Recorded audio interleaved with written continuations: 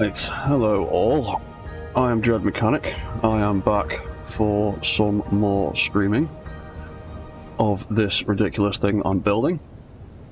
Right, so what did we do last time? We got some basics of Zeke set up. I started doing a few little bits of tweaking off stream and then felt myself getting a little bit carried away, so I stopped and thought I'd actually live stream instead. What else did I do? I've put some light panels on the inside of his head flaps, so now when he looks at things and targets them, they light up red.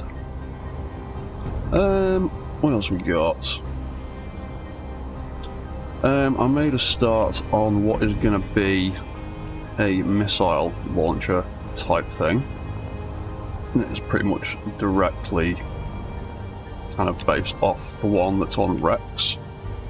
I'm going to make a few more tweaks to it, and I've not even started on any of the rail cannon stuff yet. So where shall we start next? What shall we do next?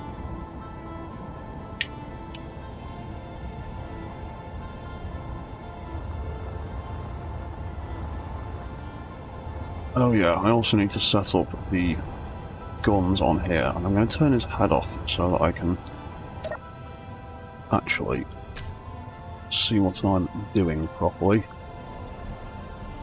Because we need to set up some more controls for that stuff.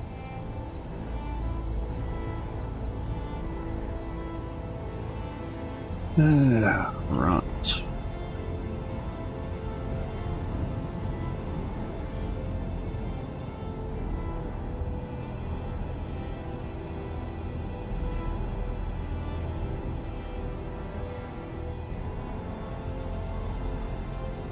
Right, okay, I had something not quite selected properly in OBS.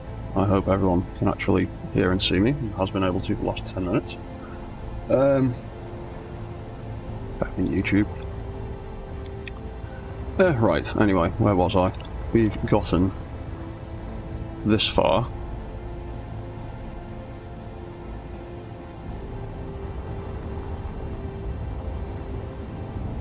Right, so next thing's next. Did we set anything up for these guns? I don't think we did we?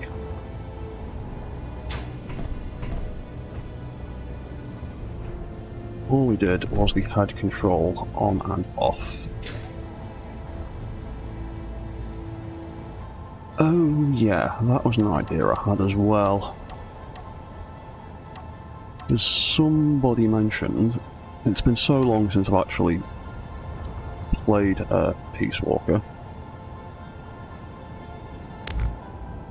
I'd forgotten. Somebody mentioned it does actually have a control seat tucked away in the back of this thing. So I'm thinking of putting one in there.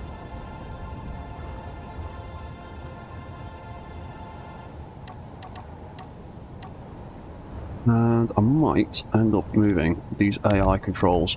You can put them anywhere really, as long as they're on the main grid.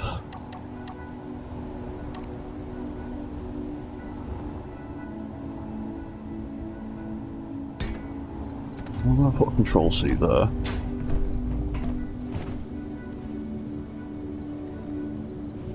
We've got a block of space above, and then the ceiling. Oh, and now I'm stuck. Oh, there's no point looking at Zeke for a reference because I did that totally differently.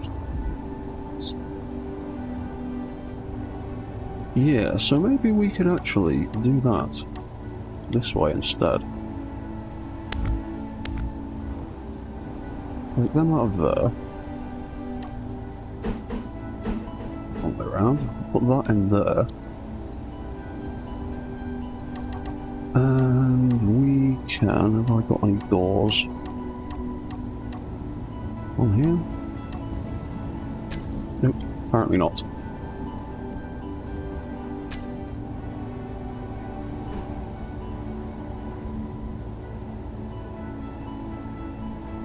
Oh, that's 4 blocks high, isn't it? That's such an annoying height. Well, we can use that one. I'll use that one though. You know what? I might use that one instead. Let's take out another block there. Press the wrong buttons as always. Bum bum bum.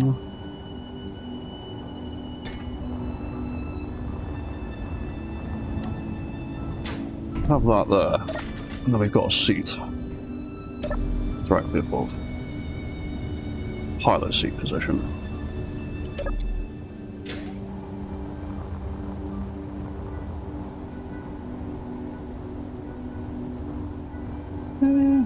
Yeah. That'll do for now, maybe.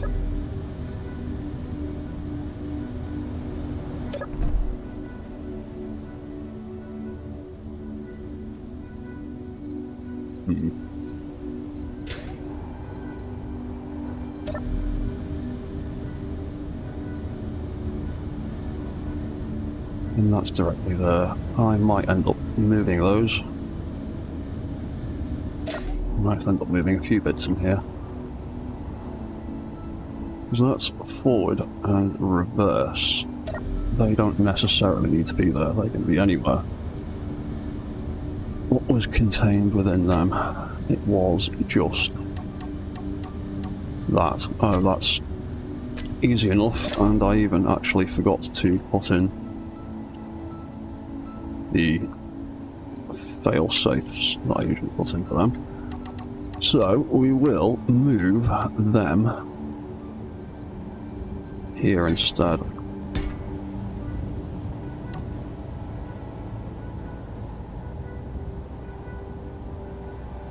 So I'll take all of that, take all of that, we'll get rid of them, and then we can rebuild those controls.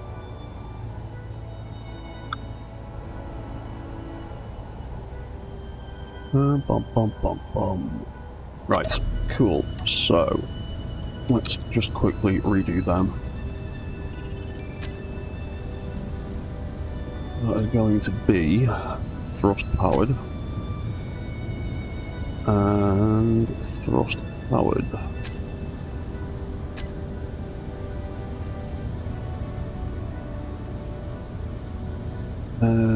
Do greater than 10 and greater than 10, that's okay. Oh, we never got around to setting up the reverse controls, did we? Anyway, so first things first, we're going to have a fail-safe, which I forgot to put in last time, so we can't accidentally trigger both at the same time. So when the forward controller gets triggered, it's going to turn off the reverse controller, and it's going to turn it back on again when it stops being triggered, and we'll do the same, what's the opposite way around on the reverse controller. So we'll turn that off and on.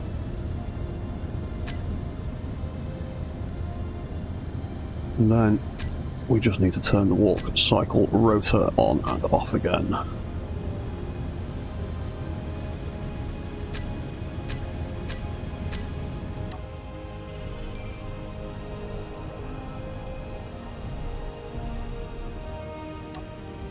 So he thought. Oh, I need to set the thruster divvy control. And I haven't built a thruster for the reverse controls yet, apparently. There we go. Well, the forward cycle works again. In fact, that's probably something we should start doing first, is sorting out those reverse controls.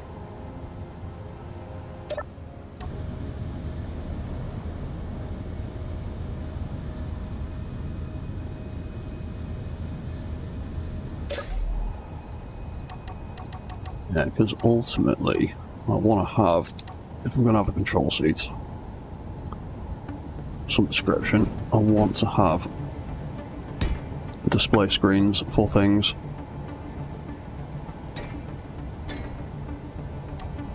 so I can see stuff.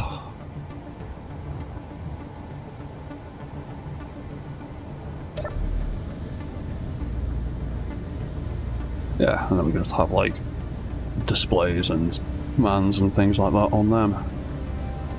And a few more around the sides maybe. Yeah, cool. Right.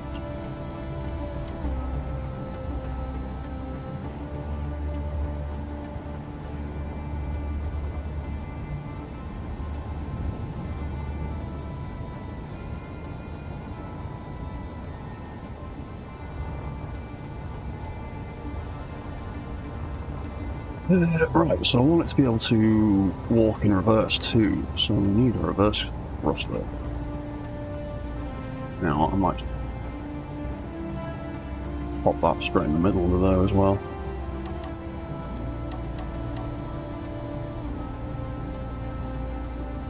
What ones did I use? I used the new fancy looking ones.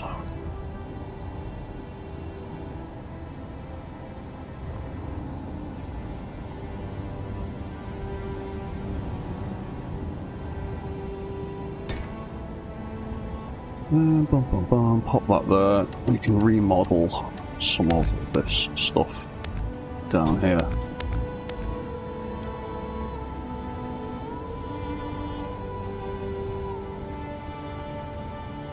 Why is there no thruster in there? What's that?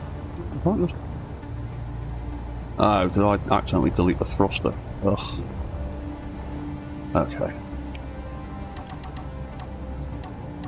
Gonna have to replace that.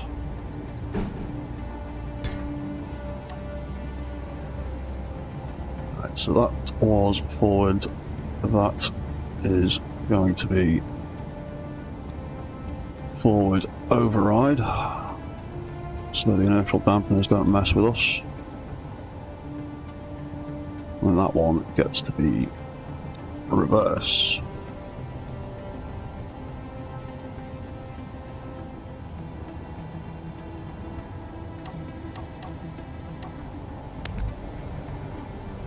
Get rid of that and that. What can we do to make it look pretty?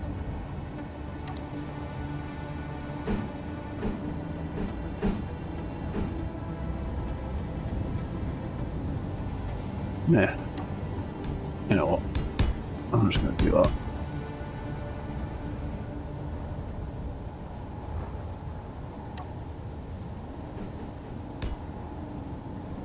So we... Ugh. I hate the way that you can look through blocks and delete stuff by mistake. That's bloody frustrating.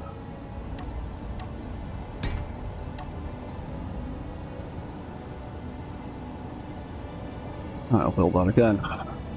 Override.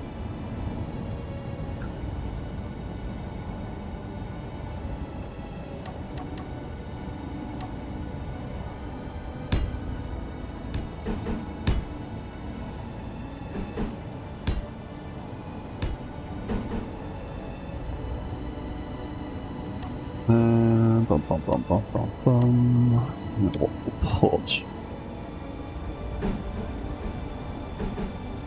that in there just to cover up a bit, even though no one's ever going to see that bit.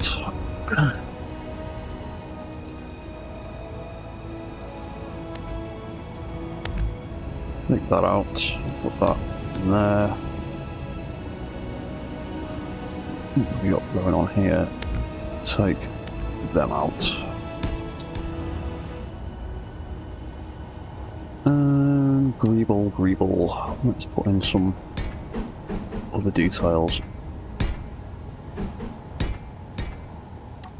Right, now it's got a reverse thruster.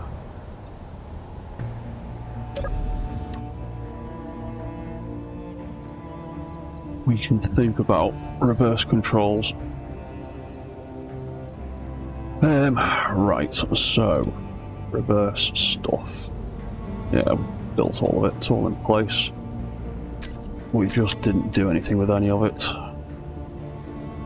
So it'll be the same, more or less, as the forward controls that I did last time.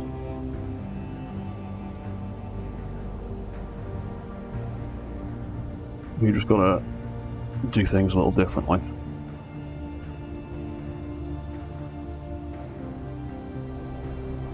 What were they looking at? Oh, they were looking at the rotors.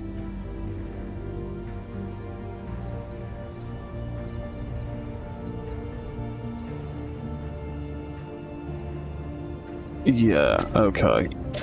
I will need to make a separate set of return controls for the reverse mode.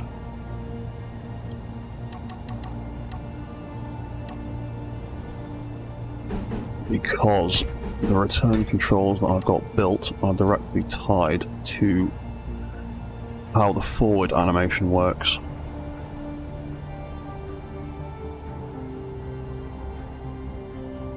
So we'll call that walk reverse, return, left, and walk reverse, return, right.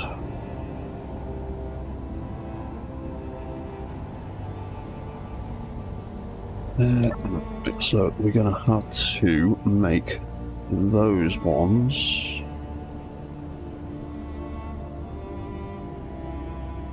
Oh, hang on. Let's grab that.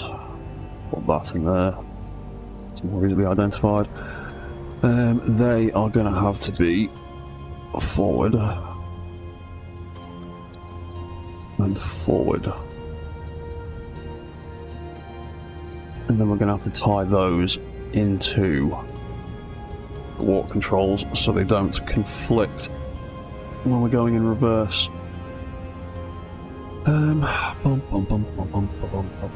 What's going to be the best way of doing that? In fact, did I do that on Zeke? Oh no, actually I think I did it differently on Rex. Oh, RYN, RTN. No, I didn't.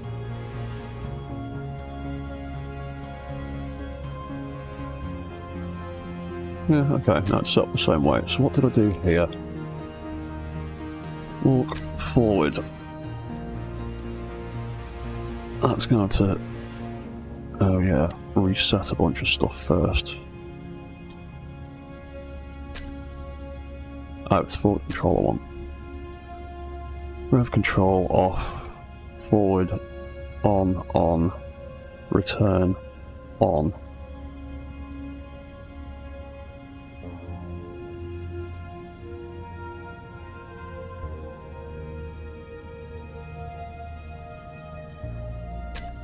Turns return off. How did I set it up?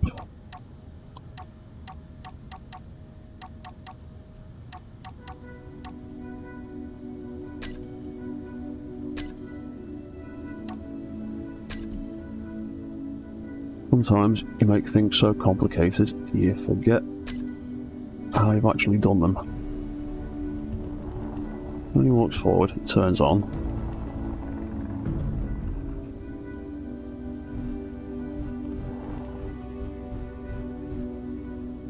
So that return button is directly tied to forward controls, I think.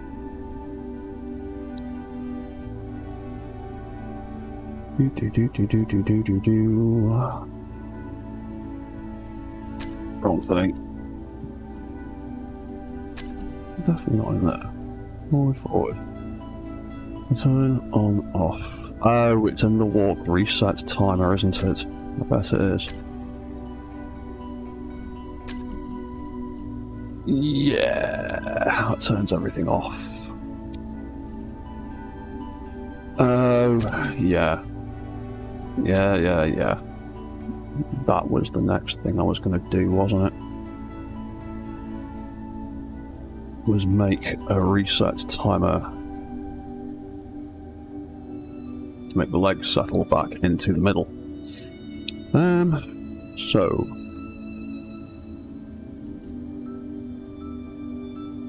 we do with that? That was tied into that control, isn't it? Forward control.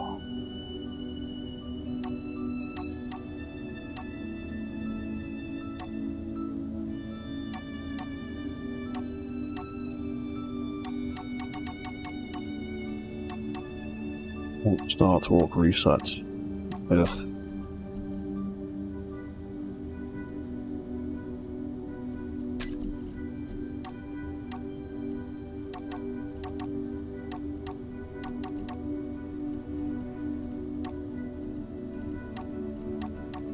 Oh yes.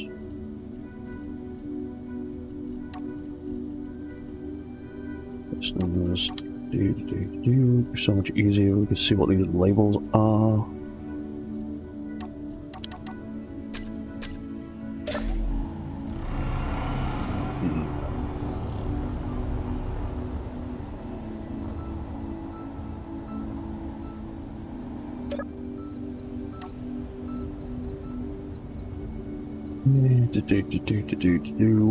Right.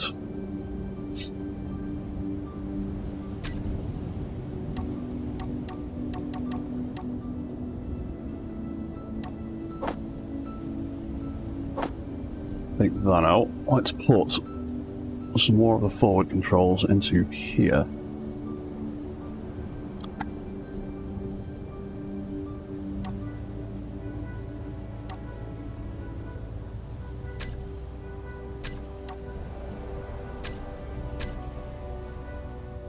Want them to turn on and off there.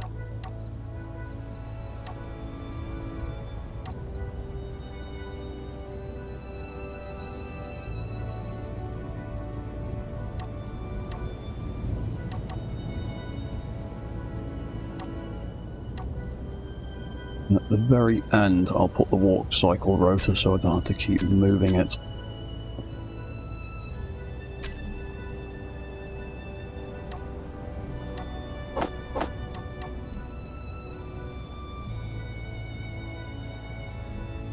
And we'll put that there.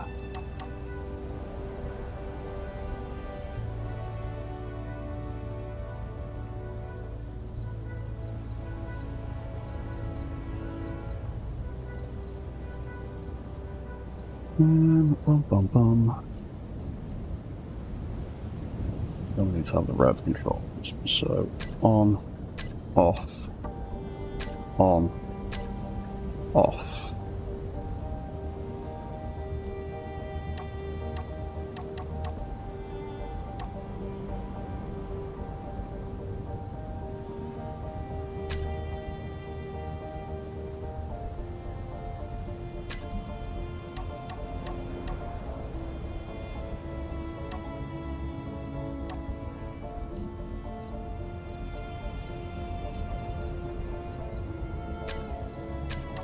And I might stick those in there just for now, so that they will should now not be turned off.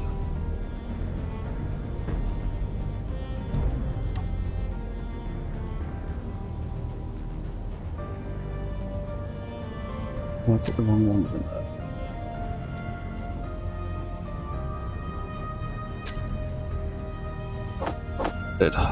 Come on, Debbie.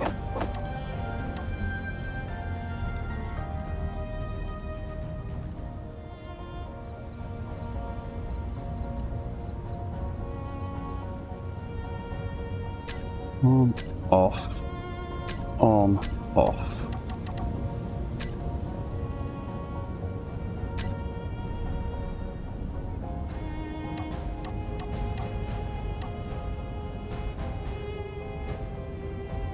Right, they're off. They're not going to conflict.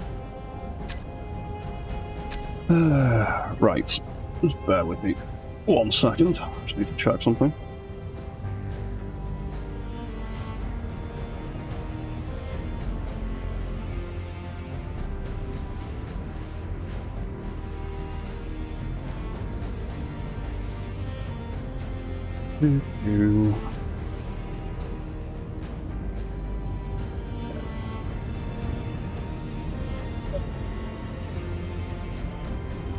Right, so reverse controls.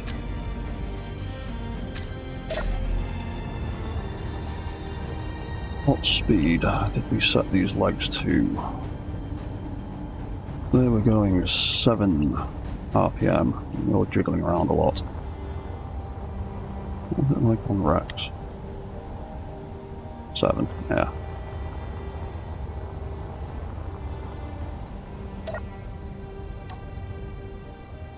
Right, so these reverse controls are going to be block switched on and off. There should be walk light, the right hand side, and a walk light for the left hand side, even though I set that the wrong way around. Left and right, there we go.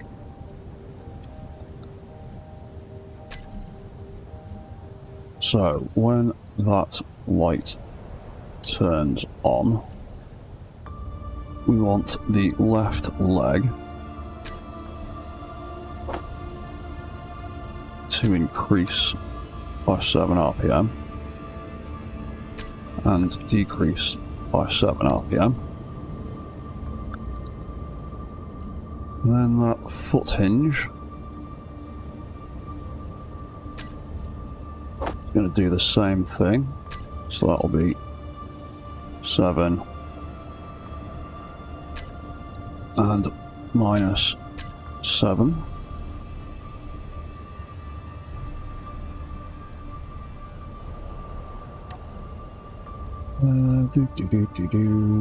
Rev control, we didn't set that up with a thruster.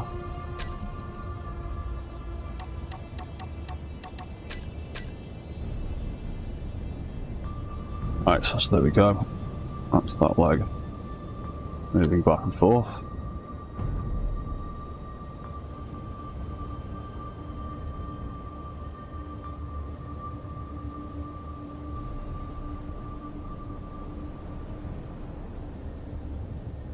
Right, that's a good start. Cool. So, the next bit, we want this section of the leg to contract when we move our leg backwards, and then keep it as straight as it moves forwards. So when that light turns off,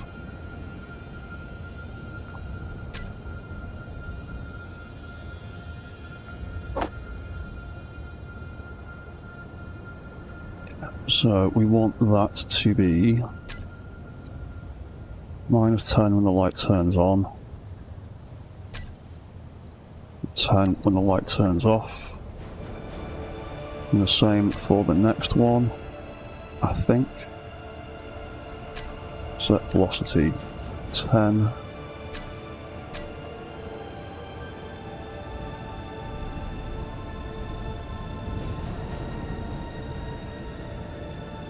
Oh, that's the forward one, Debbie.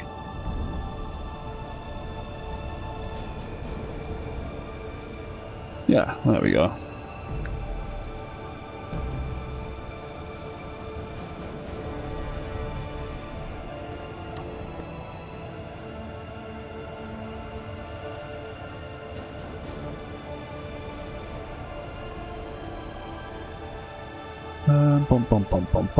Where were we? Right, so when that leg moves backwards, we want these return controls to kick in. So they are going to be looking at the angle of the hip rotors.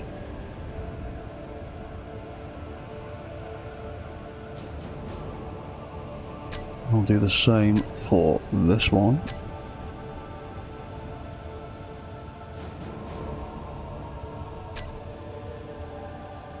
That's at 74, that's at 26. What was the return on that? Minus 45.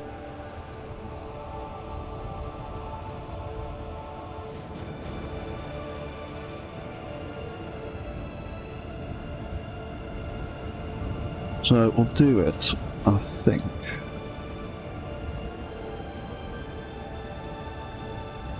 Right, and that. So that'll be...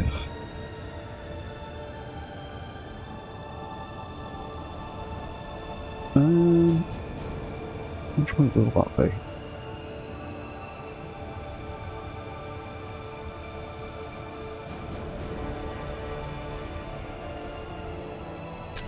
Would be the opposite way around, so greater than that.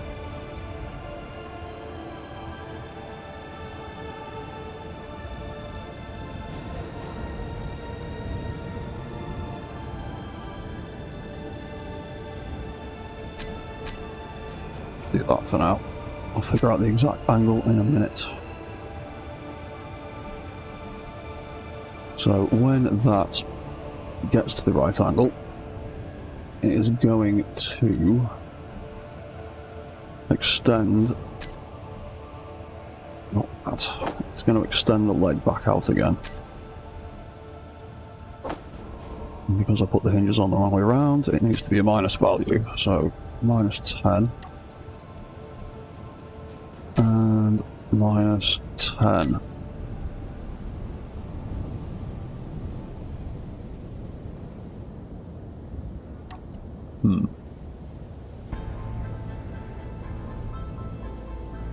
Oh, yeah. Meant to be.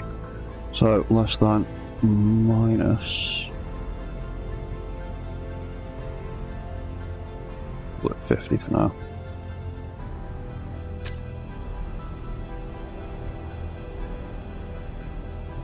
There we go. It's a little bit of tweaking.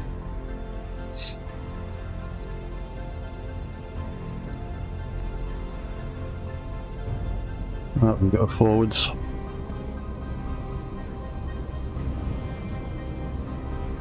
And backwards.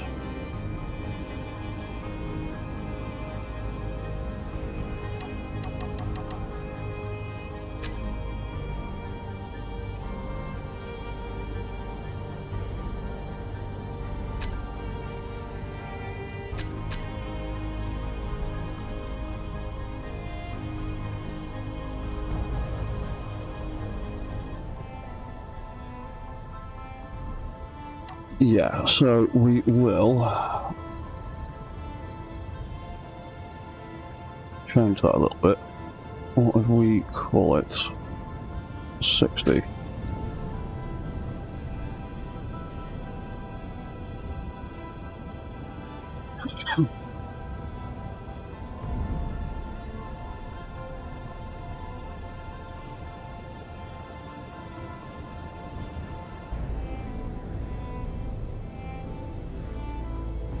I'm going to split the difference there, call it 55.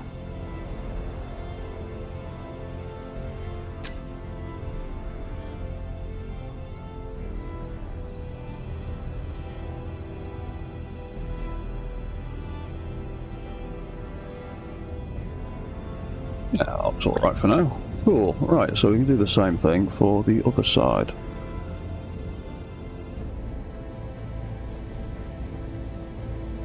So, walk lights, everything's set up. Leg rotor. So that one wants to be minus 7. And 7. And the hinge wants to be 7 and minus 7, so we don't need to swap that around.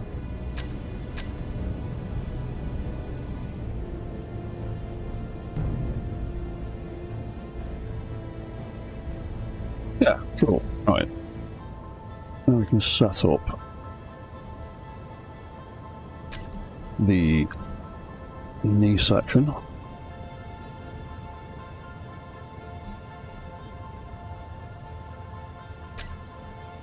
Yeah, so that wants to be 10.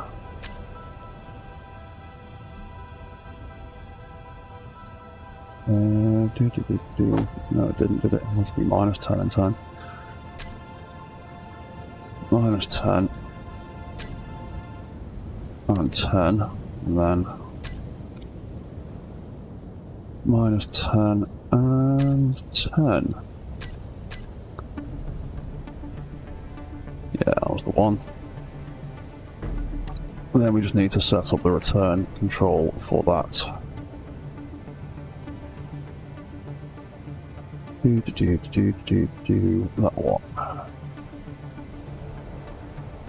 So this will be the opposite. It'll be greater than 55, I think, would be. Leg rotor. Oh, we already set that up. Leg hinge, right hand side, minus 10, and minus 10.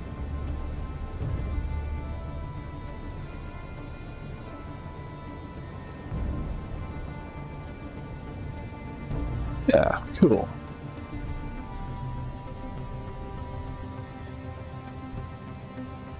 So now, because I've moved those return controls, it does that occasionally. Okay, so I want to set the legs up on this in the same way that Rex is, where that he can start walking and do stuff.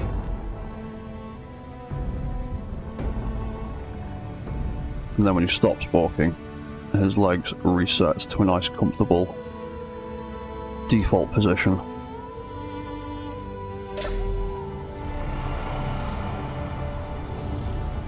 So, to do that, you're going to need to build some more timer blocks.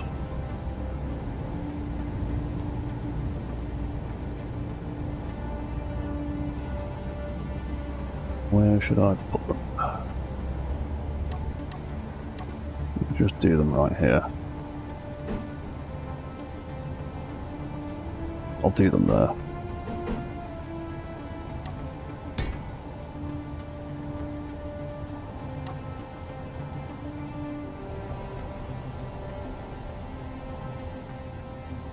Yeah, and these are going to be walk start and walk reset.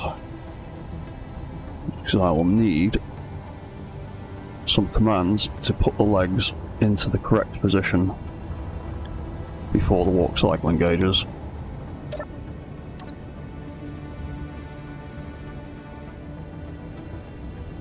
So I'll start with walk in fact, no, we'll start with walk start, otherwise I'll forget what angles I've set everything to. And we'll just have a quick nosy at Rex and see what I did on him.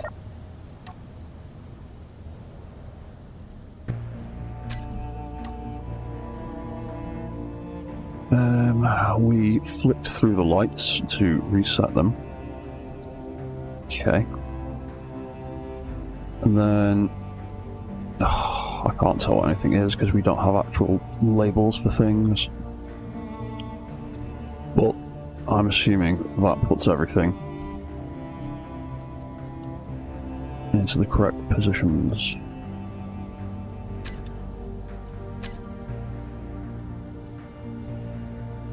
Okay. Walk forward.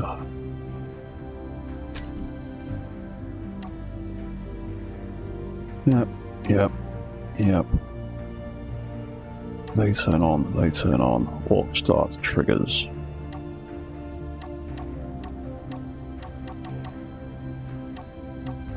Yeah, okay, cool.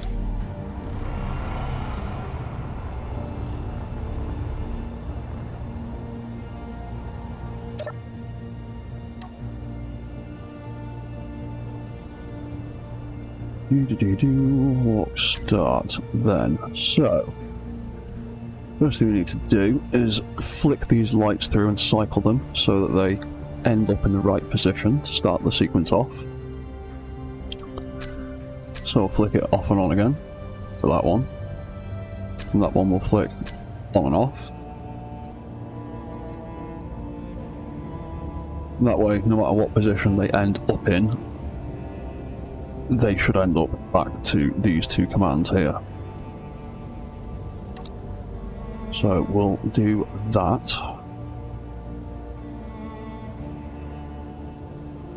And then after that, it was just setting for the legs. As the two leg rotors, we're going to end up using a rotate angle command on them, and it's the same with the angle hinges, so their limits are going to get messed up, so we need something to define them first. So the lower limit, we set that to minus 74.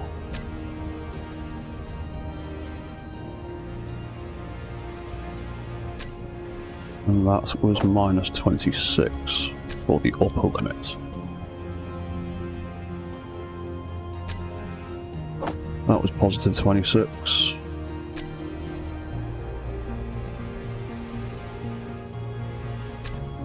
And positive 74. Fantastic. Just like to be sure.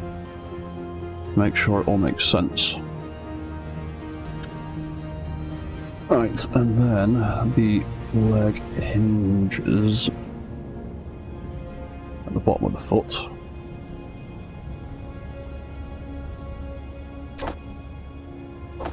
Minus 74.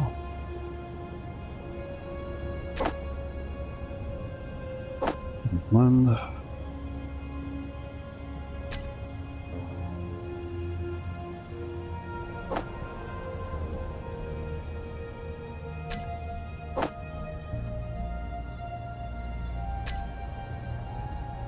minus 26. Oh yeah, and that'll be the same. That'll be minus 74. 74 and minus 26 again.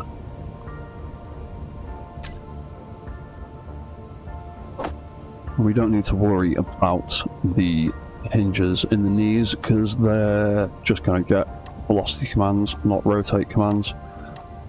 So their hinges, their limits rather, shouldn't get screwed up.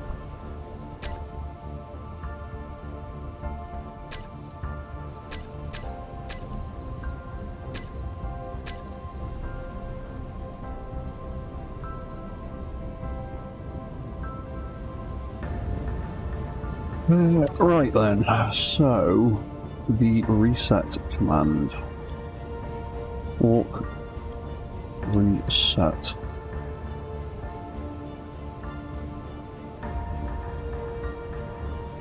Now, that. Oh, hang on. I always forget. Probably. Oh no, apparently not. I've not built an antenna on this thing yet, that's why. Oh, we'll just do it the hard way. So, what did we do with the walk reset command? For this, we turn off all of the walk controls.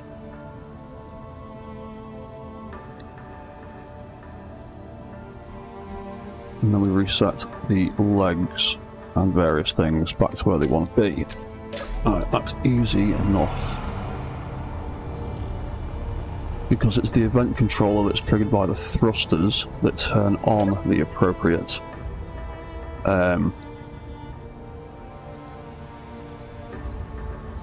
event controllers, so yeah, that should be fine.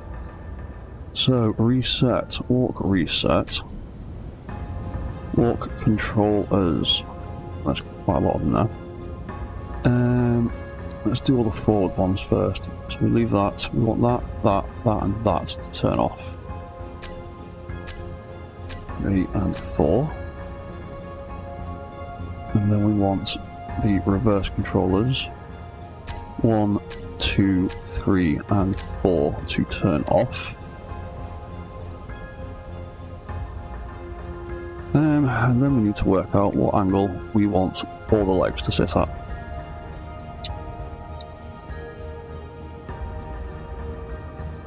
and try and figure out a nice balanced kind of position.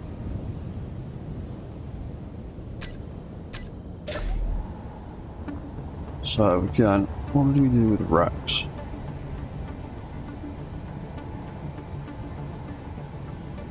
That leg is sitting at 45 degrees.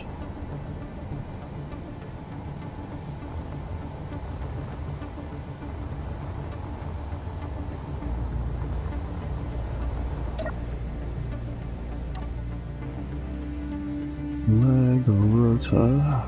Oh, wrong menu.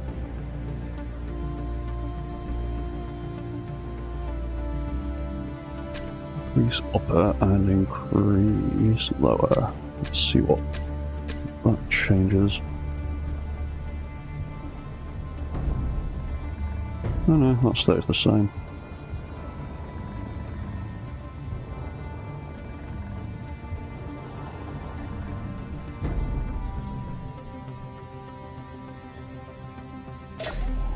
Okay.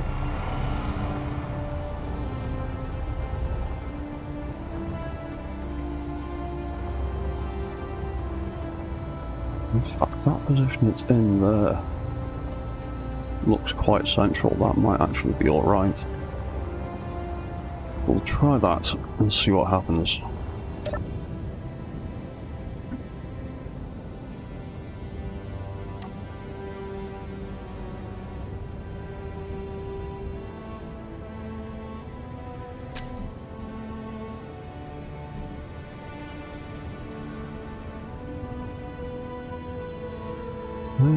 So, leg rotor.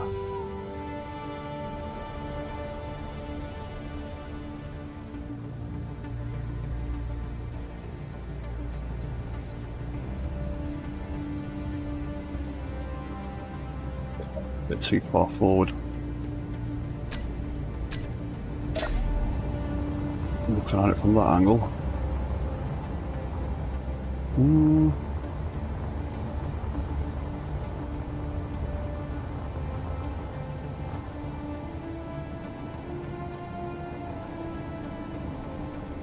That's 26.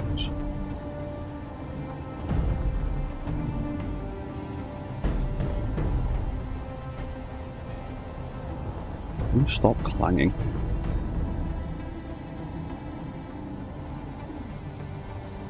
There we go.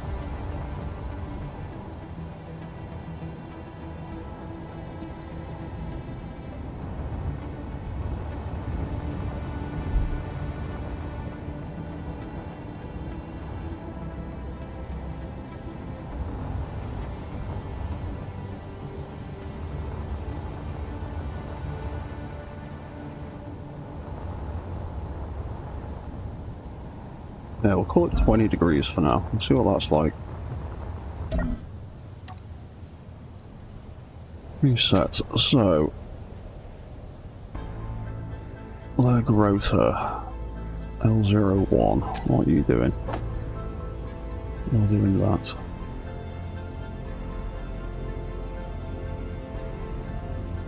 Oh, we'll call it minus 30 actually.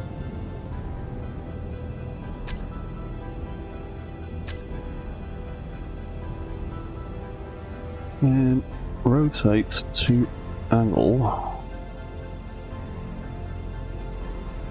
Oh, it gets a bit weird with minus things when you do it like that, doesn't it?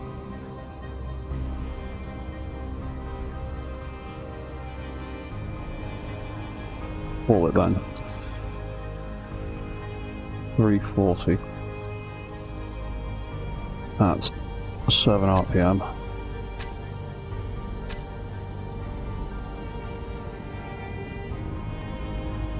Oh, no, 330.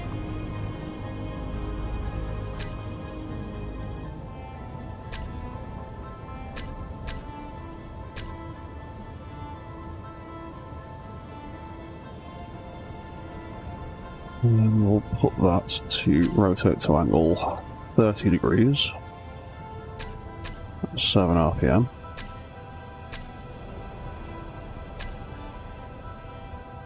There you go, that does that.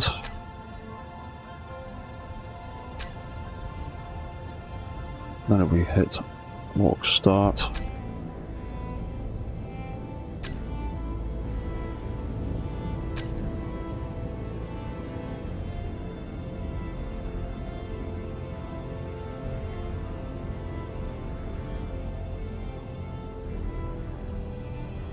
Oh yeah, we could also do with putting in a failsafe to make sure that those bits do the right thing, because all we've done is set the limits, not the direction of travel.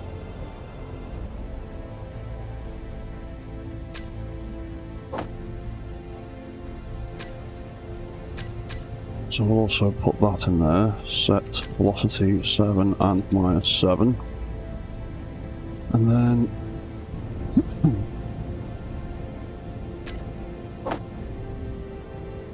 yeah, and then that'll be 7 and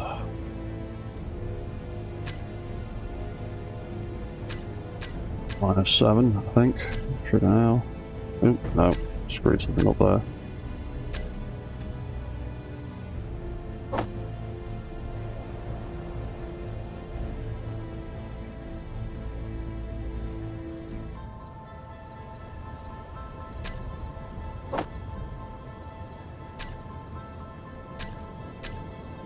Oh yeah, because they're doing opposite things, but it's the same velocity. There we go, that's the one. So, reset does that. Start does that. Cool, right, so...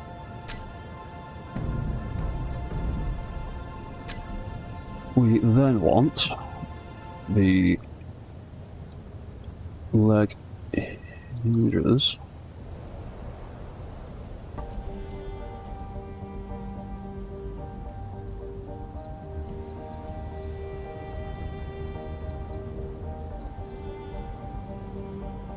to rotate to angle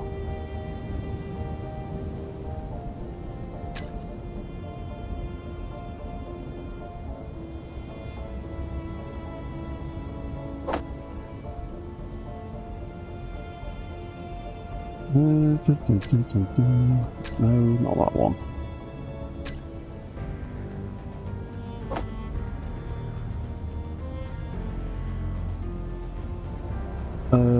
Rotate to angle -30. Oop, not at 60 RPM though, that's way too fast. Rotate to angle -30, 7 RPM. Rotate to angle -30, 7 RPM. Trigger. That bounces the feet out a little bit.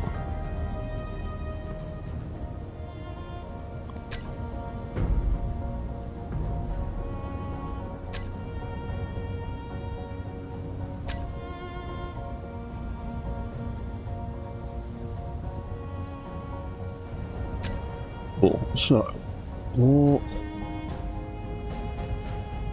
start, walk, reset. If we trigger that, and then hit our forward walk controls, we can walk. Fantastic.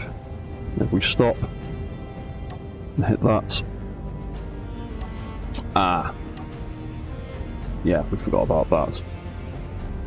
We need to have a failsafe for the legs to tuck them up, I think.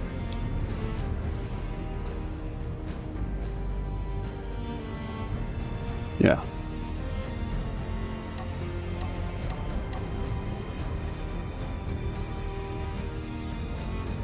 So 2 and 3.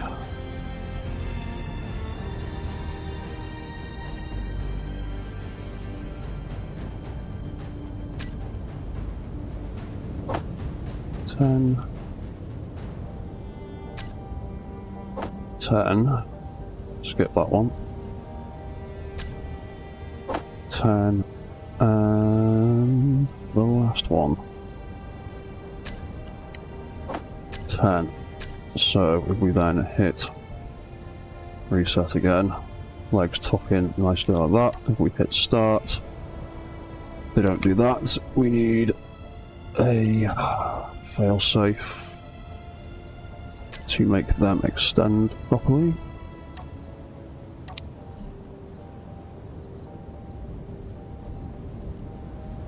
So we want to go -10 on all of these hinges.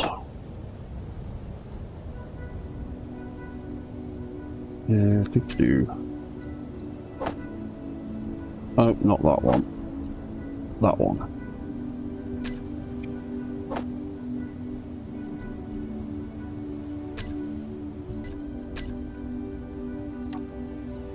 There we go. That'll reset us to that position. And the warp controls can work properly. And then we'll stop. And the legs will tuck in. And we'll crouch down a little bit to lower our centre of gravity. Hopefully stay a little bit more balanced while we're stationary. Right, okay. Now we can see if we can tie them into the walk controls. So, this is what's going to turn off and on all the things that we need.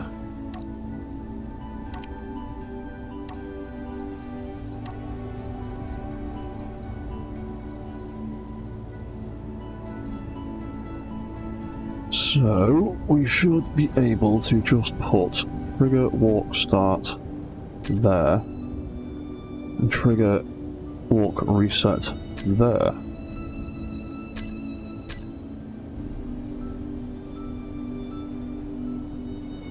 There we go. Whenever I release the controls, they tuck away nicely.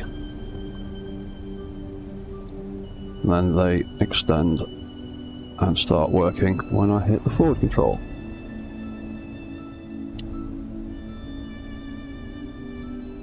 And it does weird stuff in reverse, because I need to set the reverse one up properly. Sweet. Right, so we should be able to just throw those same two timers on here, and hopefully that will work the same in reverse. Oh, something didn't work there. Why is that not turning back on?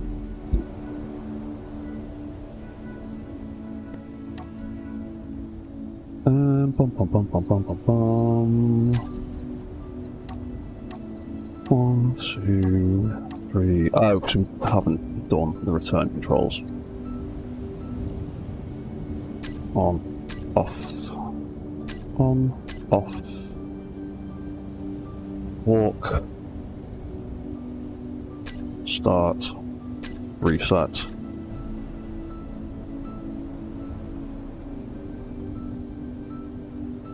There we go.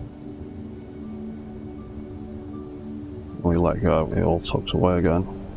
Ooh, I did some weird stuff there. What was that about? Can we get you to do that weird thing again?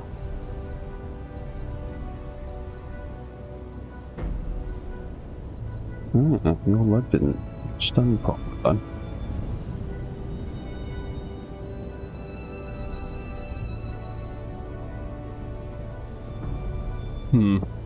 I might need to try and figure that out. Right, let's see how well that balances. And if he can actually walk like that.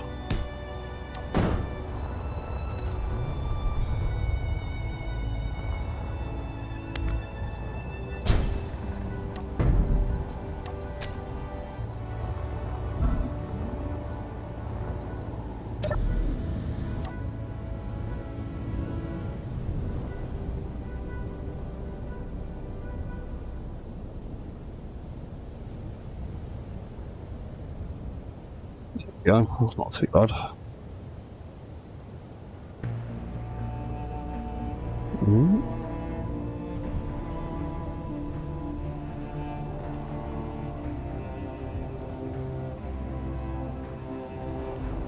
Yeah. Cool. Right, that seems to work. Next thing, if I'm actually going to end up making this manual control in the end, then I am going to need to figure out turning controls, which means I need to use one of these wheels down here as the turning controls, and I'm concerned I have room to make it spin in here. Why 351? That's the wrong thing. 361. 361. Can this spin without clanging?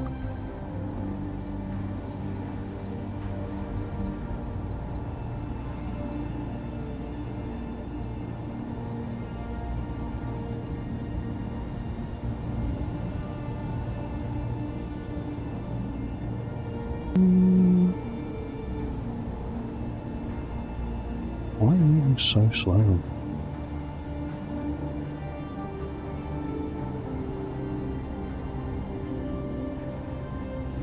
Very strange. Shouldn't be that slow.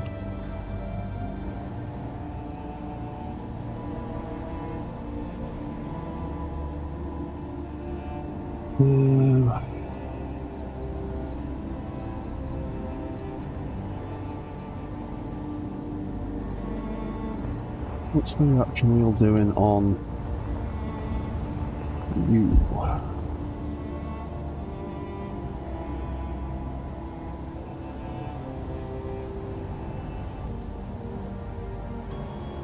Oh, I've got it at full power. Maybe it does need all that strength because of the size of it. Nope. A little bit of lag.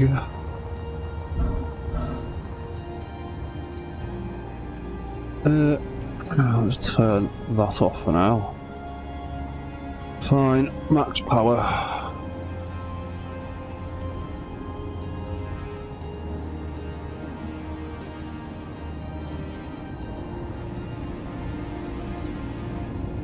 Alright, that looks fine. Looks like we got plenty of room to spin in there. Yeah, that's fine. We ain't got no scrub in there, that's cool. That can then become the turn rotor. And that means we're going to need turning controls. Means I need more thrusters.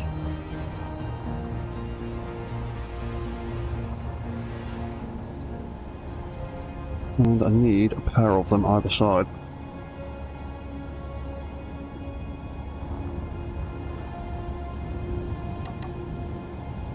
Nope. Internet spiking. Normal things. Don't break on the internet. Don't break on the internet, please. Thank you. What are you doing?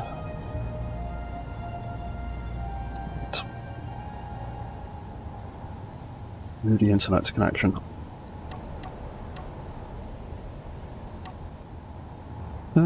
So, more thrusters.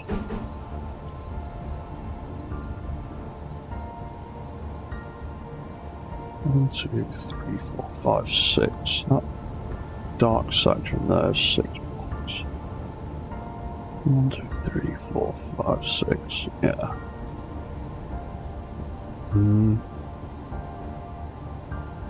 You know what? I'm just gonna do it like that.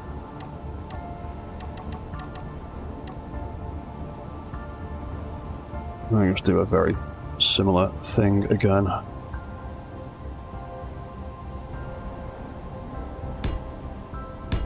We only need to cover it up a little bit.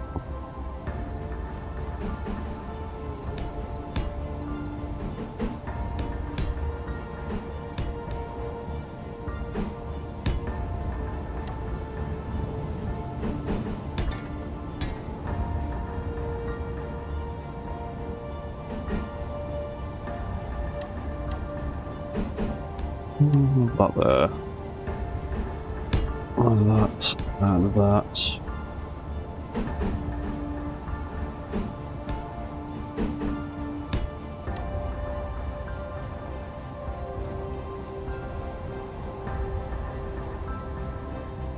Oh yeah, I need to cover the backs of that, don't it?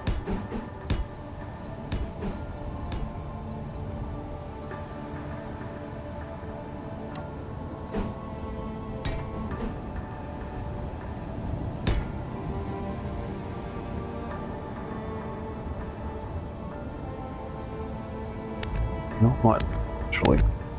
Let's pull that out. Let's just stick some more of the beam blocks in there.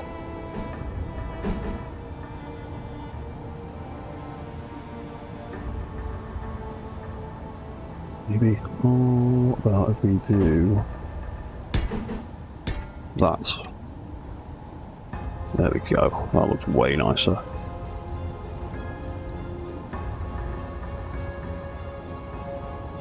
More agreeable. Right, so these get to be turn controls. So that's going to be turn thruster right override. That can get 5.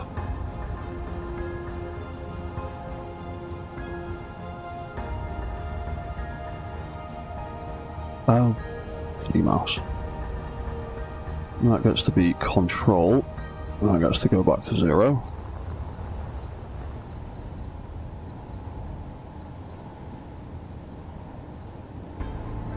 This gets to be left, and then we'll make it 6 because, for some reason, if you have opposite sides overriding at the same amount, it causes a weird little twitch in the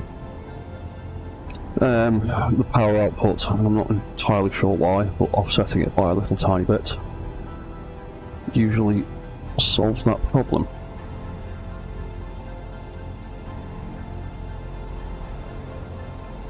And that can be control, and that can go back to 0.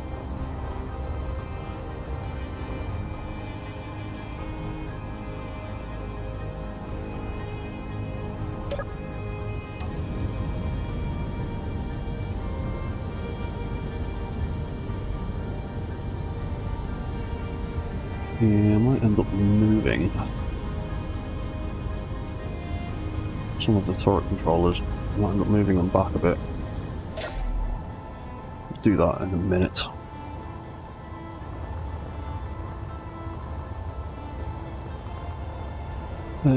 Right, turn controls. Oh yeah, we're gonna need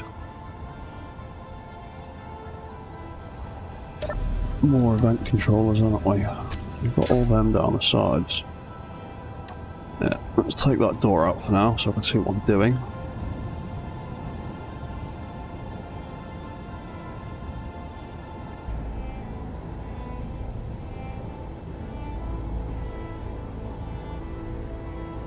Yeah, now I actually want to move a load of that stuff so you can see it better from the cockpit position.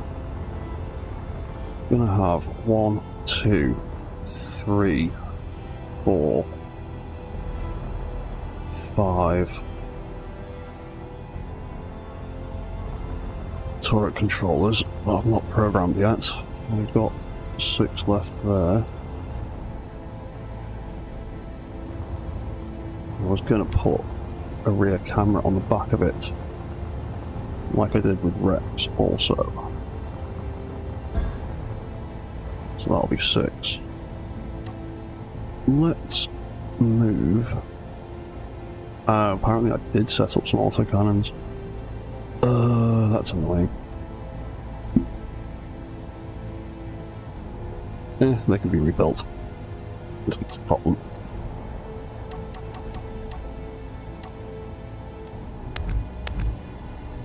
So I actually want to have them here instead, where I can see them from a cockpit position.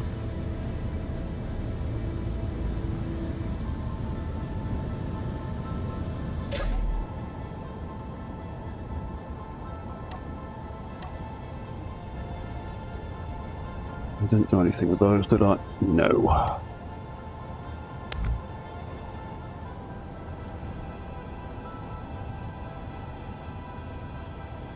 You know what? We might even. So we've got quite a bit of space back here. Give ourselves a bit more breathing room. Do those like that instead.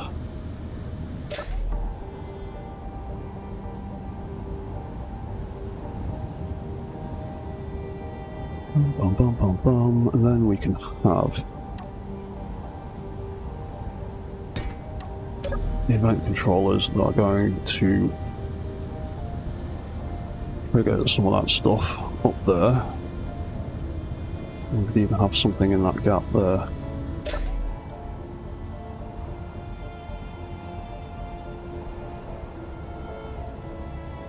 We can even potentially actually move the seat back a little bit too.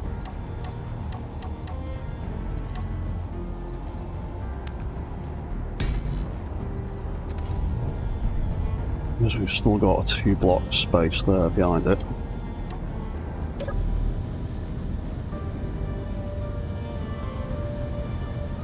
Means we can see a little bit better, but actually, no, I like that a little bit tighter up. I want to make this one a bit more compact. Yeah, we'll do it like that. Yeah, right.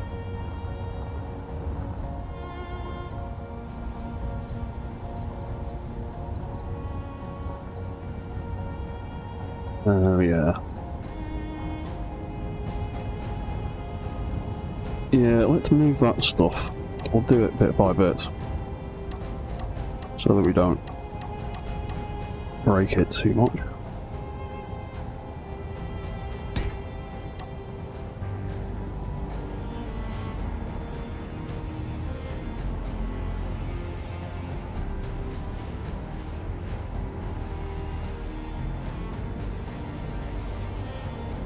Move them there.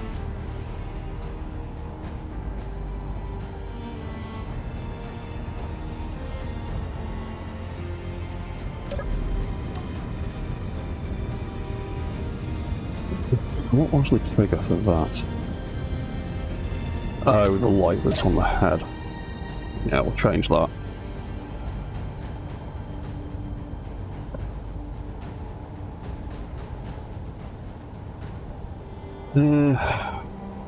Right, so that's one is old. I'm going to remove that.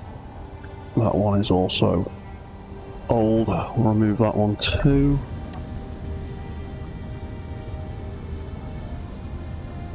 So that copied everything that's useful. Looks like it has. Great. So head rotor, head hinge. Not that one. Head rotor. Head rotor. Head hinge. Head camera. That was everything, wasn't it?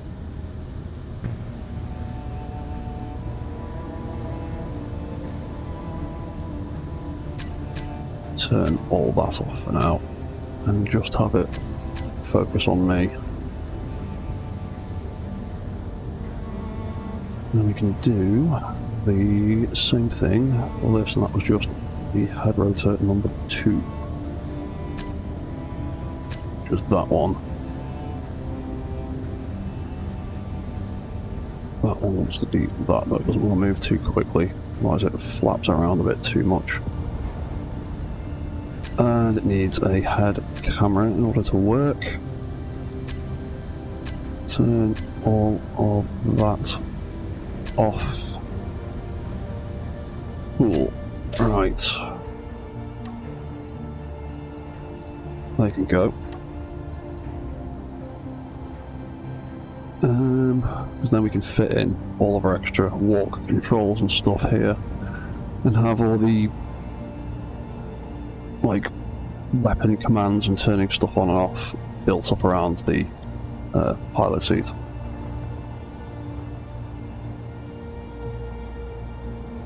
Yeah. Right, so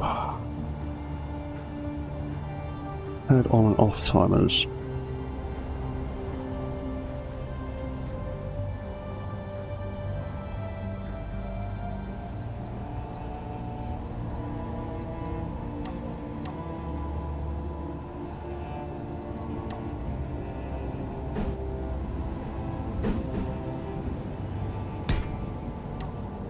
them in there.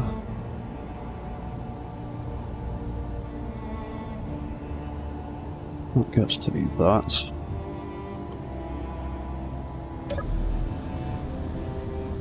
Yeah, and then we can fit a row of timer blocks up at the top.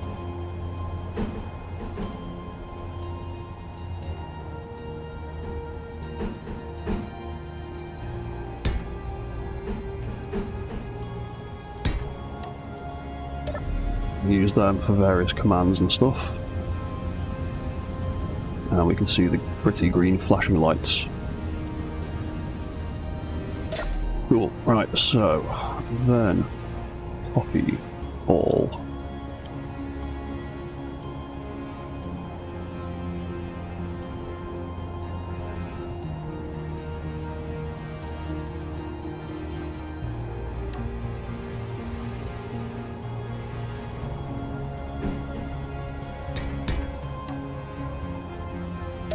Like that, I can just about see the lights on those timers through that gap.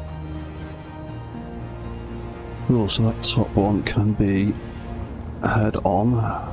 That one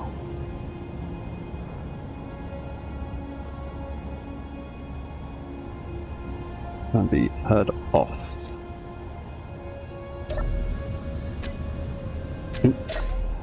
Also need to indicate that that's the old one that we need to remove.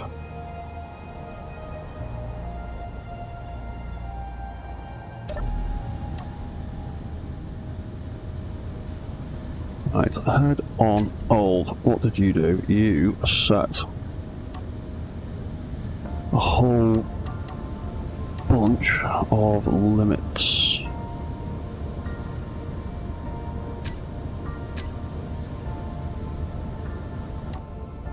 Which are currently inactive because I turned it all off and then I've started deleting things.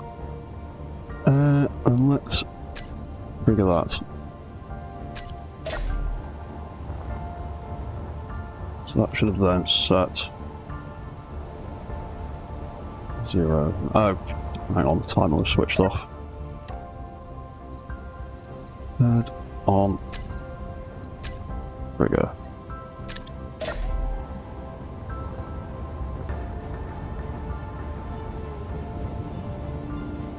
Yeah, so let's set that to 20 and 30.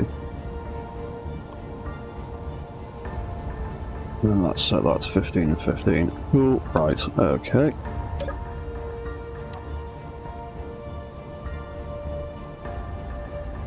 So we'll redo these head controls. Oh, hello, Anguis folks. I hope I'm pronouncing that right. A little late to showing up. How's it going? It's going fine. I'm just redesigning a few things from last time because I decided to make this thing manual control as well as AI control, so I'm trying to retrofit a cockpit into it now. I need to redo a few things, but we have set up his walk controls now so he can do his forward walk cycle and reset into a standing position. And he's also got a reverse walk cycle. And then he can reset back to a little standing, squatting sort of position. And I'm about to set up some other bits. I'm just rearranging some stuff in here so that I can make room for the stuff that I want to build now. So I just need to quickly redo these head controls.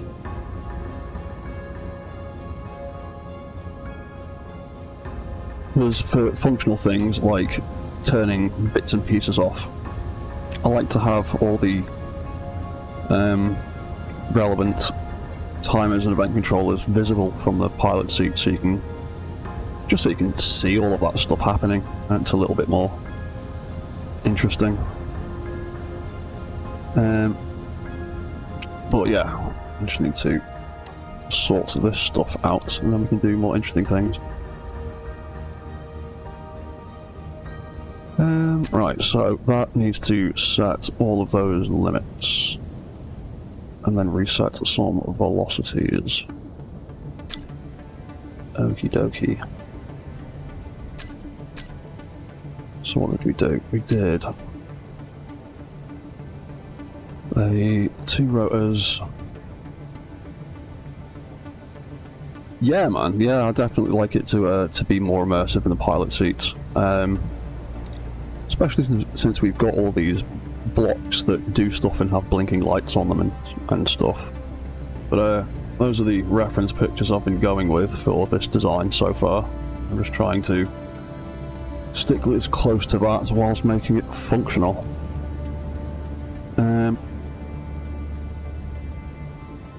So we do all of the head rotors, then the head hinges, and then we kill all of the velocity, and then we turn on stuff. Yeah, okay, that's simple enough. So, head rotors. What are the limits? So, not velocity. Limits 15.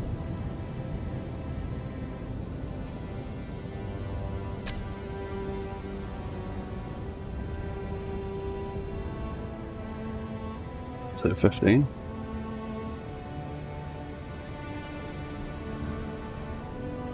Oh, I really wish those commands got the same labels as everything else. So that's that. What was the limits for that? 15 and 15 again, was it? Wrong button. Oh, I didn't realise there was a increase rotor displacement option. I never really use it too often. Yeah, right, so those are 15 and 15 again. Although I typed in minus 16 because I'm a divvy. Minus 15, positive 15, hinge, head hinge. Oh yeah, those are all the panels, it's that one I want. Increase minus 20. Oh, cheers, Angus. Minus 20 and 30 was the other one, wasn't it? Yeah, sweet.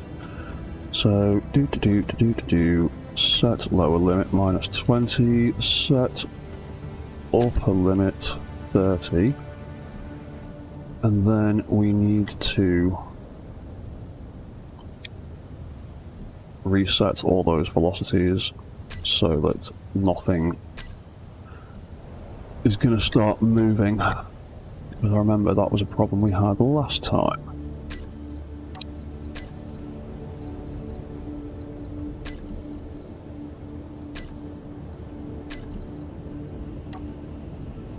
That was that.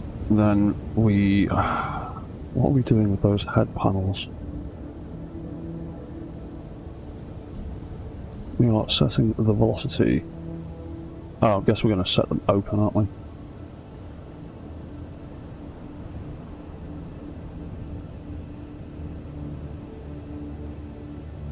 Oh, yeah, I suppose so, Angus. Yeah, if you want to make everything compact down, then the rotor displacement options would be pretty good. I've just never used them personally. Usually when I set rotor displacements, it's because I'm trying to create clearance between subgrids, so I very rarely move them too much. I occasionally detach rotor heads, but I very rarely mess around with the displacements. But yeah, I suppose it would be a good option to have. So the head panels, I'm assuming I'm going to set them to open up.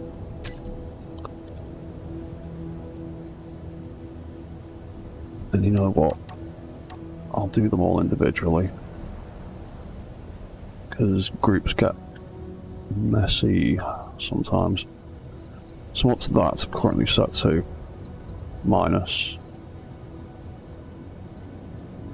Yeah, okay. -5. -5.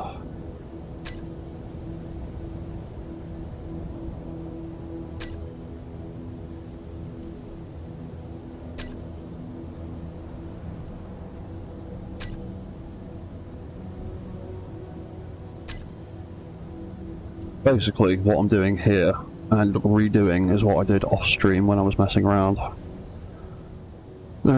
So you're not actually missing much of what I did between streams. What am I doing? Set velocity, -5. And then the other thing was the head target lights. Oh, yes. Because I built a bunch of the little flat light panels on the inside of the flaps. There we go. 1, 2, 3, 4, 5, 6, 7, 8, 9, 10, 11, 12, 13, 14 of them.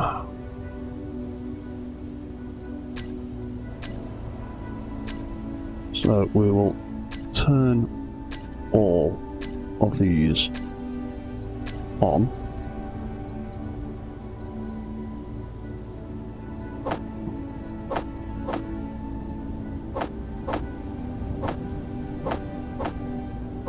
Make it make a little bit more sense and be a bit neater. 1, 2, 3, 4, 5, 6, 7. 1, 2, 3, 4, 5, 6, 7, 8, 9, 10, 11, 12, 13, 14, yeah.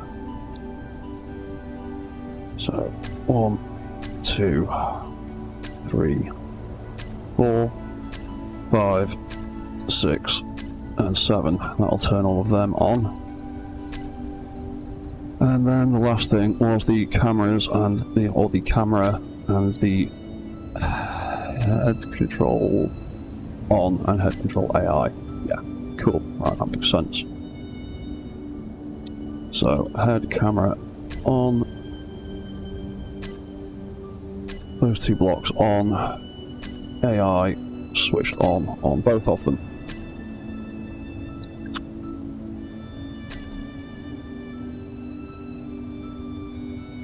Yeah, and that was that for that one. And then this one is much easier. It is just turn everything off and rotate to 0. Cool. That's easier.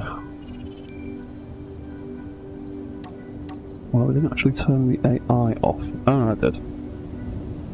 Yeah. Cool, right, that's loads easier.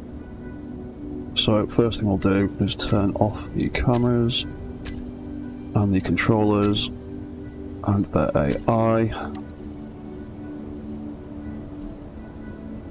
We'll turn off all of these lights. 2, 3, 4, 5, 6, 7.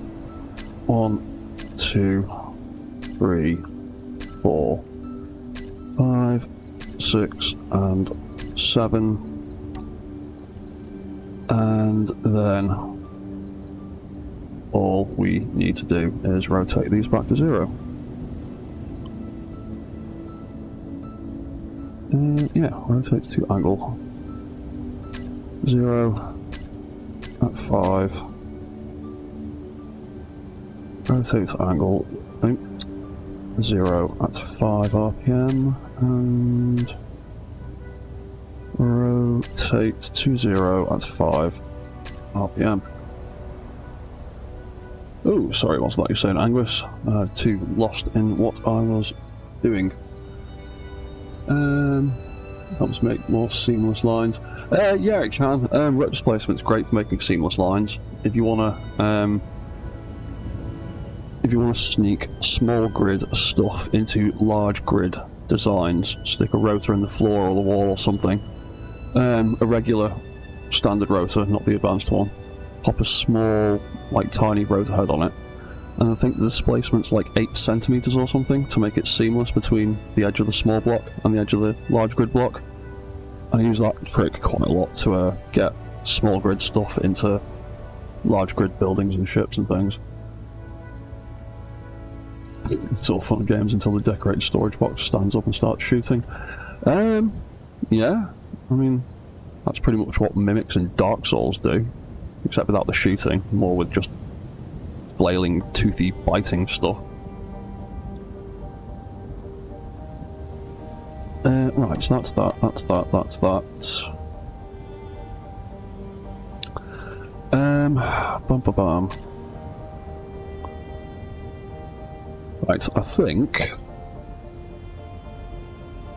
that works now, so if I trigger that, turn the bloody thing on first, trigger that, those lights have turned on. If I jump out of the seat, the head AI is following me. Fantastic. Right, cool.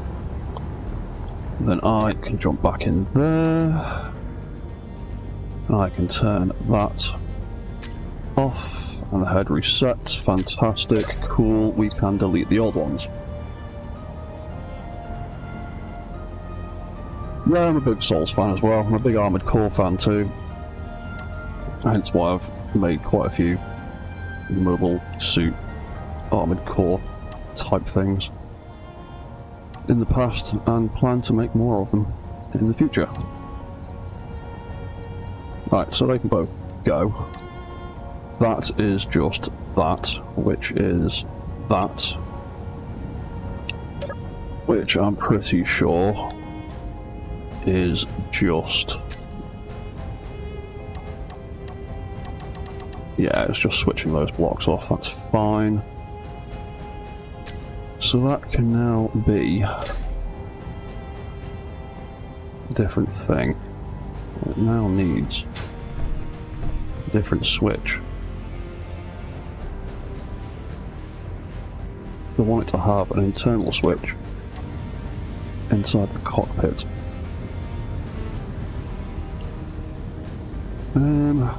So we could set up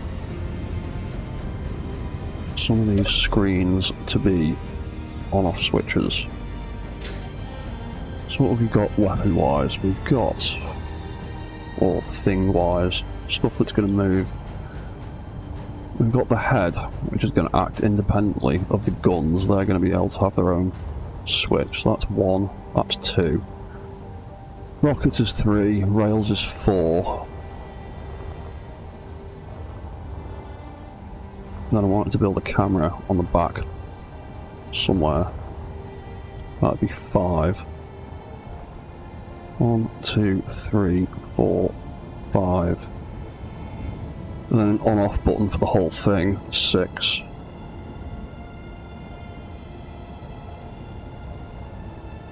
Yeah, okay.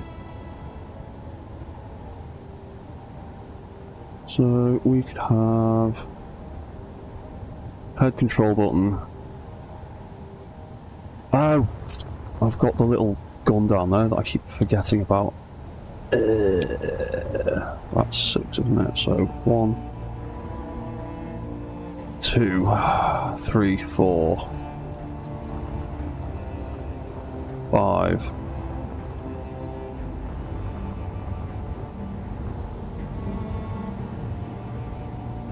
Camera will be 6 at the back. So that's the head. They're going to be the autocannons. They can be the left and right turrets. That can be the little strange phallic looking gun. And that can be the camera at the back. Okay.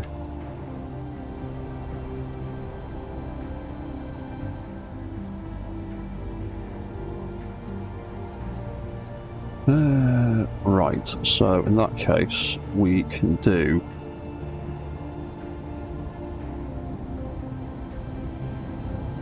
we'll do autocannons, strange penis gun, head control, turrets control, rear camera. So I'll make that one the head control.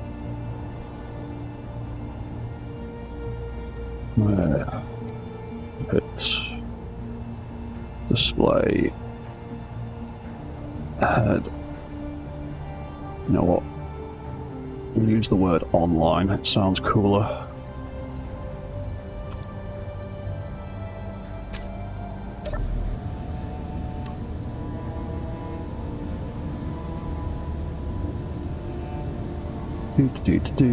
So we will make that text and images. We will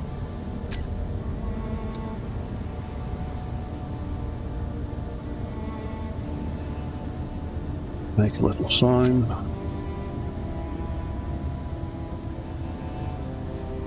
And bum. Make it red for now. Somewhere down there. Danger sign.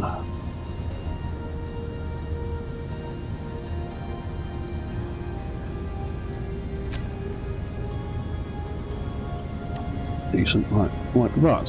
So that then gets to be the trigger for this.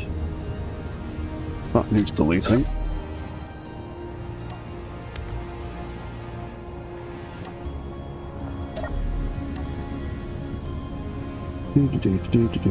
Head control.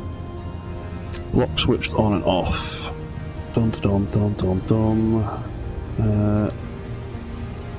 Head display. That being switched on will then turn on and off these two timers. So we'll turn them both off first, and we'll turn them both back on. And then we will trigger them. And then we'll stick that on our toolbar. There we go. That turns it on. Oop. Then it can look at me and follow me around. Then we can turn it off and resets it. Cool.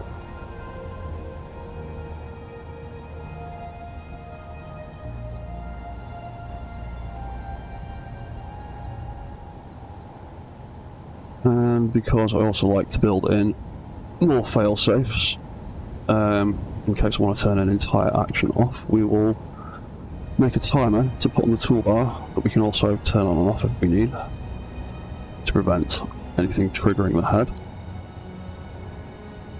We will call that head on off. Oh, I put a dot in there, or a question mark, there we go. That could be that. That can be literally just that. Block on and off command. And then we've got a timer to turn that on and off for us.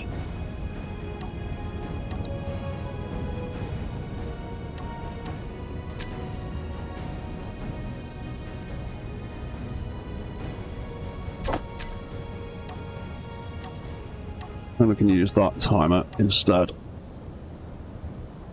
Cool. Right, so that's the head controls. We can finally set up the turning controls now that we've moved all that stuff around.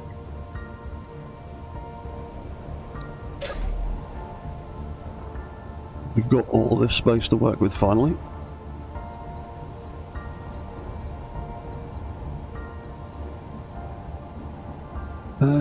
So I need more event controllers.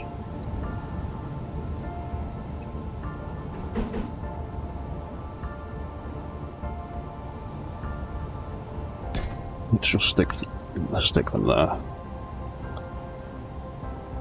So that can be controller, turn left, and that can be controller, turn right. So let's get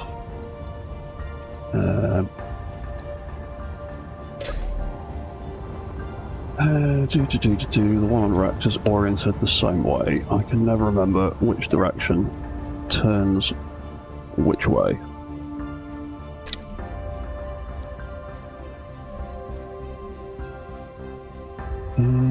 Increase velocity. So when I turn left, it's positive. When I turn right, it's negative. Cool.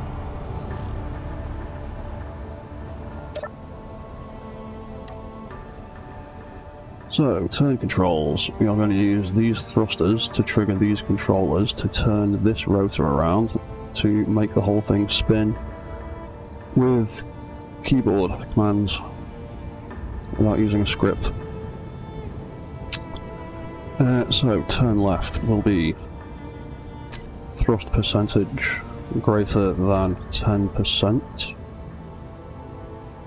It will be the left control thruster. And when that does stuff... Hang on. What velocity did we use for Rex? It'll probably be something similar.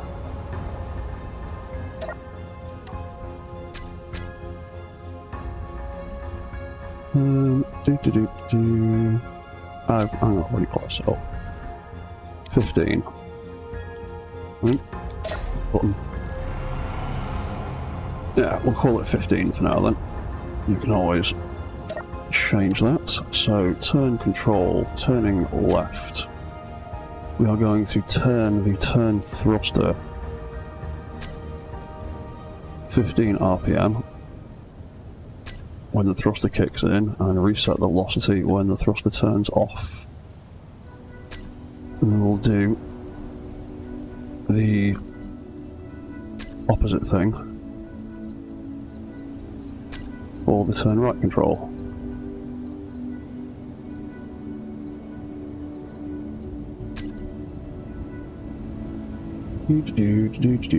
Right, turn.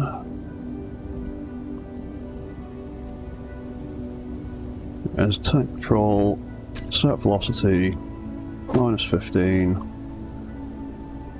reset velocity. So now, I'll go into spectator, come down here. When I turn left and right, it spins that rotor.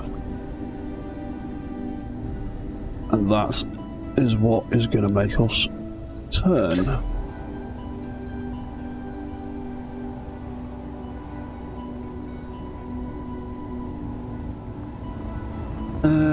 Right, let's make a copy of him.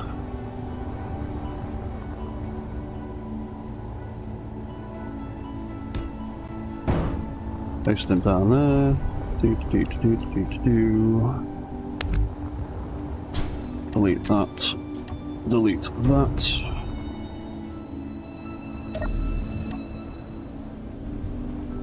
And we can start walking, and we can start turning.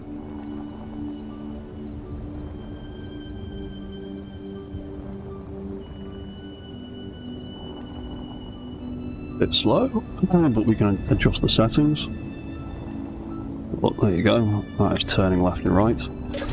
In fact, actually, we built two separate reaction wheels, didn't we?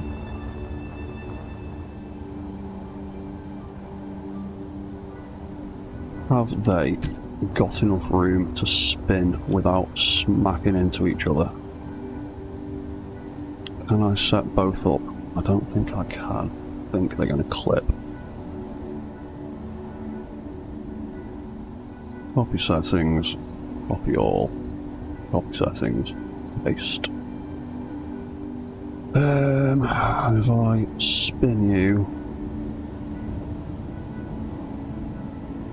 let's spin you at 15.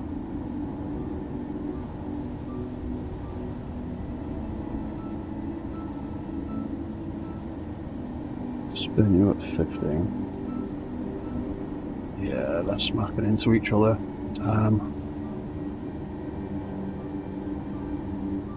They are just about touching. That is bloody irritating.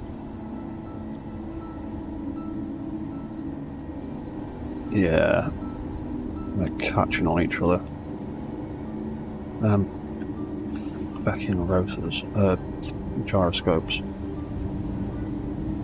That's annoying.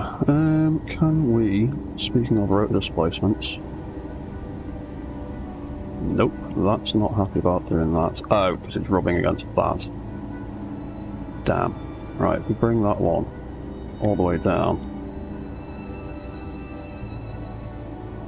and move this one all the way up, is there enough clearance? No. They are still scrubbing. Damn.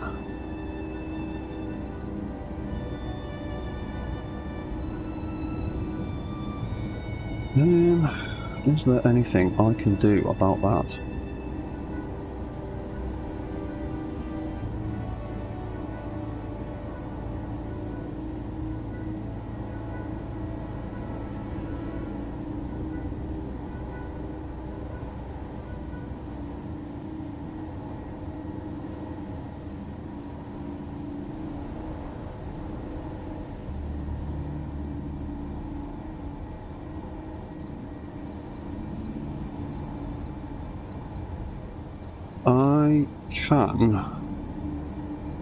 I can extend this back end of block, that's what I can do.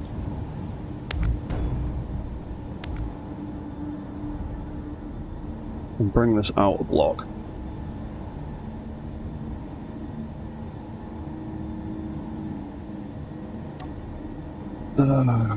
Right, you can stop spinning. And you can stop spinning too. I could theoretically move this whole thing back one block and create a bit more space there without messing too much with the design. So yeah, I think I'm going to do that. Oh, I'm going to need to delete that.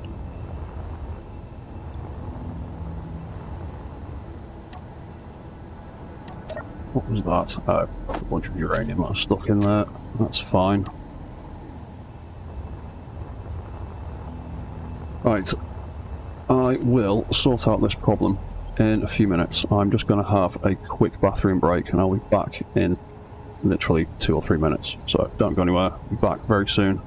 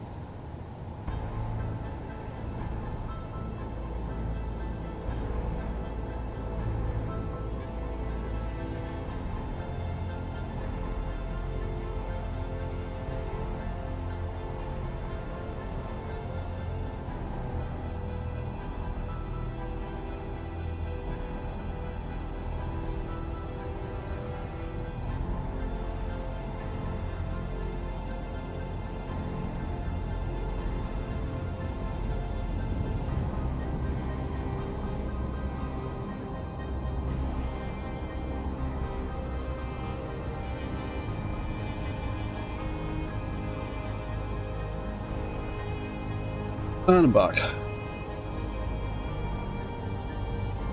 Well, you can leave if you want just to spite me, but you don't get to watch me build cool robots then, do you? Anyway, right, let's cut the arse end out of this. Because that was only a rough idea anyway. Oop, that's a bit too much. Let's put that back. So we want to bring this whole thing back another block. Let's take that out. Oh, thank you, Angus. I always forget about that. Cheers for that. Very professional of me. Right, so we cut that out. Oh, that's even more professional of me, hitting the wrong down button. There we go. Stupid thing. That can go there. And then that's going to be the back end of that. Oh yes, I have got a new Mech-Yard video up. I finally got that sorted out. So that is now up for everyone to watch at their leisure.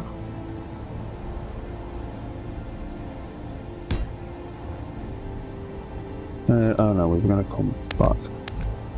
Another one of those, weren't we? Yeah, something like that. And then that actually needs to have more space there.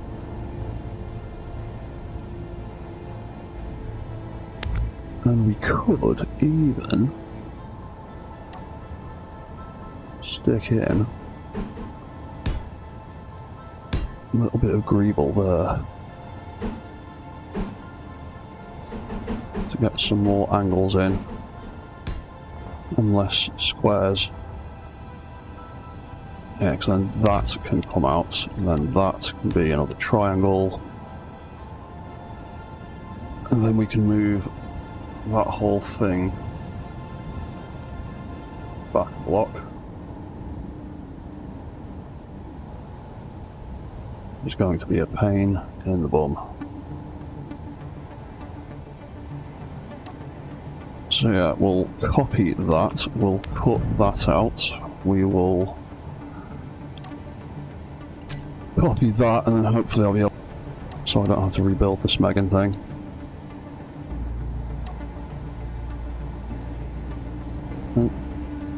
Game lag. What are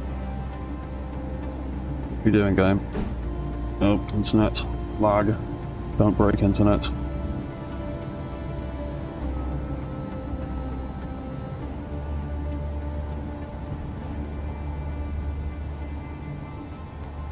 Good internet, what are you doing? There we go. Alright, so we should now have a 2-block gap there. Take that out. Can I paste that back in without you getting cross? No, I can't. There's not enough fucking room. Yep. Bugger.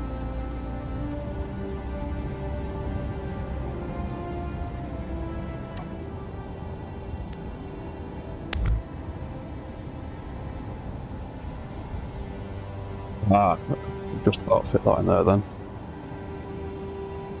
Which way is the front? You know what, smeg it, I don't care. Drop it in like that. Attach. Aha! Saved ourselves a lot of screwing around.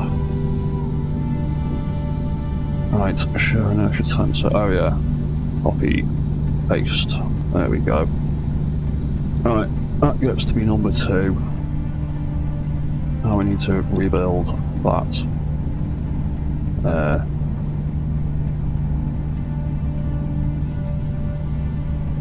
Conveyor system that I just deleted in order to make the room.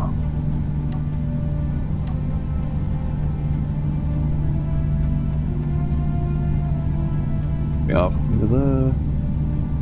We need 1, 2 of them, 3 of them. 1 of them. T-section. And then we can just run straight over the top of that. We can give that some breathing room.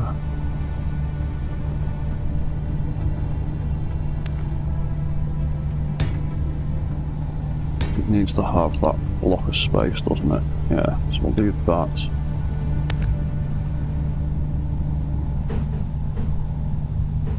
Then we can have a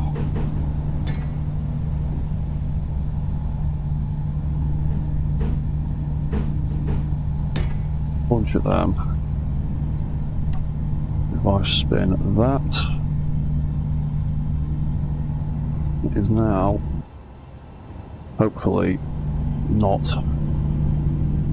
scrubbing on anything. And they both got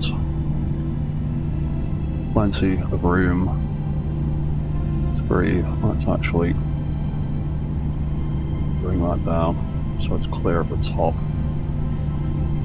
It's not scrubbing there, it's not scrubbing there, it's not scrubbing there, and it's not scrubbing there. Sweet.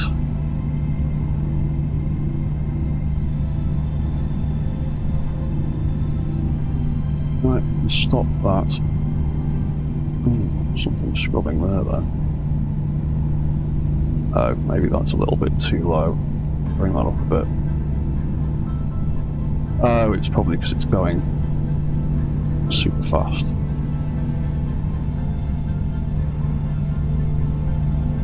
Yeah, we'll leave that like that for now.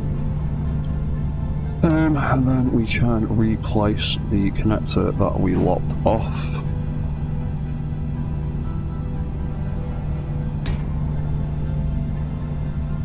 Stick that on there. Have a connector there.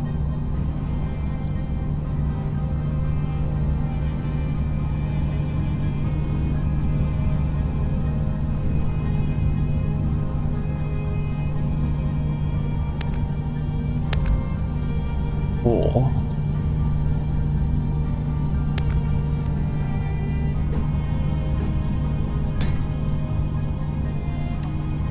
do it like that, so it's a bit more compact and not sticking out so much.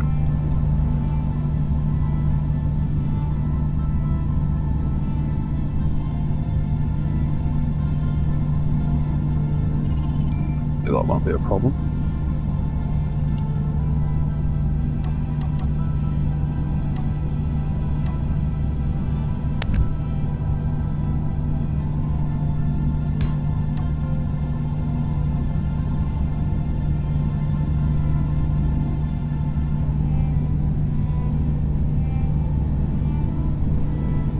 Wrong one.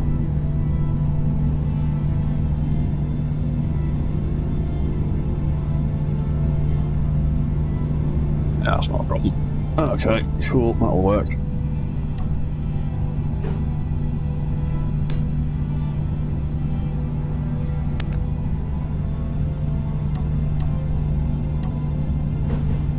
We'll just do that.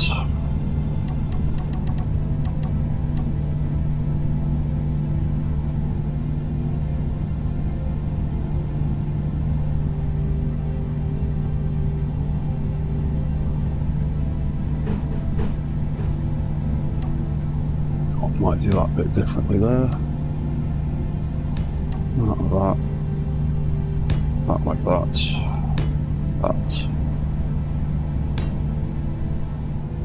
And that'll do for now. Right, so we can spin both of them with no issue, and we've not really made a massive difference down there. So yes, Angus, this is for the turning system, just to give it a bit more of a boost. So, if we go back into there and add in that second rotor, and do the same thing with it, so set velocity 15, I think it was, and reset. And then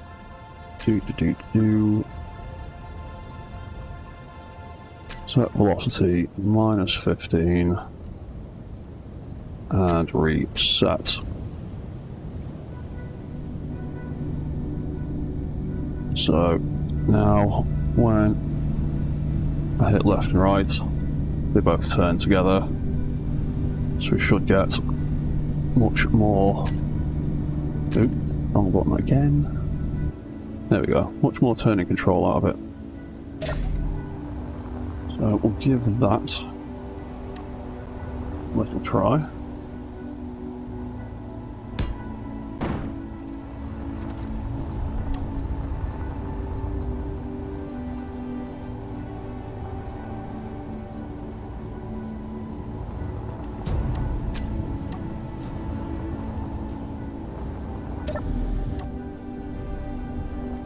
There you go, turning super fast now, probably too much.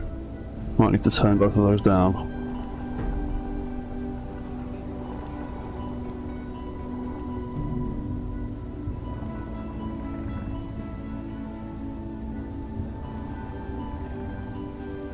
Turn them down. We'll make them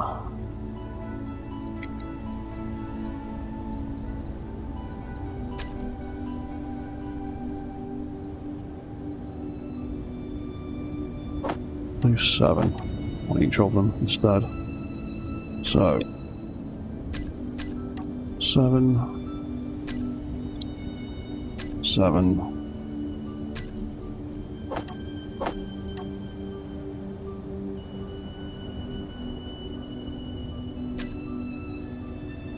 -7 and where is it? -7. That's a bit more reasonable.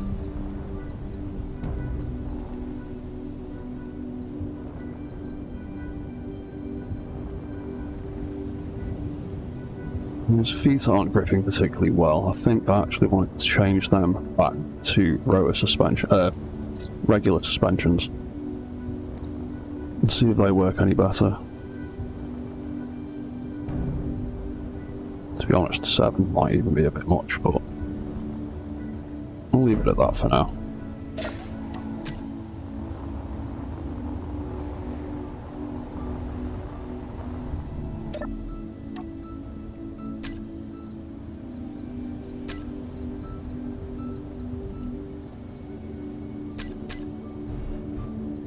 To adjust this one as well, don't I? Need to set this one back.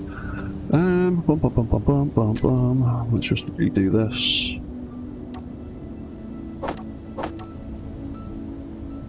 So set velocity 7.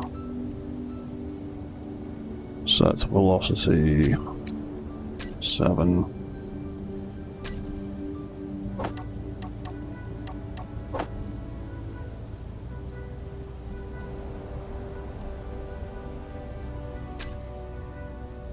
-7 and -7.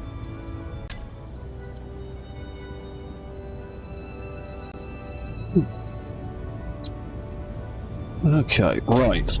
Feet. I want to get you walking better.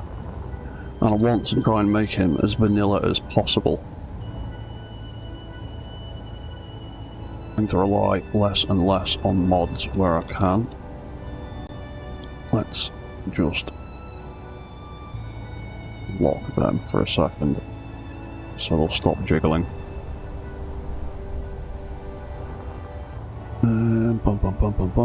Right, let's have a look at proper suspensions then. Is that the wheel ones? Yeah, that is. Let's redo these feet.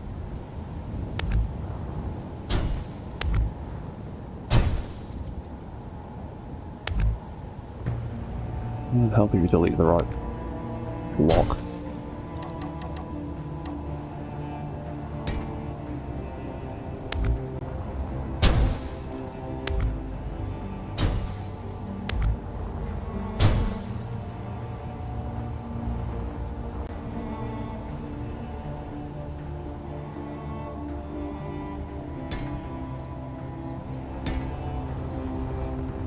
As well. Oh, actually see them much better from up there.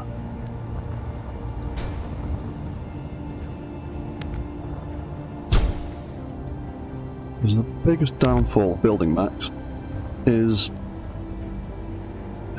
you can build them all day long in creator mode with damage turned off, but if you want to use them in any sort of real game or a survival setting or something, their biggest issue a lot of the time is their feet, the amount of force required to get them to move, and the amount of mass that they have moving usually ends up with mechs just smashing their feet to pieces as they walk along.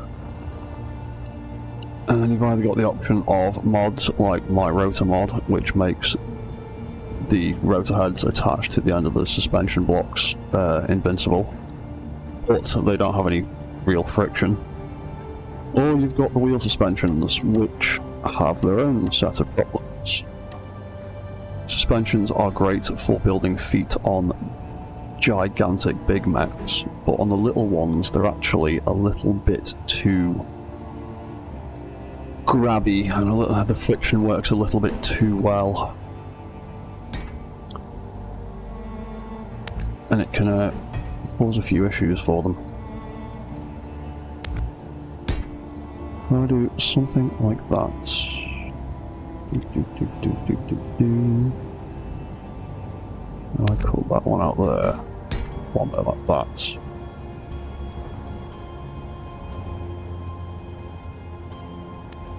Not. What if I do? What if I centralise that?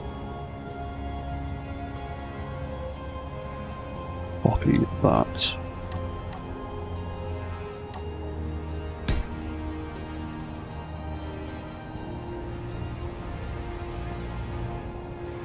Do that. What's that? I'm going to see you play on Xbox, so you don't have a piece. You don't have. You have it on PC as well, but don't play it too much because yeah, if you play, it's Space Engineers for simple looking, like graphically simple looking, like blocky kind of game.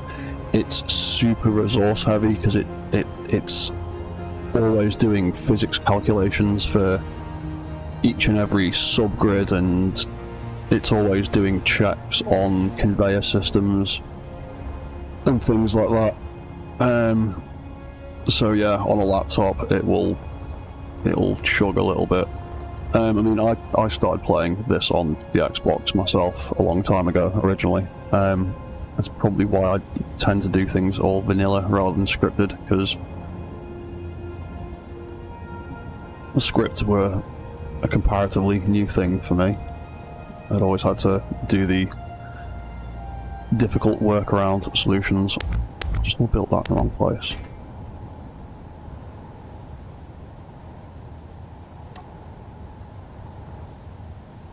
Yeah, it's constantly doing checks and constantly calculating stuff in the background, which is what makes it chug and makes it resource heavy. Like, you could build a gigantic base, like, just out of blocks, and the game wouldn't be too bad. But if I pasted in like 10 of this, the game would start chugging, because all these individual subgrids and the conveyor ports connecting all the weapons, they're always doing stuff in the background. And lights and LCDs and things like that also add to all of the build-up of calculations and stuff the game does. So, like I said, it gets really resource heavy. A lot of the time I have to turn my graphics settings down when it starts doing that. Right, so what we're doing, I can do the feet kind of like that. I reckon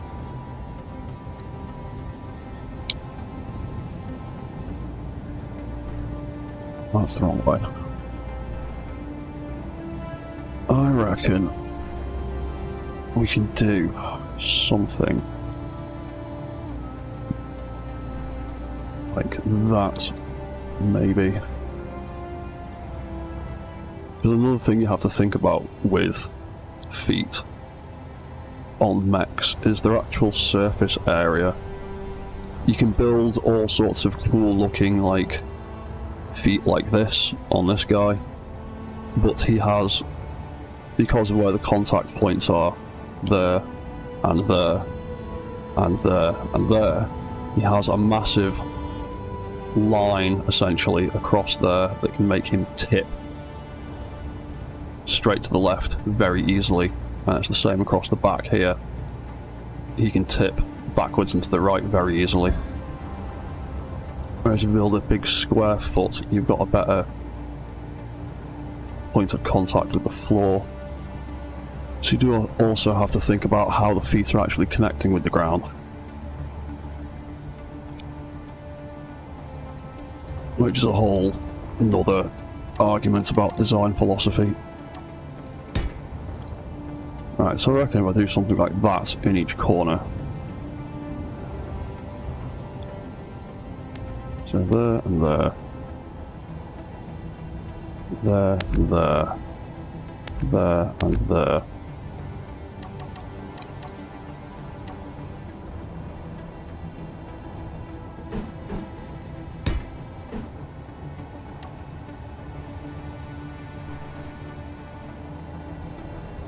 Put that like that,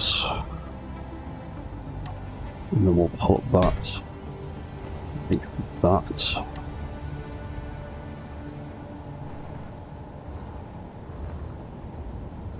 hopefully that'll spread the weight enough, and it'll actually, the point of contact will pretty much be in line with where that already was.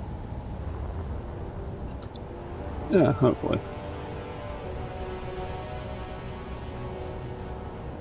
Yeah, everyone's got their own way of doing it. I used to do a similar thing by starting with like a skeletal structure. When I was just messing around with stuff, when I'm doing rare things, like, say, building from reference pictures like this, I tend to figure out the scale and make the exterior first, and then start poking holes in it to try and figure out where I can fit all the functional bits. Because one of the biggest problems a lot of people encounter when they first start playing Space Engineers is the brick. The dreaded brick design. Everyone's tempted to get straight into working out how all the parts go together and how it all connects up and how it all functions. And then, I mean, I'm guilty of doing the exact same thing myself. And then you slap a bunch of parts together that all finally connect and work and are interacting with each other, and then it comes to armouring it up. And you've basically just got a blob of components that all you can really do is wrap a layer of arm around and turn it into a big space potato. And yeah, a lot of everyone's early ships end up looking, well, ships, cars, whatever, end up looking a bit crap. Whereas I like to go for the more concept car philosophy of come up with a cool design and then poke holes in it, trying to figure out how to make it functional second. But everyone's got their own way of doing things.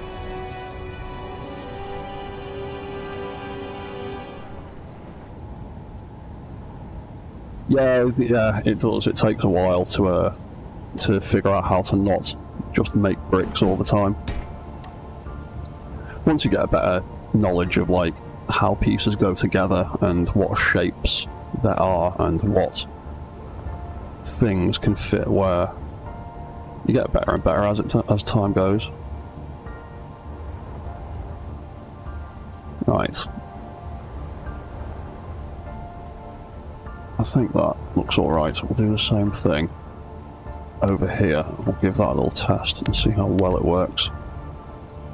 I'll drop out some more blocks at the back.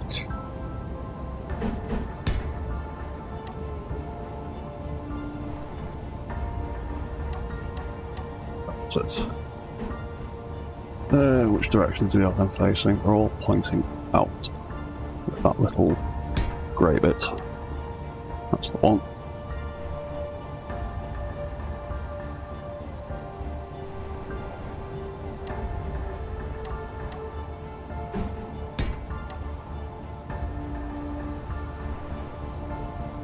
Yeah, I'll do that. That can go there. That'll need to be the other way around. What's that saying? You're somewhere in the middle. You tend to design as you go. Yeah, like I said, everyone's got different styles. I tend to design as I go when I'm building, like, just my own thing. Oh, on the subject of my own thing. Where was it? I've been building this little thing the last few days on AGEA and Engineered Coffee's community server. And this thing I pretty much made up as I went. And just started with the legs, built in the controls, and then slowly worked my way up to the top. And here's just a little manual control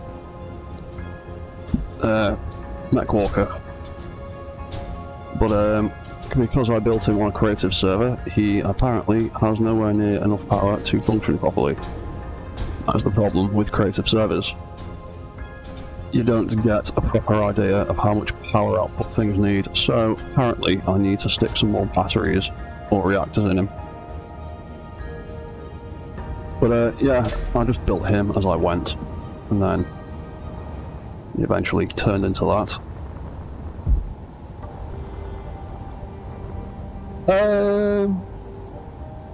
Yeah, he's similar to the mech, the Scrap Walker design, except he's a bit wider. He's a block wider. The Scrap Walkers are even symmetry. These ones are odd symmetry. Yeah, it's pretty much like the same kind of idea as the Scrap Walkers. It's the pretty much exact same leg setup. Just because that's a small grid design I like to use because I know it works. So what was I doing before I started rambling about nothing? I was sorting out these feet.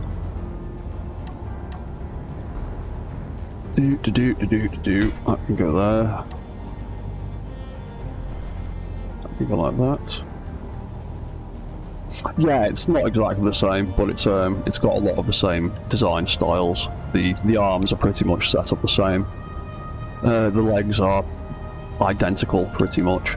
Some of the internal layout is similar, but this one I also stuck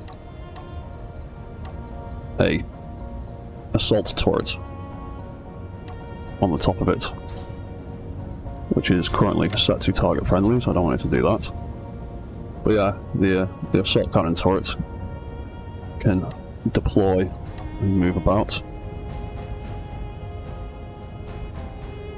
Why have I set that to enable AI and not control? Divvy. I pressed the wrong button. That's the one. There we go.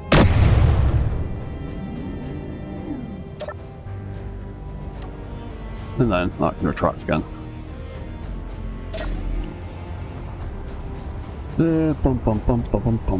Right, so feet, more feet.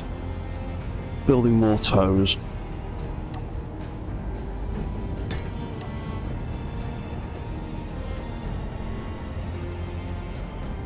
That can be number one. Right, last two need doing. For now, anyway. We might build more, depending on how well this actually works.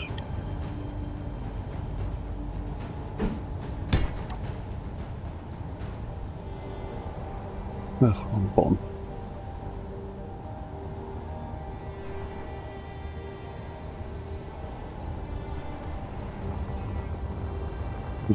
Let's jump in the cockpit. Suspension. We need to name them properly at some point. And I still need to get that block renaming mod. We don't need any speed. We need probably a decent amount of strength. We don't need any power. And we don't that's all fine. We don't need that on, or that on, or that on, or that on. Right, let's see how well this responds. Like I said, the bigger and heavier the mech is, the better wheel suspensions work as feet. For light ones, it tends to make them bouncy. It might be a bit too bouncy.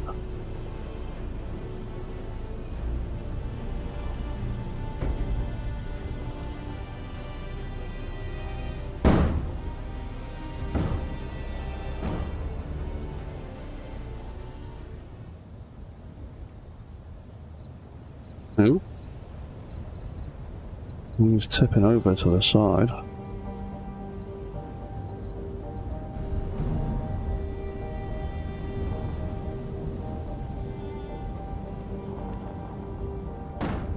Yeah, the problem with suspension blocks, they're a bit bouncy. They're a bit too springy a lot of the time.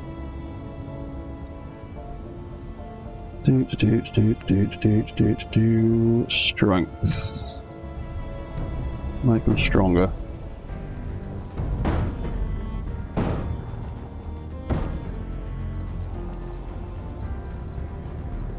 And he's just going right over.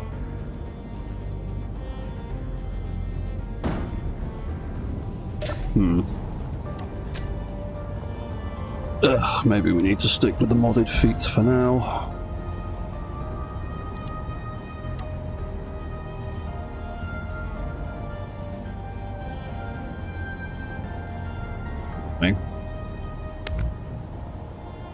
Yep.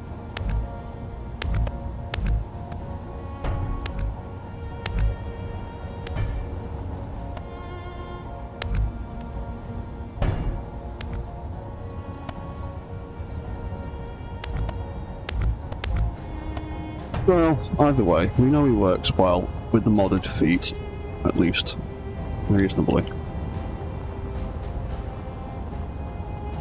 So I want to work on some more of his actual systems. Oh, does his skip lag and be a bit crappy?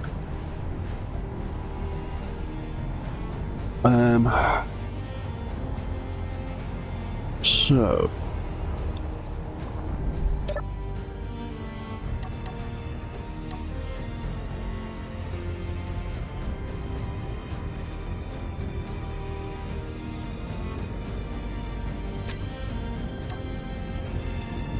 what have we got battery-wise? We've got those two batteries, haven't we?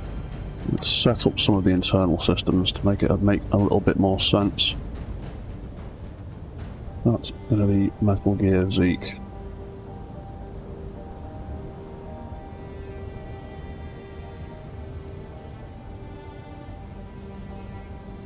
That's going to be that. That's going to be that. That's going to be batteries. Oh, how the mech was skipping. Yeah, again, that's what I mean about suspension blocks. They are good for gripping the floor, but something to do with the way they work. They are really bouncy, and they just make smaller, lighter mechs spring around like they're wearing moon boots or something. They're fine for making like really big, like large grid mechs that weigh like millions of tons. They're not quite as bouncy because there's a lot more mass to shift. But for small things, even like the size of these Metal Gears that I'm making, these suspensions are still really too bouncy in a lot of ways. And reducing the strength on them doesn't help, it just makes them less stable, rather than just absorbing the shock a bit better, so it's a bit of a pain in the ass. But we'll probably just end up putting the rotor suspensions back on.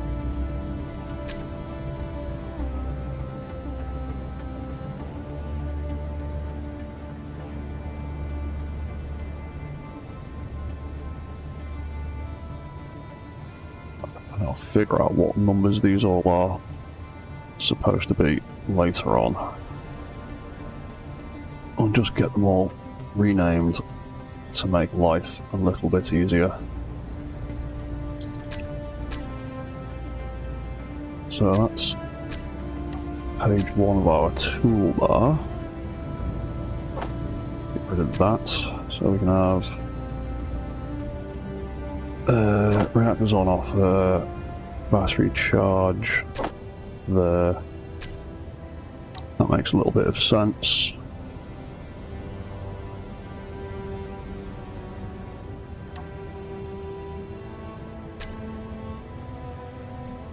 We can have the head control there. We can control that one from there.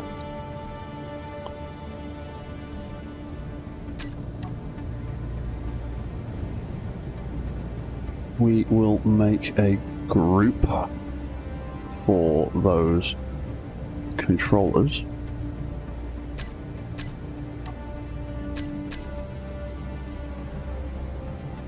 Because then we can build some targeting controls for the head.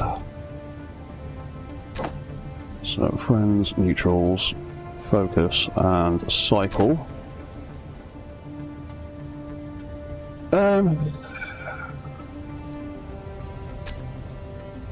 turning off the air shock. I'm not actually 100% sure, to be honest, and I wish I hadn't put them all off now so I can test it properly. But I get the feeling it's probably not going to make a massive difference. I will get around to testing that properly later. Because effectively, he can walk on just those feet at the moment. If you turn damage off, that'll be fine. Like I said, the trickiest part of mechs is finding vanilla ways for them to be able to walk around in a survival game without smashing their own feet to pieces.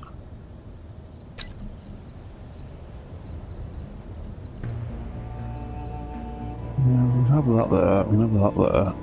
What other things could we have for the head control?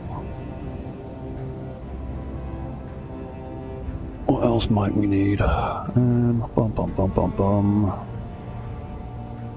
Nothing really for now. We'll leave that. We will set up more of the weapons.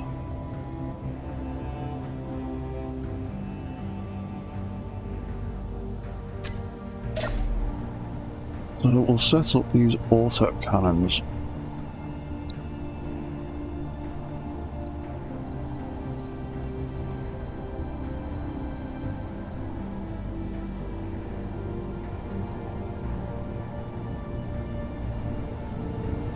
We'll have that as our button to turn them all on. That was the head. We'll have that as auto cannons on. Oop, squeeze in there. We'll have that as auto, wrong thing. Want to turn it to auto cannons off, not turn the block off.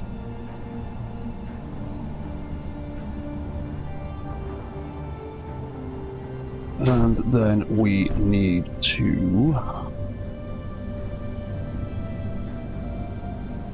what we're going to do, we're going to do auto cannons and then the Gatling gun between the legs.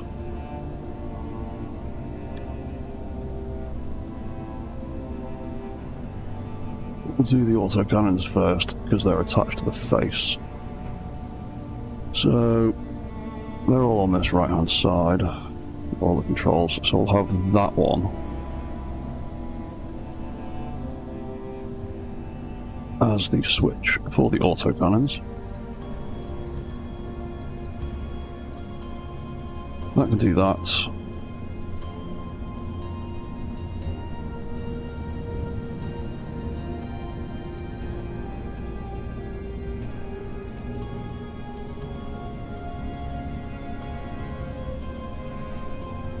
The auto cannon left hand side. That can be auto cannon right hand side. Let's just check I named everything. I think I set it all up but not between streams. Camera, hinge, rotor, guns, lights, vents. Sweet. Right. Cool. So, auto cannons. Oh, need a event controller to be the auto cannons on and off.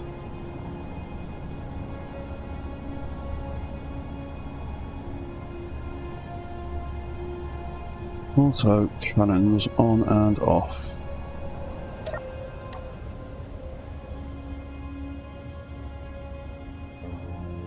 Right, so we got all these bits.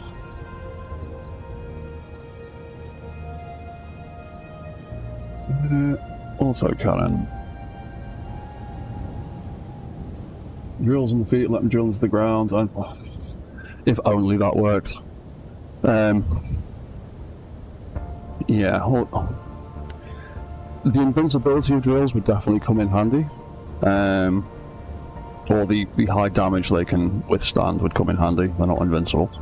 But yeah, realistically, you just end up with a mech that's drilling itself into the feet. And potentially drilling itself to pieces if you've got subgrid damage on. So auto cannon. What are we doing? Oh yeah. Right, auto cannon rotor. Left. Auto cannon hinge left. Auto cannon camera left. The two left auto cannons. Helps the fact that things turned on. And left and right are upwards.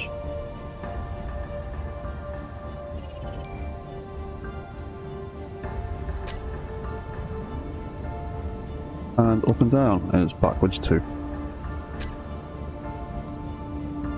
Minus 20, minus 20. There we go. That's the right way around. And bum bum bum. Where is it? There it is. So rotor on the right, hinge on the right, camera on the right. That's going to be the same because they're mounted the same way. Those two guns, turn the thing on so it'll actually work. There we go, that's the right way around. Fantastic. So, for our auto cannon on. What did we set as the limits? 15. 15.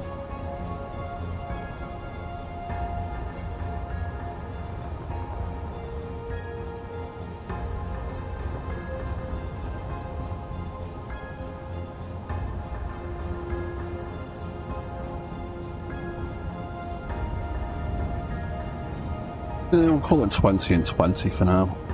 We can tweak all of that later. So, auto cannons on. First thing that's going to do is turn on the two controllers and then turn on the AI. And then we will have the lights, the cameras, and then the guns. 1, 2, yeah.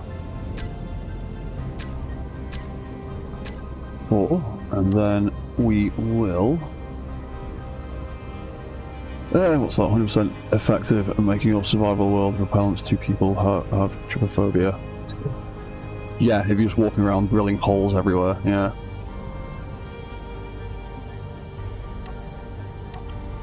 Yeah, you could set off some phobias.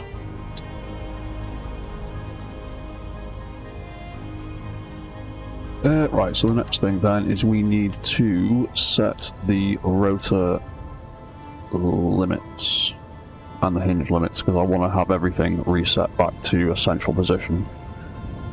Again, like everything else, so what are our limits? They were 50. Oh, we were going to do 20 and 20, weren't we? So, set lower, minus 20. Set upper, 20. Set lower, minus 20. Set upper, 20.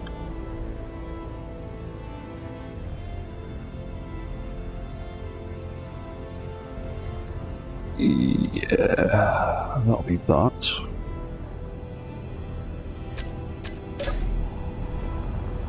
Then what about the hinges? What did we do with them?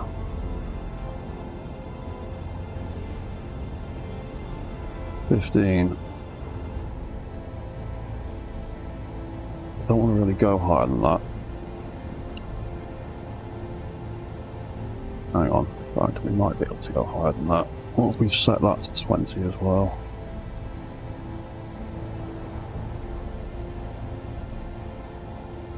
And then once that is set to minus 20. Yeah, actually, that's alright. We'll have that pitch down to minus 20. And the head can pitch down to 30 degrees, so that'll easily be able to shoot the floor. Yeah, we'll do them as 20 degrees as well. So, not the head, the auto cannons on. Auto cannon hinges.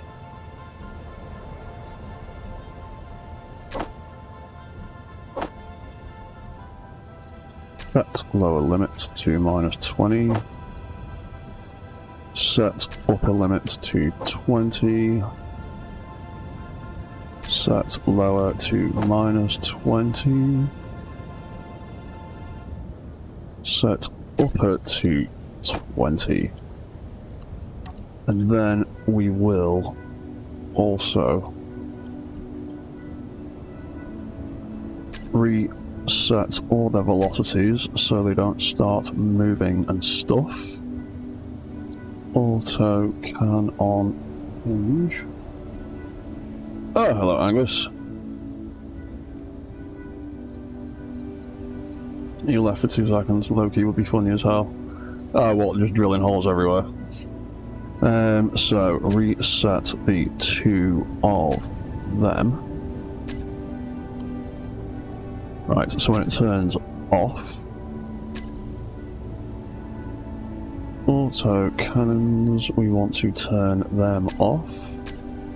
We want to turn that AI off as well, just in case. And then we want to do the lights,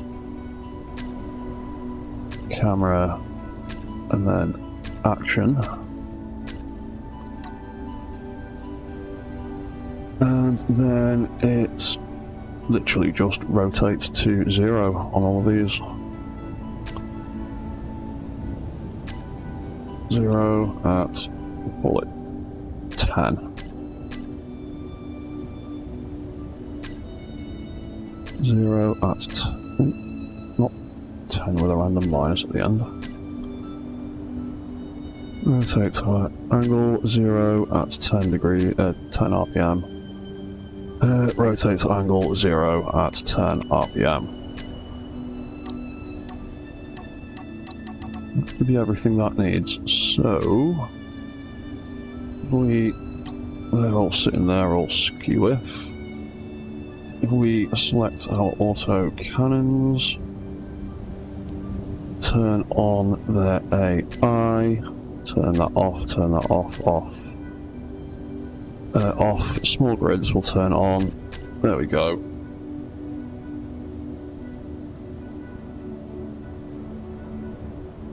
You made a car that had drills as wheels, didn't work, but it made a mess of a lawn. It certainly would do that. It certainly would make a mess of your garden. Right, so that works. If we select turn off, they all reset. If we select trigger now on, they all turn on and start aiming at stuff. Fantastic. So we can select our auto cannon controller, lock switched on and off. Head online, why is it not showing that one? Fine. Auto cannons, is that the keyword it's going to actually look for? Cockpit display, auto cannons, on, off. Auto cannons, off, on, trigger, flick that light on and off, and it turns on the auto cannons. Cool. And then, oh yeah, we need to put it into that button right there. Auto cannons, turn that on.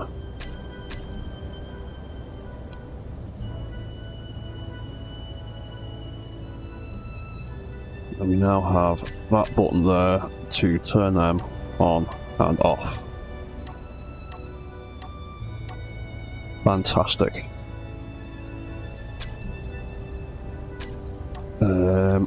So let's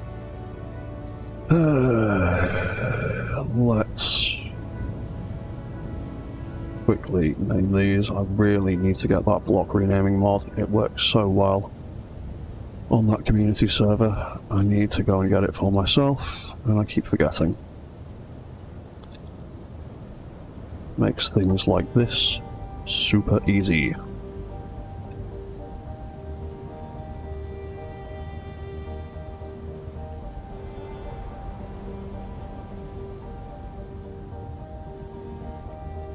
Autocannons off, autocannons on.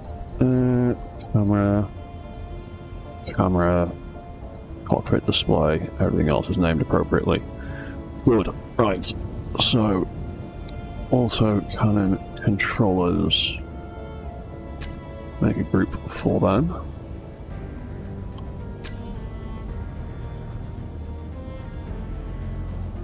Then we'll be able to control the left one, control the right one, select the appropriate weapons, and then we can set up some targeting controls for the AI. Cycle, target, focus, target, target friends, and target neutrals, the ones I usually go with. So we can now turn that on, and we can take control of a gun and shoot once we put some ammo in it, and we can turn the whole thing off and reset it.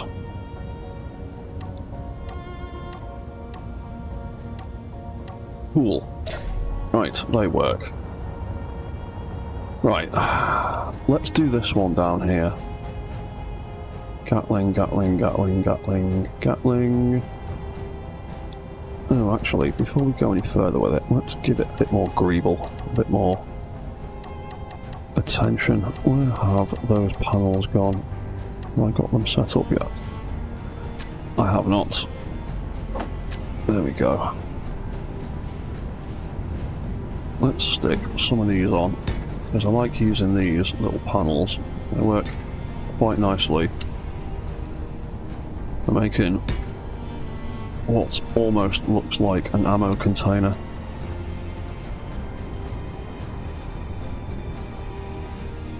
Oh, and in fact, before we go any further with that, I want to stick a little bit of ammo storage on the end of there.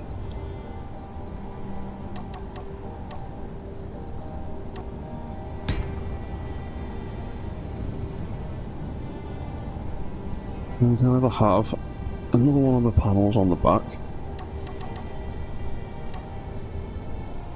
or we can have that little cap. I think I'm going to go with the panel so it covers up that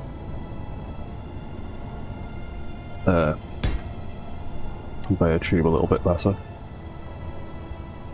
Yeah, so do something like that. What else can we do to greeble this? We can put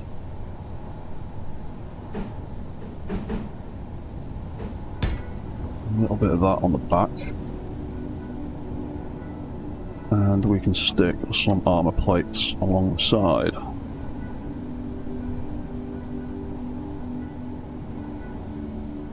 Yeah, do that.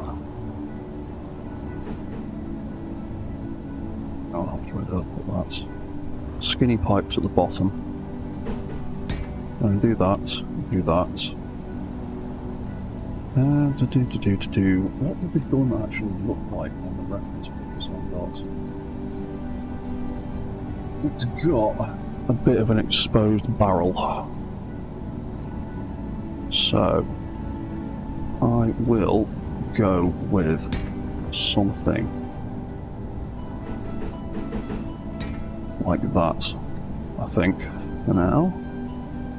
And then we can just stick that across the top, and we can put one of those caps on the end of that. And that can be Metal Gear Zeke Mark 1 Gatling ammo container.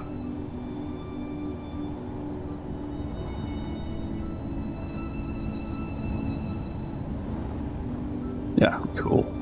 I'm happy with that. Everything's named, isn't it? Rotor 1, Rotor 2, light, all that bits. Googling it is a goofy word. I don't know where it comes from, but it's the word that everybody uses, so it's the word I end up using myself. I mean, have you got a better suggestion? I'm all ears for different ideas of what to call it. Why is that not... Have I deleted something I didn't want to delete?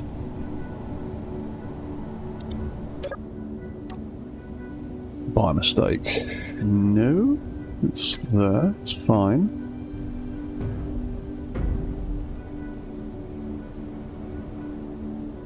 What have I done that's making those legs not work? Oh, I locked the hinges because they were jiggling about before. Yeah, that's fine, you know what, they can stay locked. Ow, that was my head. Right, so, Gatling. Now, the Gatling gun.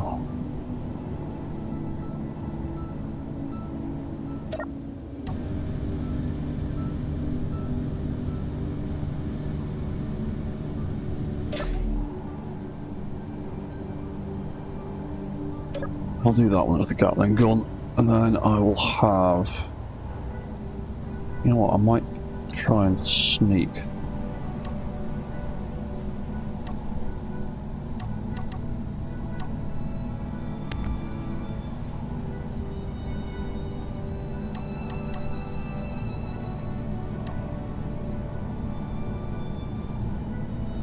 Yeah, I could get a rear camera on the back and tuck it in there.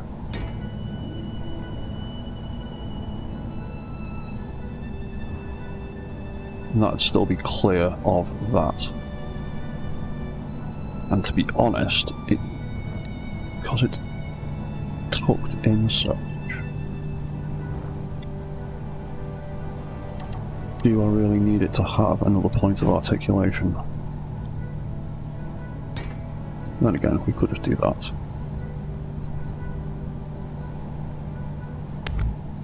Or we could just go straight on with the camera. Oh, actually.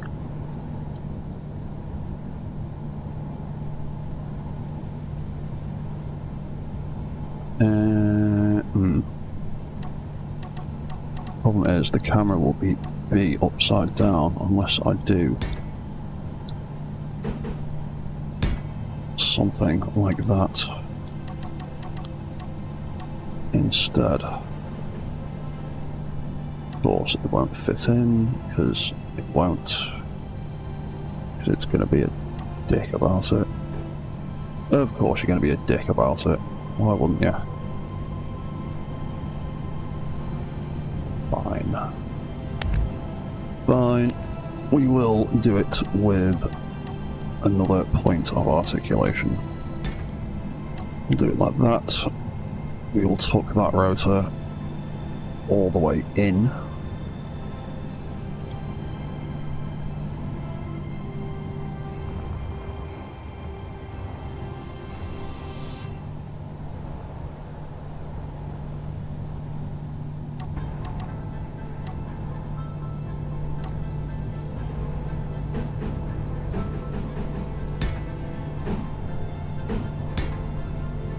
And then we can do that.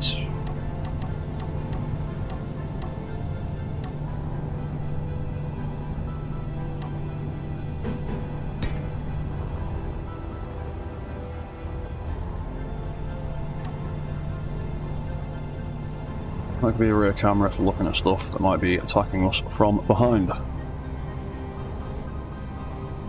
Right, so we can make...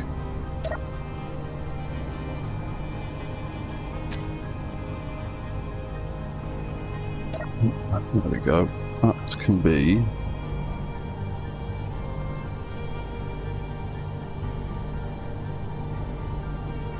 Gatling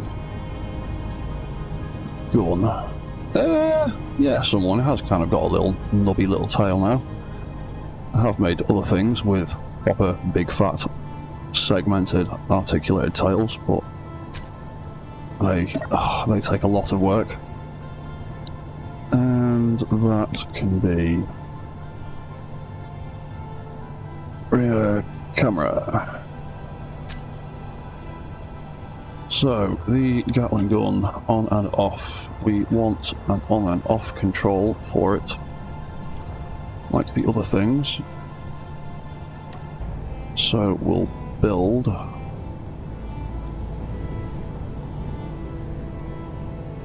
a few more timers.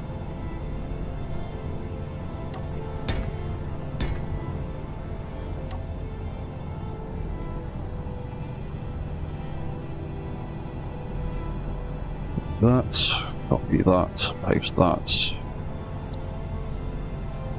That can be Gatling on.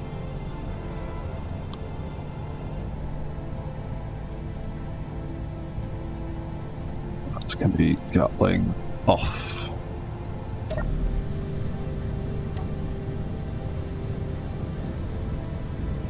Turn them both back on.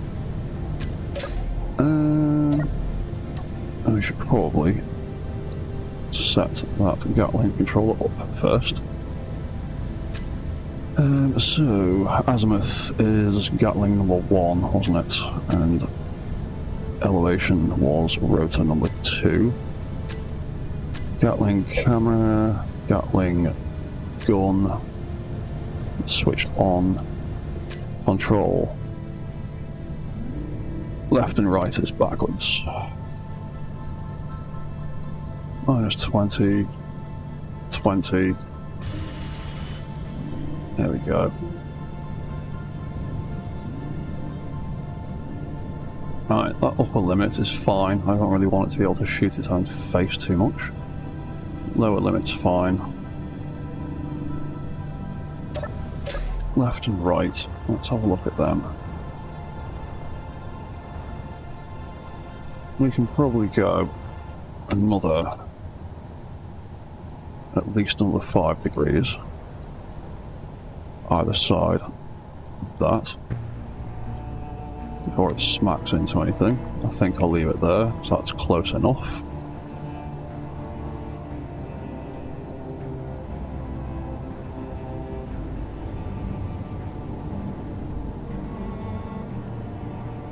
Yeah, we'll just have it like that, 30 and 30.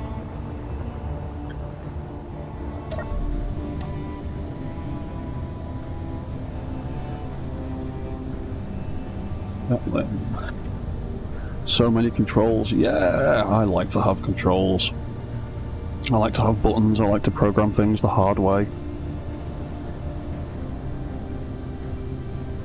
I like to make it. I just like to do it in game and vanilla rather than using script and stuff.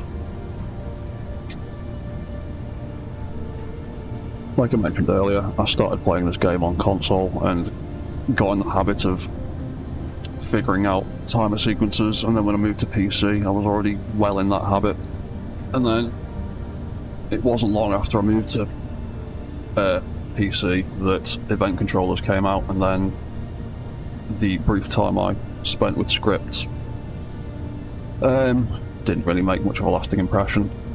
I went straight back to the vanilla way as soon as event controllers became a thing. So we've got that set up now, and the gun is plugged in. Cool.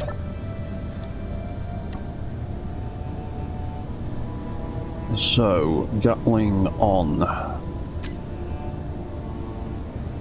Gatling gun controller on, and AI on. Then we've got the light, the camera and the action. And then we need to set the limits on these two. So what was the lower limits on them? That was the one that was 30 degrees. So set lower -30, set upper 30. What was that? That was 25 and 25, wasn't it? So set lower -25, set upper 25, and reset and reset just in case. Reset velocity just in case. Right, so that should be that, and then the off should be super simple. Gatling. Turn that off, turn the AI off, turn the light, the camera and the action off, and those two can just be rotate to angle at 10 RPM and rotate angle 0 at 10 RPM.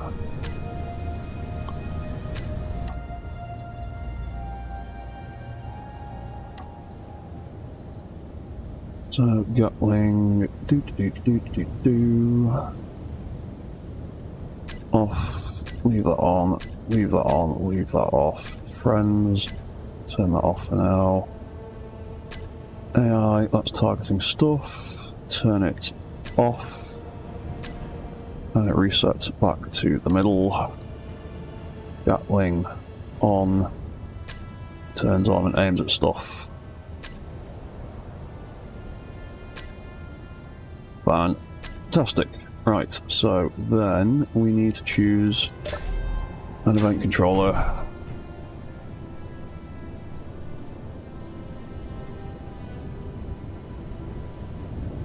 And set up that screen.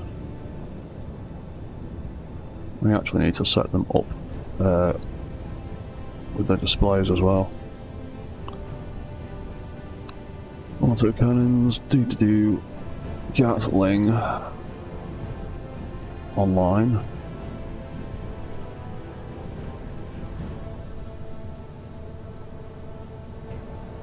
Also cannon controller.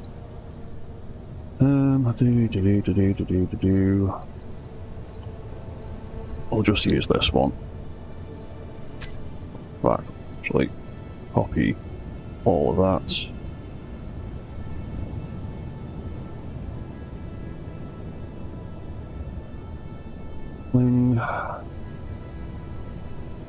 While we're here, we may as well do that one.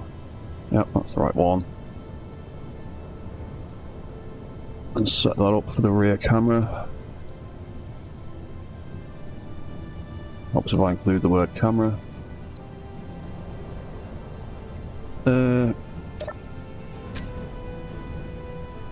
What did we do with that? Oh yeah, that's what we did.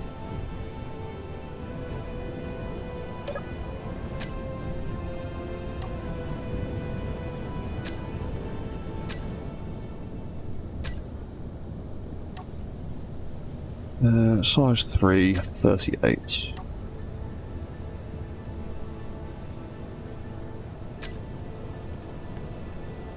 Also, Cannons has 2 ends. Unless it's Canon Pictures.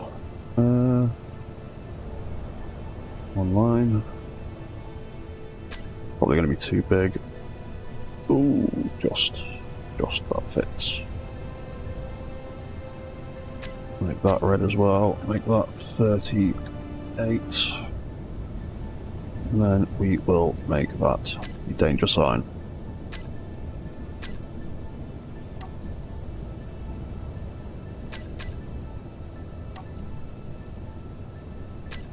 So we'll do the same with this one.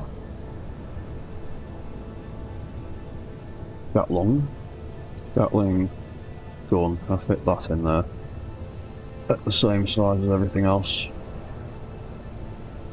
Hopefully. Size 3. Helps me turn it on so you can see what it says. Yeah, there we go. Center, 38, danger.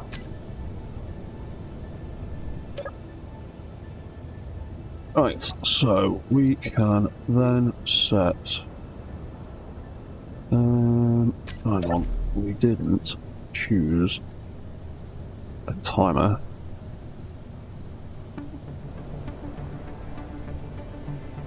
Yep, that's the right one. We'll have a timer to turn it all on and off.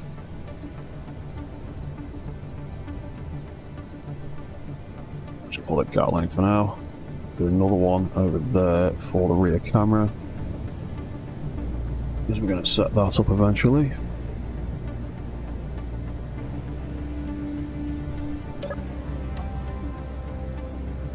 Gatling. There it is. Right. Lock switched on and off. Gatling cockpit display.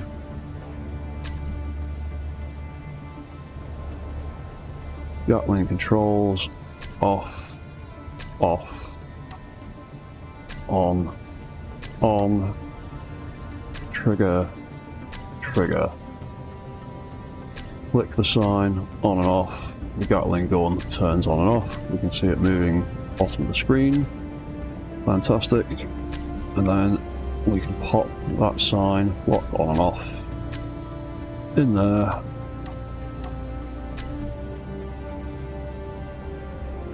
And then we can have another set of controls here. So we can control that. We can have the option to turn the AI on and off if we want. We can turn, take control of that. We've only got the one controller, so we don't need a group. So cycles, targets, focus, targets, target friends, target neutrals. So we can then turn that on, take control of the gun, fire away, turn it off. And it resets. It's trying to shoot the poor little assault walker down there.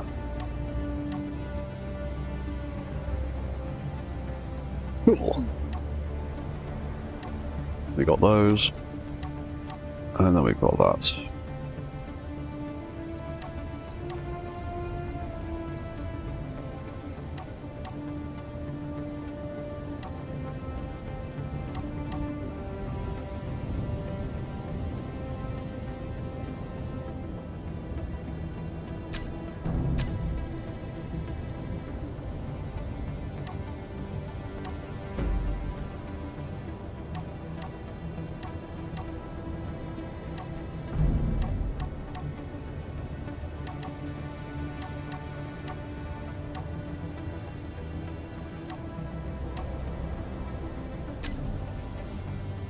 Head control. We could also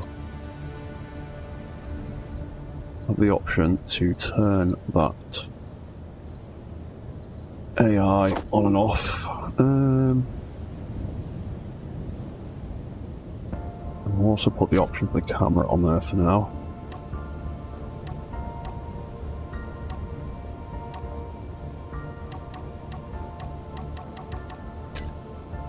Right, so that is all the basic weapons set up.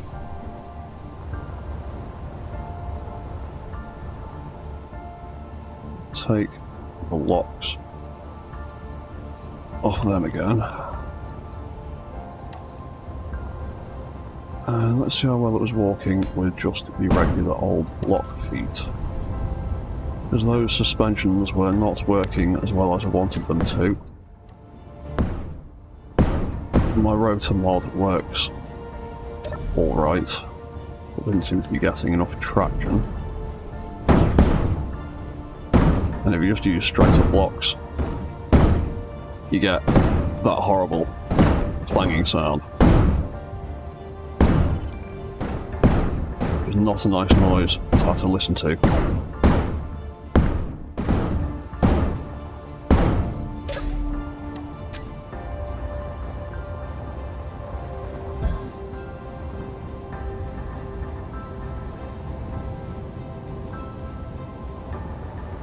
So I think I will end up just putting the rotor mod back on again.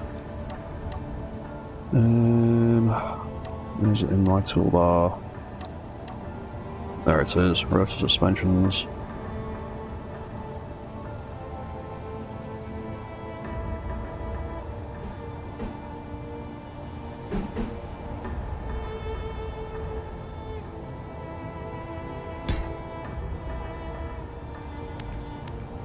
Way.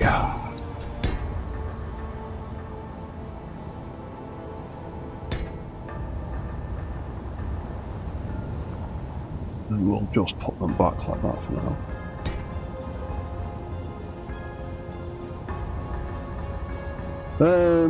Oh, hello, Methodox. Yeah, the sound, depending on what you're going for, can work quite well, but that is the sound of the blocks taking damage, and the only reason they're not getting smashed to pieces is because I've currently got damage switched off. Whereas,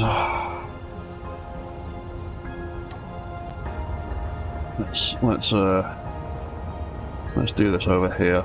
I'm not going to mess up the terrain near where I'm working.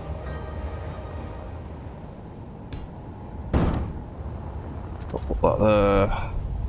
Then chop that off, get rid of that. Let him settle. Turn damage back on.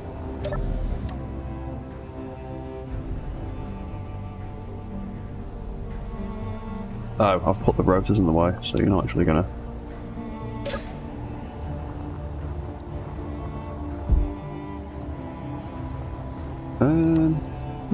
They work surprisingly well like that. I'll just take them out though for a second to illustrate my point.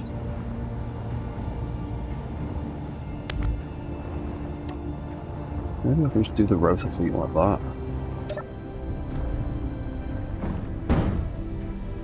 There we go. That's what happens.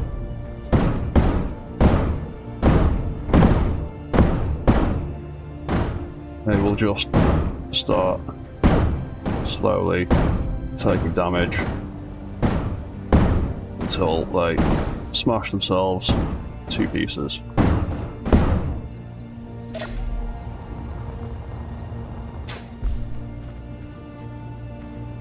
And yeah, they just tear up the terrain and they tear themselves to pieces.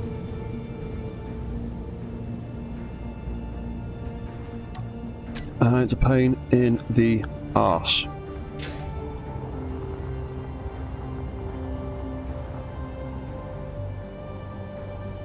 Yeah, that's why like I was saying earlier in the stream, that's why one of the biggest issues, other than getting the things to balance and walk properly, is getting them to walk around without completely destroying their feet, which is a big problem.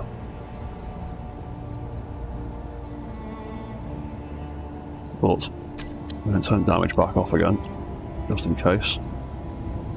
For now.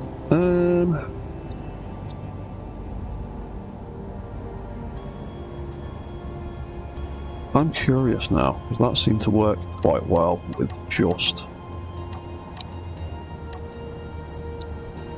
those like they are there.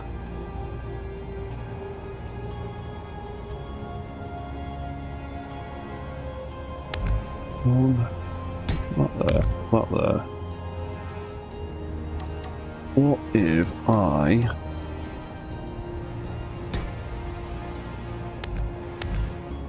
that was the wrong button.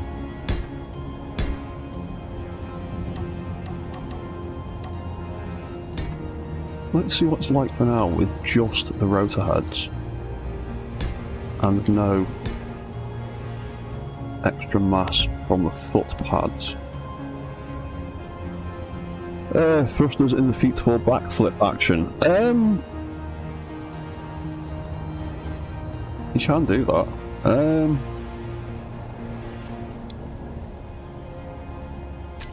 If I grab one of my mobile assault units, he has got all kinds of thrusters and things in his legs and his feet. And he's got a little internal cockpit. I turn the warp controls on. We can then walk forwards.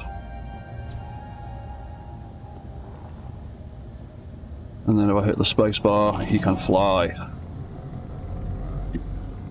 And then he can do a backflip, or a front flip, whichever you like.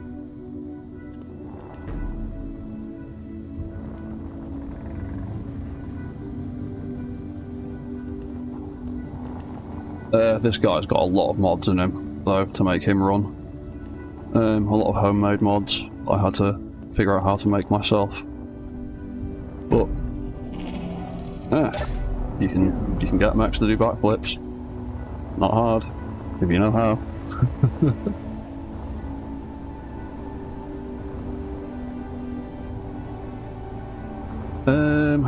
Right, so... Oh yeah, we were going to just try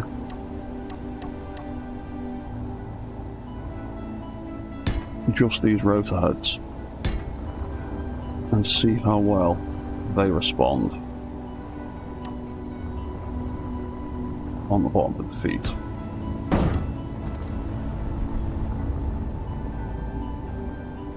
Get rid of that. Get rid of that.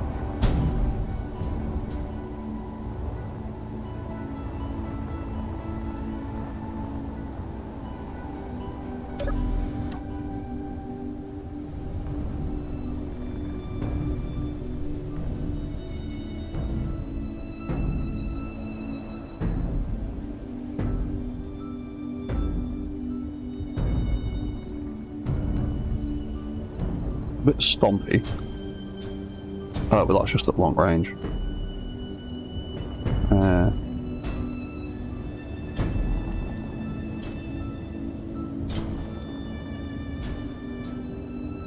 I think that's actually the hinge clanging a little bit rather than anything else.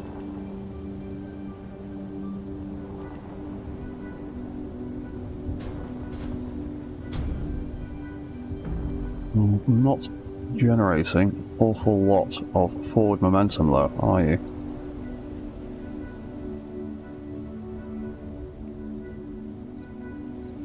You're alright walking backwards.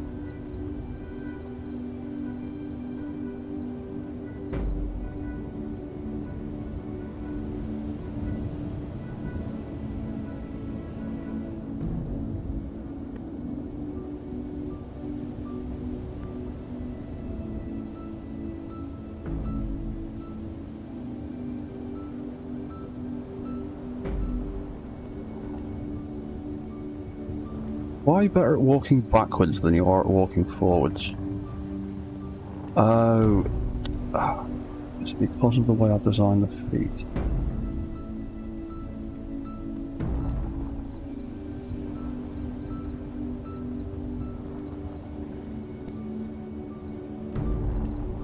Okay, I've got an idea. I think I've made the back of the feet a little bit too long.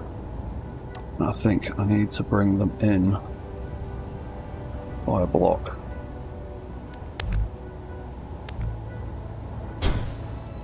Maybe. I hope.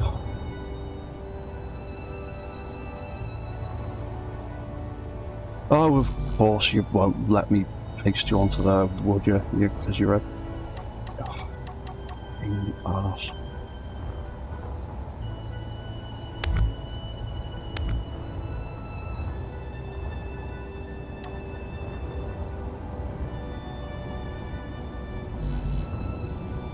Will you seriously not let me paste that onto there because of that rotor head, isn't it?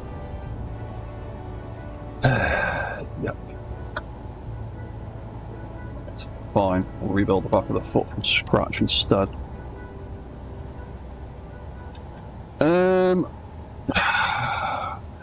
Friction on wheels. Yeah. Again, wheels as feet have issues at small scale because the way friction in this game is calculated doesn't appear to actually be like drag. It seems to be more like a kind of percentage chance to catch on the voxels.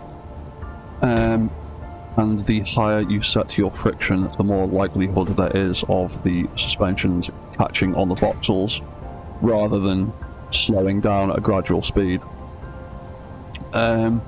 So it can cause issues where the suspension wheels themselves snag and stick into the voxels and will not move, and your mech can end up tearing its legs to pieces as one leg tries to move forwards and one is stuck in the ground. It's something I've experimented with endlessly, trying to find the right balance, and like I said, you can get it to work pretty well on large grid mechs. On small ones like this, suspension blocks tend to do more harm than good, which is a bit frustrating. I'm hoping when wheels and things become a thing in Space Engineers 2 that the physics are of the drag physics or the friction physics are calculated in a slightly different way to create a better sense of drag, but we'll see when it gets to that point. Right, so then back end of that is going to be that. And we may as well just cut that whole thing off and start again. So 1, 2, 3. It was 3 from the end, wasn't it? Do. Yes, it was. And we have that for the back of the foot, so it's not exactly the same as the front. And then we need to poke a hole there and there.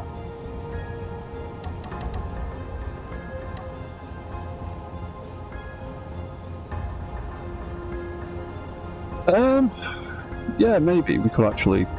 We'll have a look. I'm going to see if this. I'm going to see if this works first, and then figure out what I can do from there.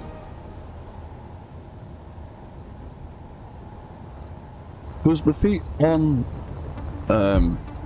Rex work perfectly fine, and they're just the my rotor mod. And that doesn't seem to have any problems gripping.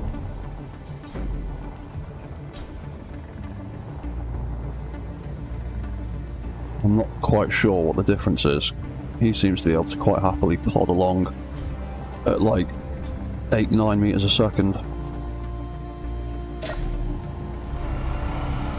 Whereas Zeke was having a little bit of issues generating any forward momentum. I think I might have just made the feet too long at the back, and they were too flat and weren't actually catching the floor properly.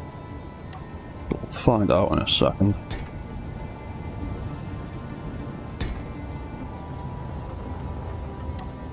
Mech physics is a weird one. It's a strange balancing act. Particularly when you want to build anime robots, because anime robots are never built in any kind of sensible proportions. Actually, now his feet are skinnier, he's tipping back, which I don't like.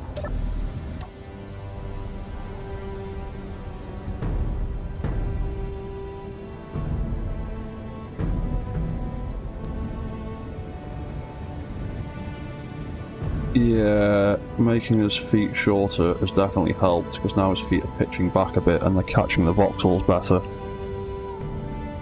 That's definitely made a difference. But I also think his walk cycle is a little bit too quick. And he's not having enough time to actually plant his weight properly.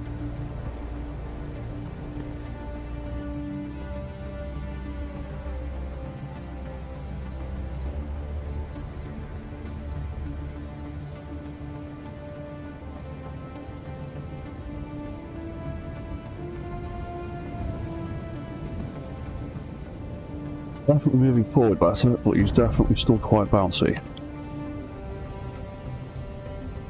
Rotor suspensions.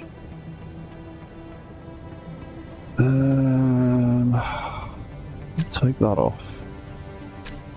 Take that off, take that off, take that off, take everything off. Take all the power off. Put the strength at 50. Friction doesn't do anything because the wheels have their own special physics. Pronged 3/4 toe designs. Yeah, I like them too, but as I was mentioning before, in Space Engineers, with the way the physics work, it can... Oh, there we go. That seems to be a little bit nicer. He's still a bit bouncy, but we have yet to put a whole load of extra weight on him. With the railgun and the missile launcher. But I am much happier with that.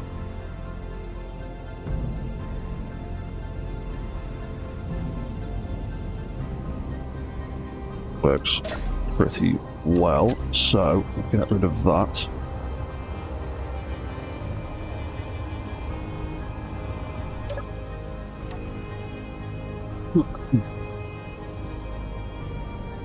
What did we do? We turned off everything, didn't we? Took the power right down. You know, I might stick that on 25 instead, so it's a bit more shock absorby. Do that, do that. Right, okay, it can walk, it can turn. We've set up the Gatlings, the head, and all that kind of jazz. We're going for 3.5 hours, but it's only 9:30, so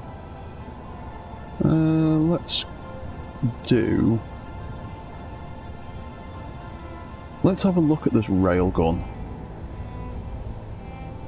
He's got a big ass rail cannon, and I know it's supposed to fire a mini nuke, but I'm not doing that because it's just the bits to make that will be completely out of scale, so I'm not doing that with this. I'm just going to build it with railguns or something. The only question is it's bloody huge. And it's really going to mess with our balance.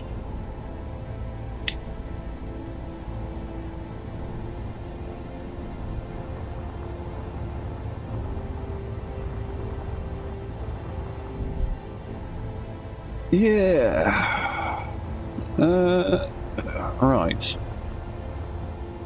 So yeah, we made a start on that. What did we do over here with this? I'm going to design it completely differently, but we just jammed 2 big railguns in there, didn't we? But the one on the picture I've got looks like it's mounted sort of that way. So it'd be 2 railguns stacked on top of each other rather than side by side.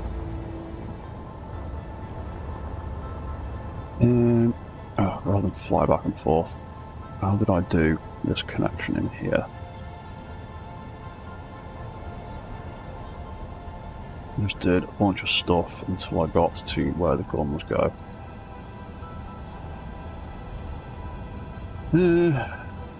Yeah, okay.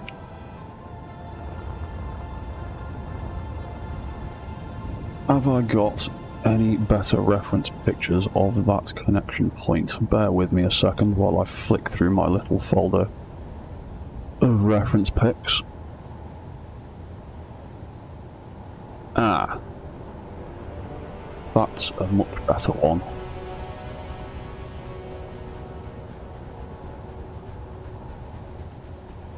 Oh yes, that's much better. I can see pretty much the entire back end of that gun there. Okay, cool. Right, let's think about this.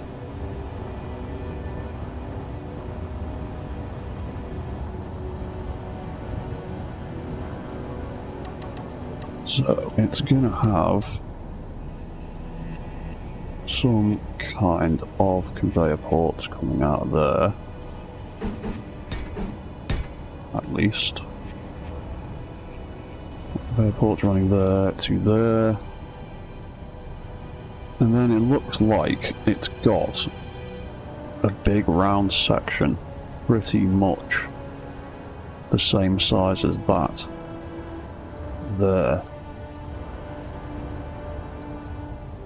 So we would need, yeah, I've got an idea. Let's put some mirror mode on there to make life easier. So we'll do that, we'll do that.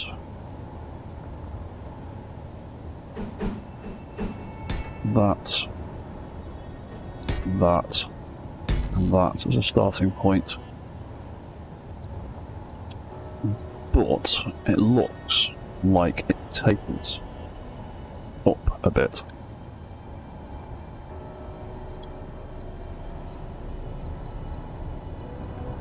So if I put that on there,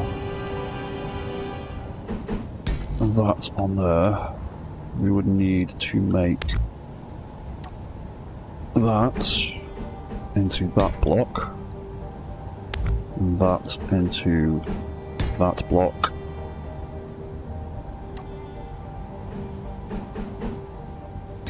that into that, and that into that. So then this edge still matches that edge, but then the back end tapers up half a block. Cool. Then we can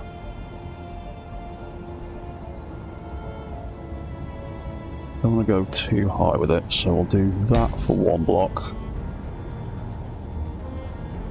I need to remember that I need to fit some rail guns into this thing.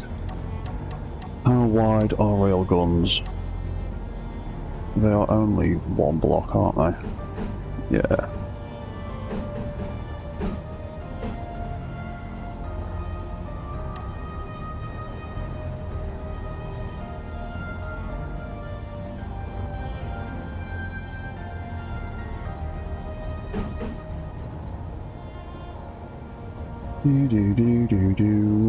How could we do that?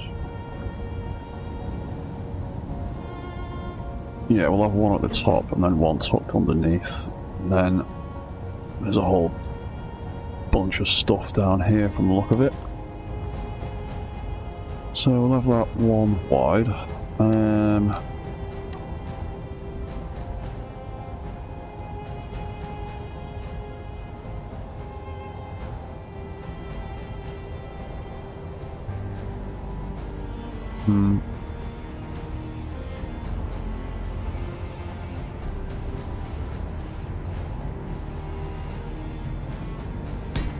Yeah, so we'll put that there for now. Where's guns go? There they are. Then if I had something like that, and then a load of stuff around it, I'd be able to armour up that side, repeat that pattern. Actually, I think I want it to be wider, because that'll only be 1, 2, 3, 4, 5. 3, 4, 5 blocks wide. How wide is that? 1, 2, 3, 4, 5, 6 blocks. Because it's even symmetry.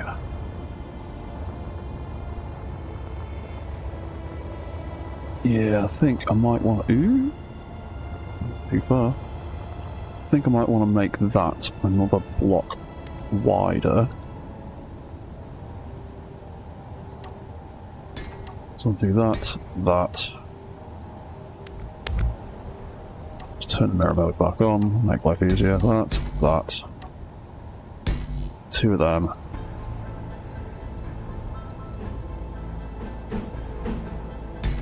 One of them. 1, 2. One of them. 1, 2. One of them. Yeah, that looks better. Then that'll be that. That'll be that.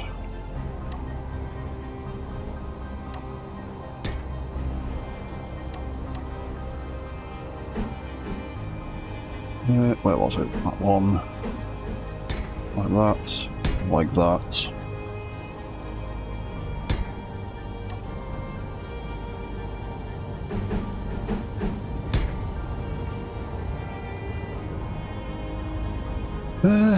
Yeah, something along the lines of that. And then that's got a thing that comes off the back. Like so. That doesn't need to be there anymore.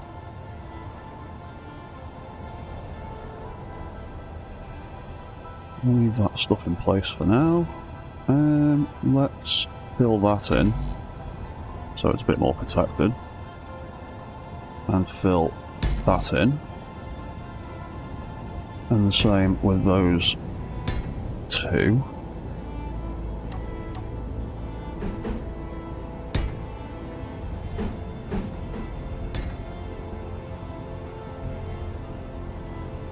Oh, no, that was the wrong one. That one we want.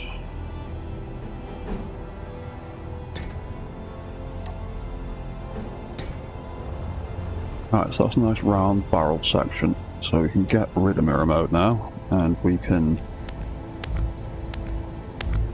hopefully poke a big hole in here without cutting anything off by mistake. Get rid of that.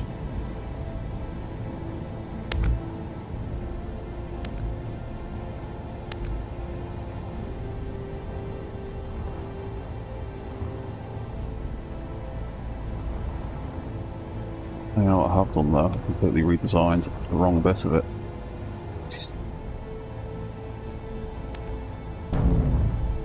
I do need that bit, but I built it the wrong way.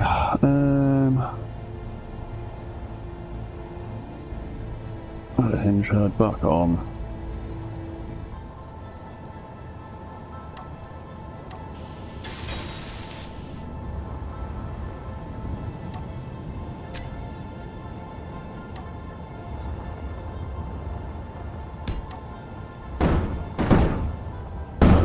What I need is this section here.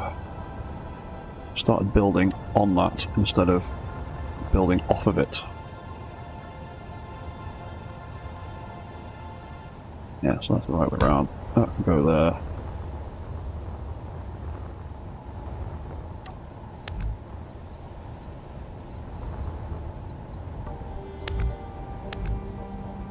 That can come out of there, and then that needs to paste onto the end of that.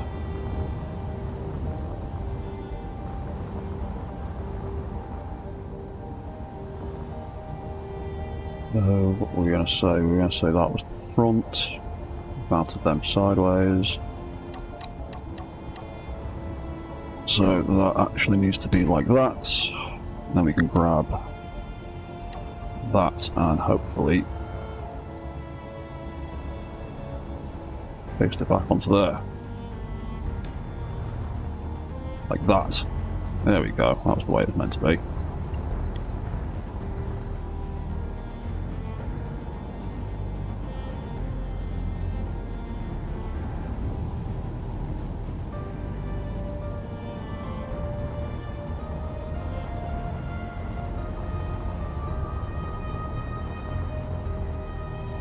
Yeah, there we go. That's better. Right, so...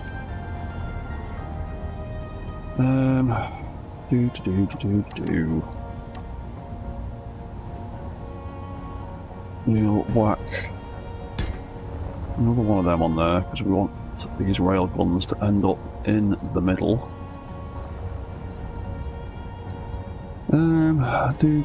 What other shapes have we got on this thing? You've got what looks like a 2x1 slope coming off the back.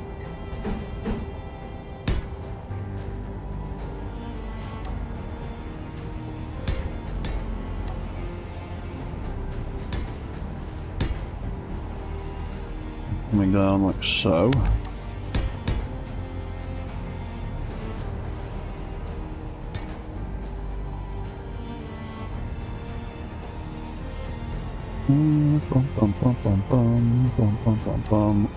Something like that, maybe.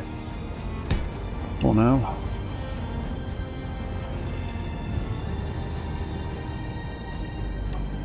Yeah, and then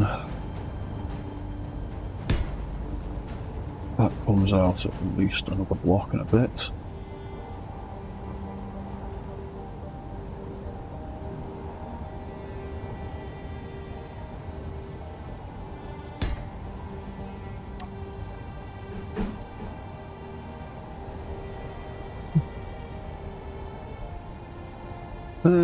And then that looks like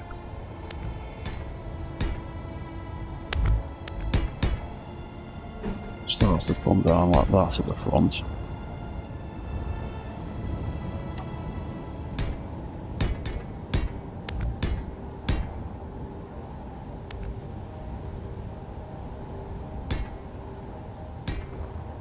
And that's got a ridgy thing that goes through the top.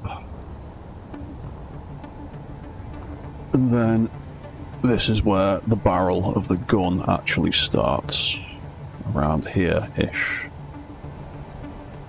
I mean... Oh, hey Chad. Yeah, I'm not intending to end any time particularly soon. It's only like 9:45 where I am. Might go for at least another hour or so.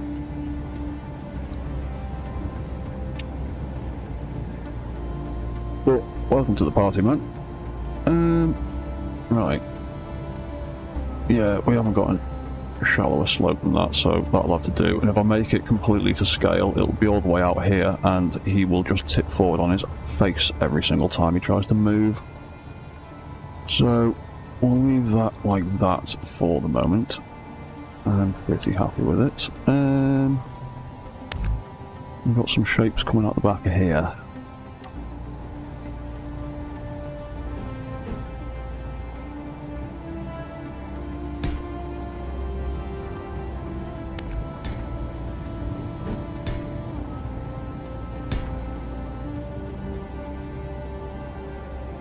Do something like that, maybe.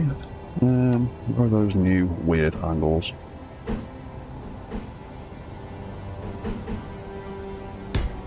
Pop one of them in. Pop one of the other one. Oh yeah, but they just stay up like that, don't they? We'll change that.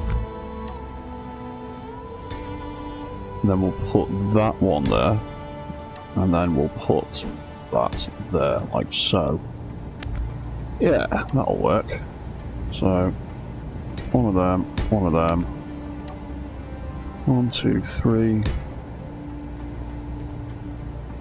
There we go. Yeah, that doesn't look too bad for the picture that I've got. And that looks like it doesn't come out all the way. That might just peel back like that a little bit.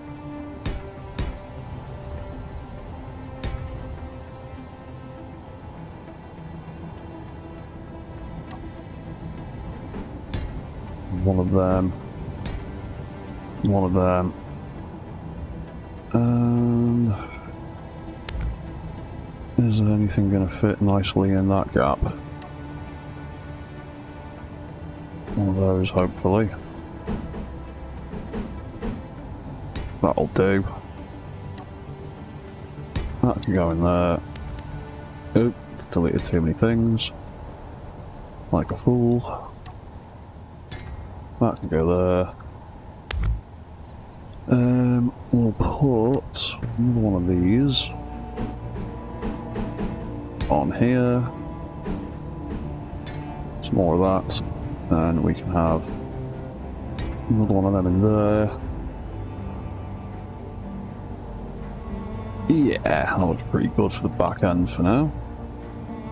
Oh, hey, Spaghetti Engineer. Cheers, man. Yeah, I like all the newer curve blocks that we've gotten over the last few months. You can do some much nicer things with them. In fact, we take that out of there. We do with that shape.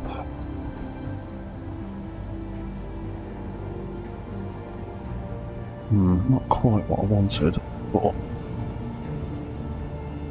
it might look better. Oh, in fact, it will look better, because it'll give us a bit more distance. So we have that there, that can go. That there, that there, that there. That looks a bit nicer. Makes it stick out a bit further. Yeah, and then we need to... what's going on at the bottom here? There's some kind of right angle type business going on down here. I think it's something like that.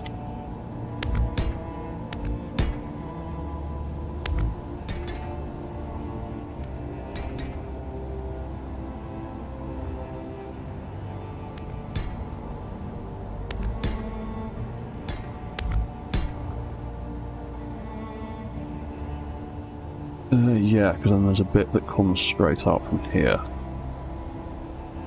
That's tucked just beneath the barrel.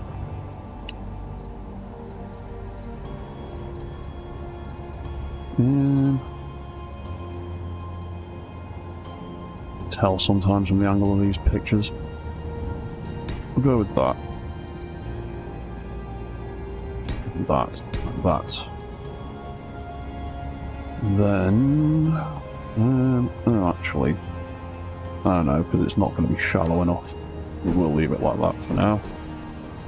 What's that like when we bring that all the way back up?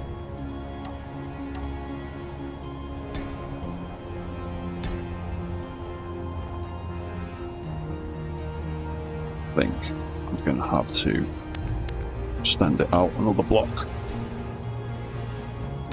At least. Do 1, 2, 3.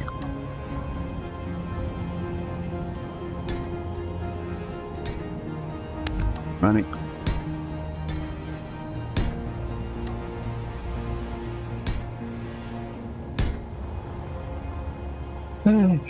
Yeah, I'll have to live with that for now.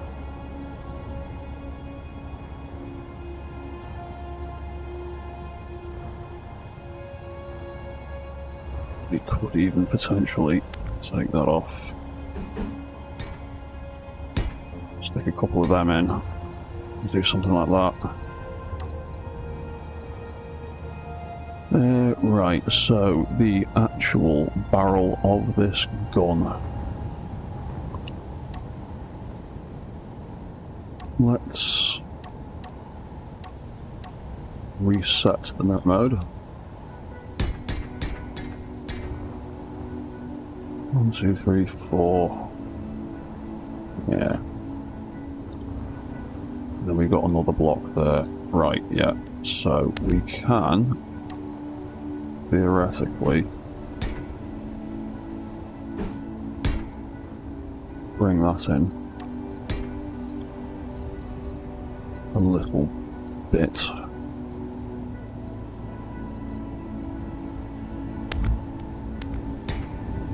Let's make it stick out a little bit further.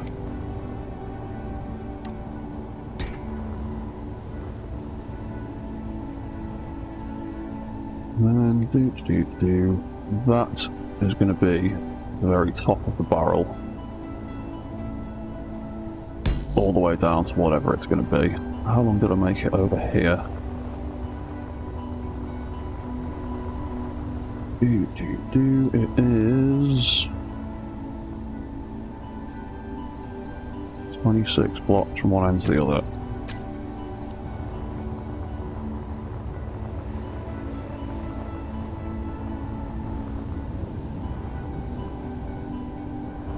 Up to there. No, we weren't far off. We'll just make it the same for now. So that's going to go all the way up like that, and it's basically completely flat and straight across the top of it. And then it's got some girdery looking things down the side, but this one's tall and skinny rather than flat like Rex's gun.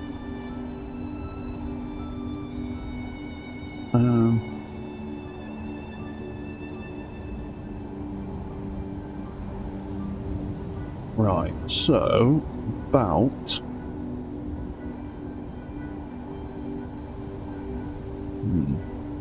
do that with. You can do it with the smaller ones for now. So about somewhere around here. Call it there for now. That's going to come out and be that wide, maybe? Yeah, because it has an overhang over, and that's going to be the outer wall of the barrel. Cool. Oh, hey Marcus. How you doing, man? How you doing, dude? So that is going to go 1, 2, 3, 4, 5, 6. Call it 7 for now. Are going to scale this gun down a little bit. Because, like I said, the realistic version is not actually conducive with physics, unlike like most mechs. I'll have that go across there like that. Then the sides of this gun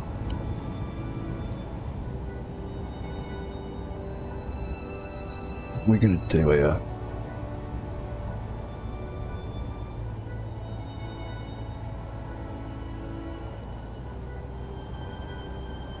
That's ultimately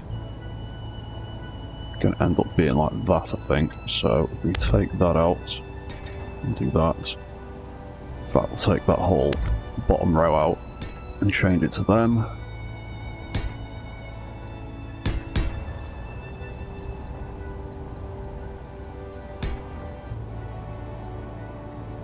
Yeah, that's going to come down here, and then we've got a gap at the bottom. Right. Cool, a plan is formulating. So that's going to come out like that. That is going to be like that. No, it's not. Let's explore some options for this bit, because it's kind of tapered. Oop, wrong button. Get rid of that one. Yeah, that looks more like it. So we do that and that. And then what are the options here? Or actually, we go with those ones.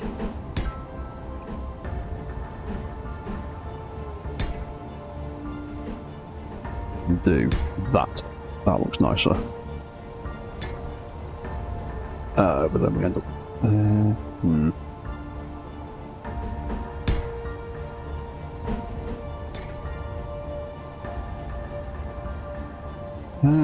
Dum dum dum dum dum.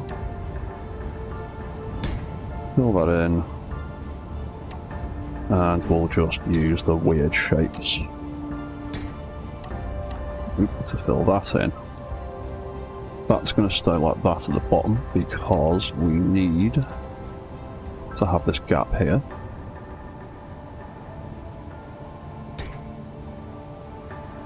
Fill that in. And then I need to get in there and put conveyor ports in. I'll take that out. There is a gap there. Put that back. Take that out.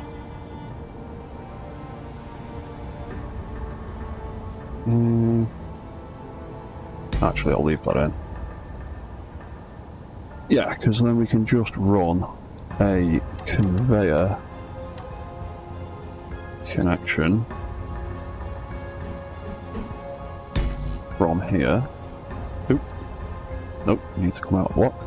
And we need to turn mirror mode off. That can go there, that can go there.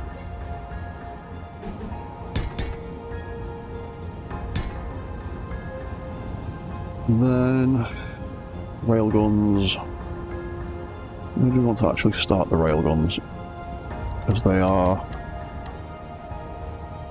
just going to get stacked one on top of the other, like so.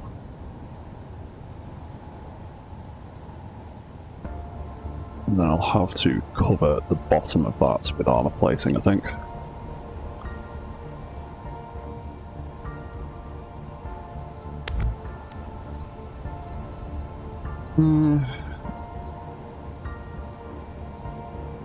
One, two, three. 1, 2, 3. You know what? There's as good a place as any to actually position them.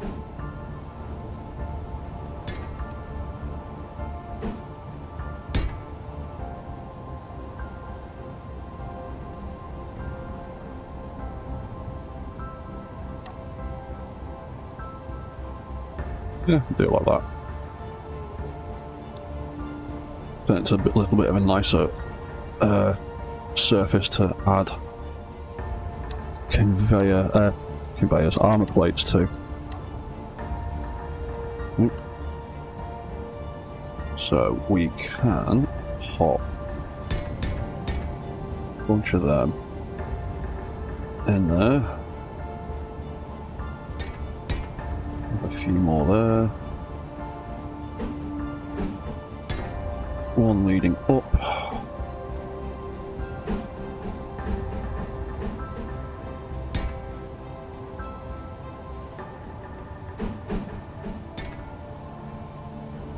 Then a couple of corners. Cool, so we are now, everything is green and piped in. Fantastic.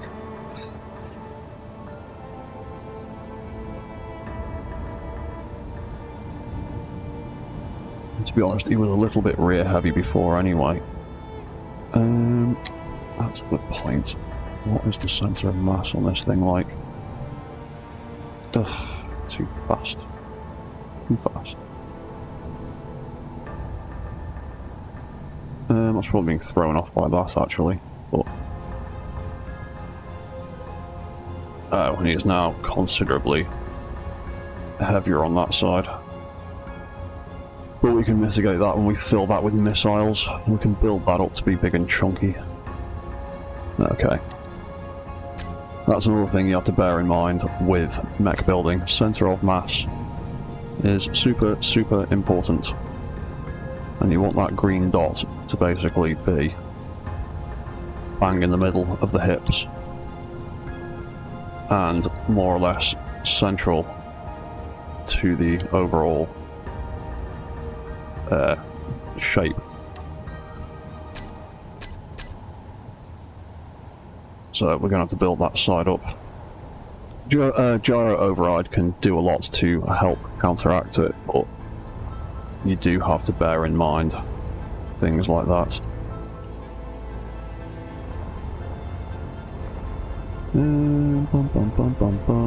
I cleaned up all the feet I deleted earlier, didn't I? Because I want to see if these foot pads are going to make a difference to his ability to walk.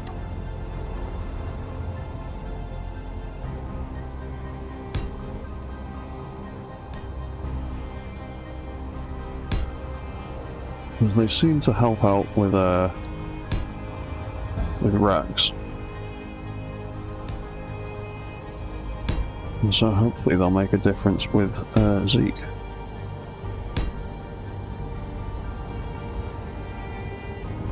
Oh, I get set up to 25. What did I do with the feet on Rex? Because Rex works perfectly fine.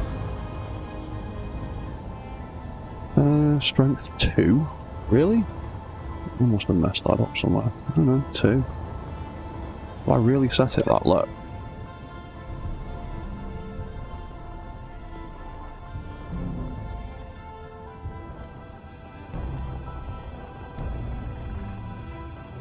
Yeah, perhaps I have, because Rex works fine.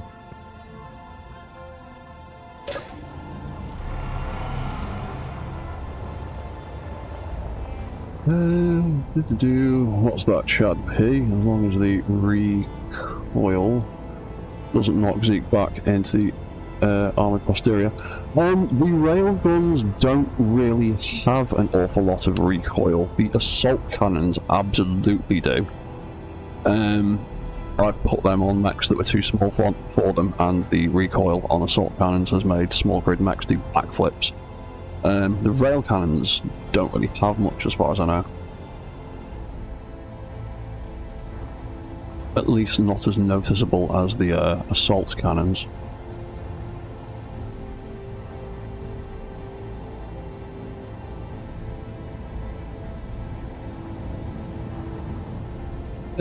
Right, so we'll call that Metal Gear Zeke 01. Railgun 01.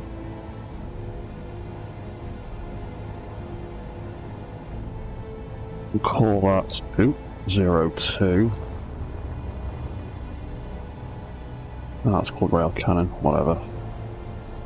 That needs to be Metal Gear Zeke. We'll call it rail cannon. It sounds cooler. Rail cannon. Ammo. Sorter. Sorter has an E in it. That's good, that's good, that's named. Camera. We haven't got camera and we haven't got a light. And we need to finish off this design anyway. So, that comes out about as far as there, sort of. Or at least that's how I'm going to have it for now. I don't want to make it much longer than this. And that's about a third of its total length. Yeah, hopefully. What is it? 1, 2, 3, 4, 5, 6, 7, 8.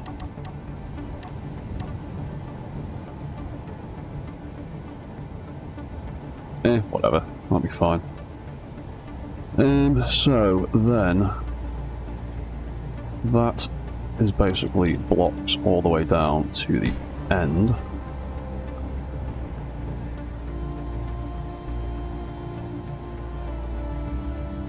And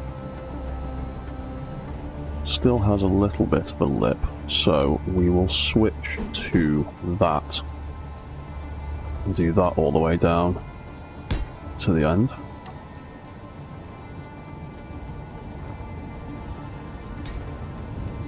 And then, from the look of it, it's mostly just blocks and then figuring out ways of greebling to make it look cool. But that also comes back at least a couple of blocks. And it looks like it also drops down a bit to something like that. Which is actually going to need to be much longer, but yeah, that'll be fine for now. Circus Mech's doing backflips. It is funny to see. It's not so funny when you've forgotten to turn damage off and everything explodes and you have to reload a game, which just has happened. Yeah, right.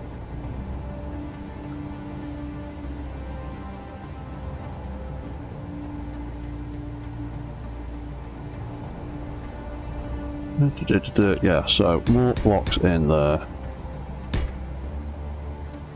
More blocks in there.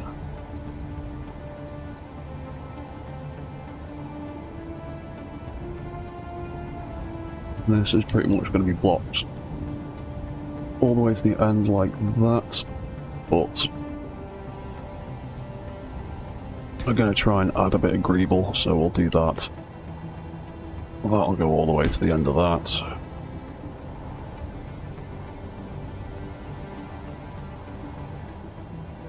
What can we do to make this look less blocky? We can take that entire line out and replace it with that.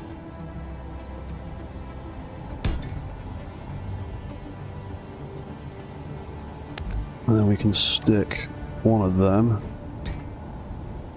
in there. That looks much nicer.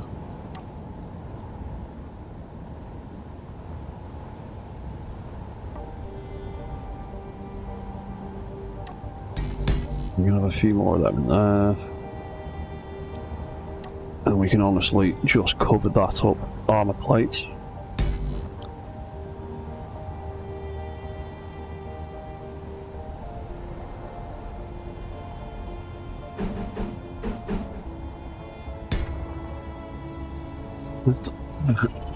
To save on the PCU, I'm just going to add a few extra connections like that. Don't want to go completely mad, but I do like to add a little bit of greeble in as well, so we'll do something like that to the bottom of the barrel.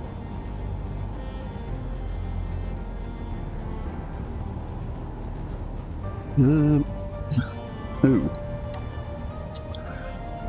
We could even actually greeble the inside of this barrel a little bit, so we only need it to be flat on the outside. We can have a bit of that going down the middle. Do the same with that. Or we could even use that one. Yeah, I think that one looks better. Take that out. Put that in.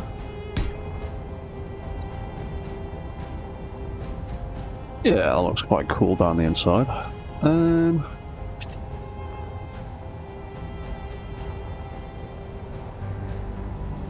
that leaves us with a half block space, so we could put in something like that, maybe. Or, yeah, we'll go with that. So then you can see into the barrel a little bit, and you can see the railgun slightly. Yeah, I like that.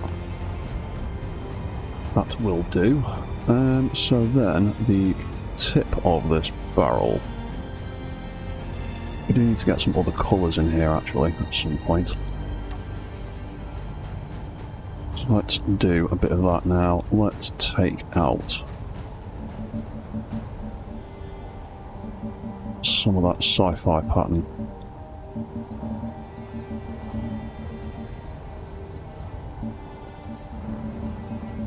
Do the plating at the top like that. We will do things a bit to the side like that. What did I do on Rex? I used a combination of the sci-fi armor and just the plain colours.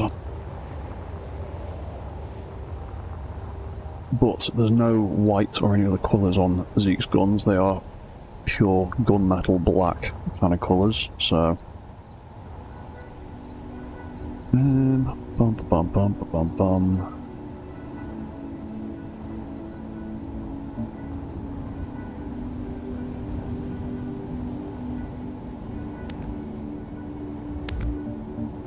Yeah, we'll just quickly replace those bits.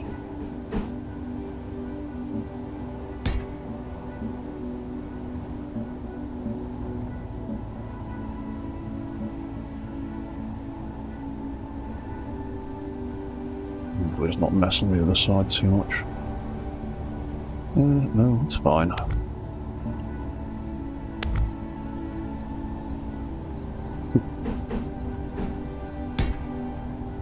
And that one wants to be that colour.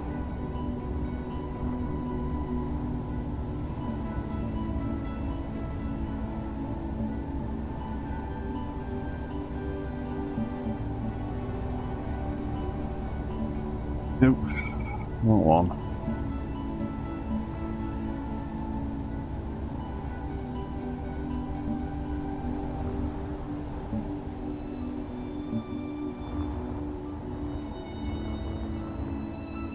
There we go, it's not quite as over the top, and we might also... Oh no, because that's connected to there, I want that to be distinguished from that. You know, we'll leave that like that for now.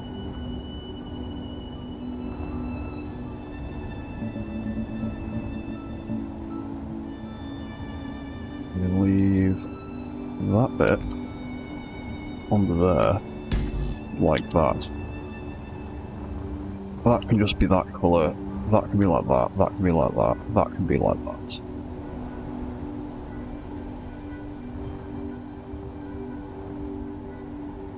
Yeah, I like that, that'll do. Cool, we'll stick with that for now. So, the end of this barrel, what else was going on with it? How long is this section actually? Even number. Oh yeah, I needed to extend it another block, didn't I? Divvy, you forgot about that. So that's going there. That's going there. And... that's going there, so that needs to move.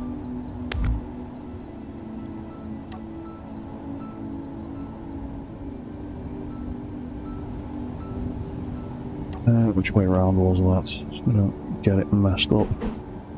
There we go.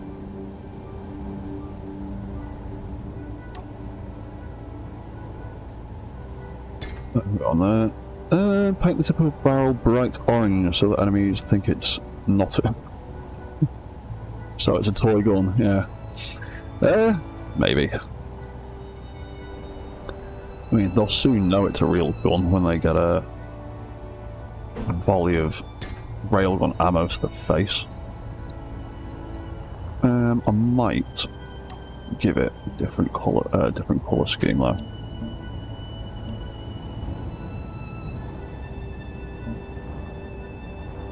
Or different skin rather.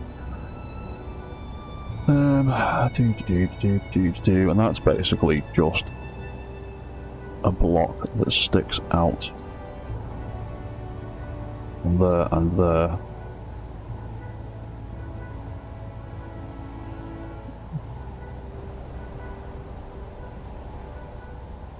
And it's basically, yeah, it's just an extension of that.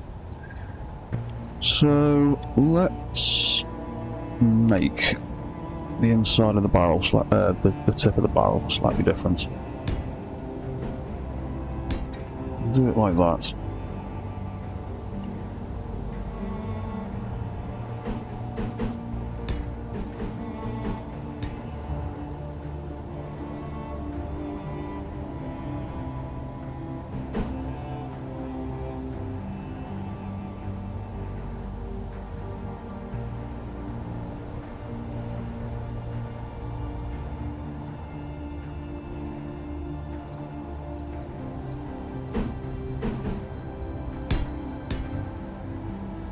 Might do something like that and then leave the bottom of it open.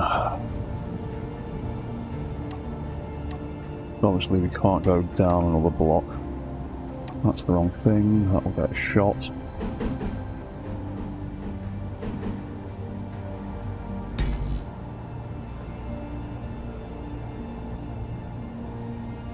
We can have something like that. The ends, that'll be open like so.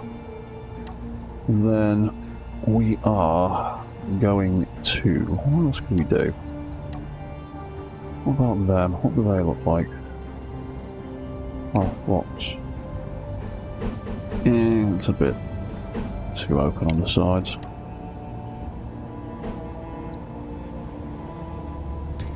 Might just have it like that.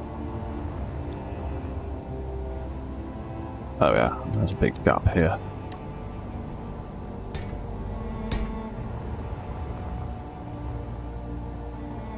Yeah, we'll go with something like that for now, because Space Engineers has only got 2x1 slopes. We can't taper anything down any more than that, really.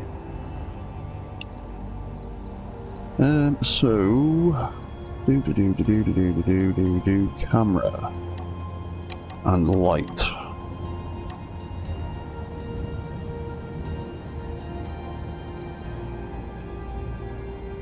You can stick a camera right on the end like that.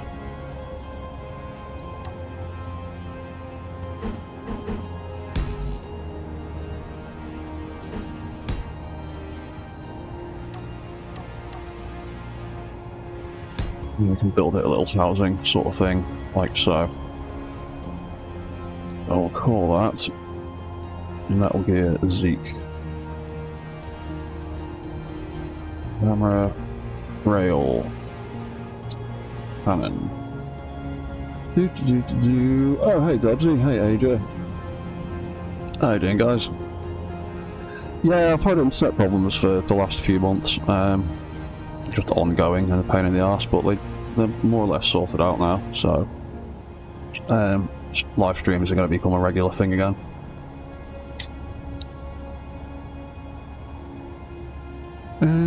Right.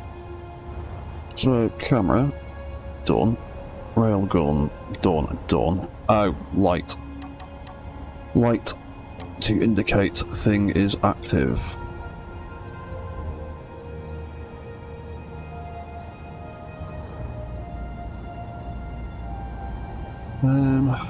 Where can we... you know what?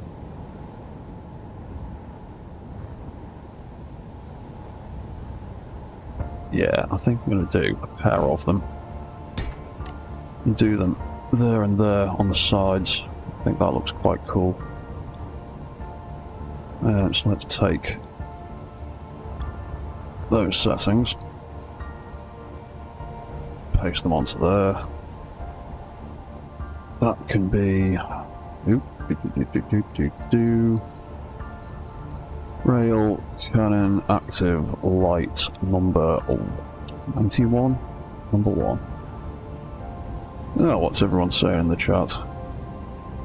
Ooh, chat's very active. Asia, I wasn't really planning to, but like I said at the beginning of the stream, I started tinkering around with Zeke, and then realised I was doing too much and I should just save it for a live stream, and I thought, hell, why not just do a live stream? I did put a post about it on YouTube earlier this afternoon, but YouTube is crap at sending out notifications, because I put it on YouTube and it wasn't until about an hour and a half later that I got the notification on my other YouTube account on my phone, which I have set to follow my Dread Mechanic account, just to see how YouTube behaves with stuff. And yeah, it took like an hour and a half for me to get that notification that I'd just sent out to myself. So YouTube is a bit unreliable. Copy that. Paste that onto there. Oh, did I not name that properly? Oh, I did, I just didn't copy it properly. There we go, rail cannon number 2.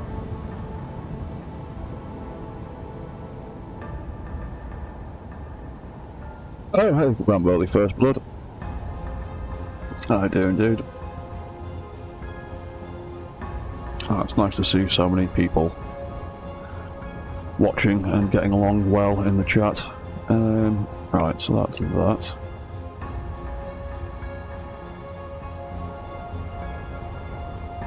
Hopefully, yeah, after the issues on the community server the other day, I definitely do need to remember to blueprint things. Problem is, I keep chopping him down and sticking him back up, so I keep having to rename him again and again and again. Metal Gear Zeke Mark 1. I've got in my blueprints folder, I've got about 1 million just small grid random number from. Apparently I never blueprinted that properly in the first place, so thank you, Topsy. Right. That railgun is more or less functionally built as far as I'm concerned right now, so let's have a tinker with its settings. So we are going to have, that was the camera, that is going to be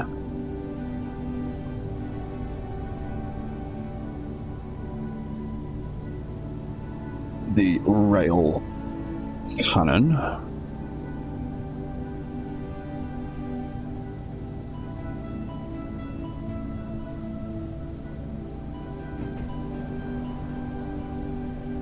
Ah, yeah, that works out quite nicely actually. So we can have that for that. That can be the rail cannon on off. What's that, Dobbsy? You need liquid snake sound bites.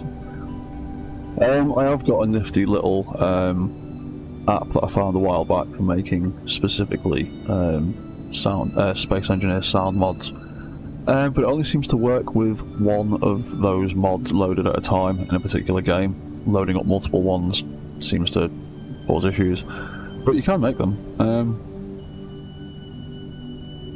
I used that mod to make the roaring sound effects for my Mechagodzilla and Mecha King Ghidorah designs about a year or two ago.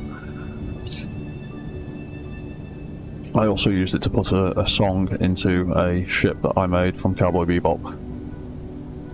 And then that got me a copyright strike when I posted a video of it on YouTube. So that can be that. We then need controls to turn the railgun on and off.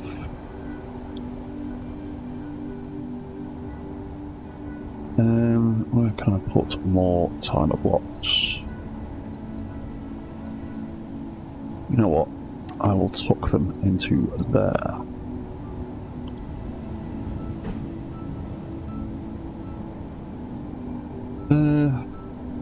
Yeah, which way around are they? That way around. Yeah, cool. Right, so I'll put that and that. Oh, wrong button. Wrong button in there. Oh, hang on, I've got those there, haven't I? Oh, no, because that was going to be the camera. Yeah, ignore that. Copy all. Faye Valentine is your 4th favourite anime brunette. I mean, technically she's got purple hair in all the animations I've seen, but yeah, Faye Valentine is pretty cool. Motoko Kusanagi from Ghost in the Shell, that's my anime waifu, if anyone's interested.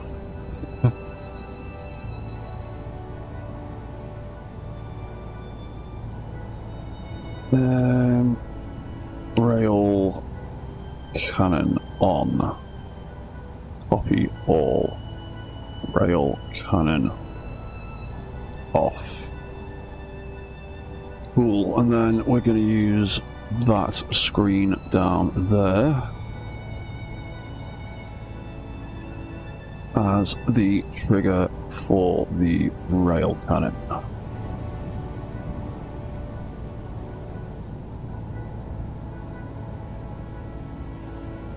Bum bum bum bum bum. So we've got a switch, we've got an event controller, we've got the actions, and we've got everything named, and we've got a turret controller. Fantastic. So if I type in rail, we should have all the bits that we need. Right, rail cannon, azimuth, that is the hinge. Rail cannon, hinge, elevation, that is the rotor. Camera, rail cannon. Guns, the two rail cannons. Control, up is up and down are right, left and right are backwards. We'll make this a little bit slower because it's a lot of mass to be throwing around.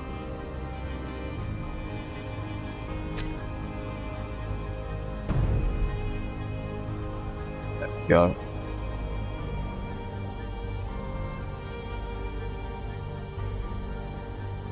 Something like that. Although I have a feeling the head can turn far enough to smack into that, so I might have to adjust those settings.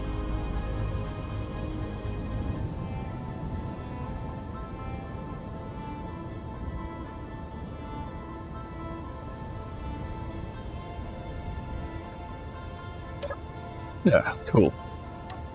Okie dokie. Right, so, rails. What's that, Ramboli? You are working on the AC-130 Spokey with folding wings. Oh, cool.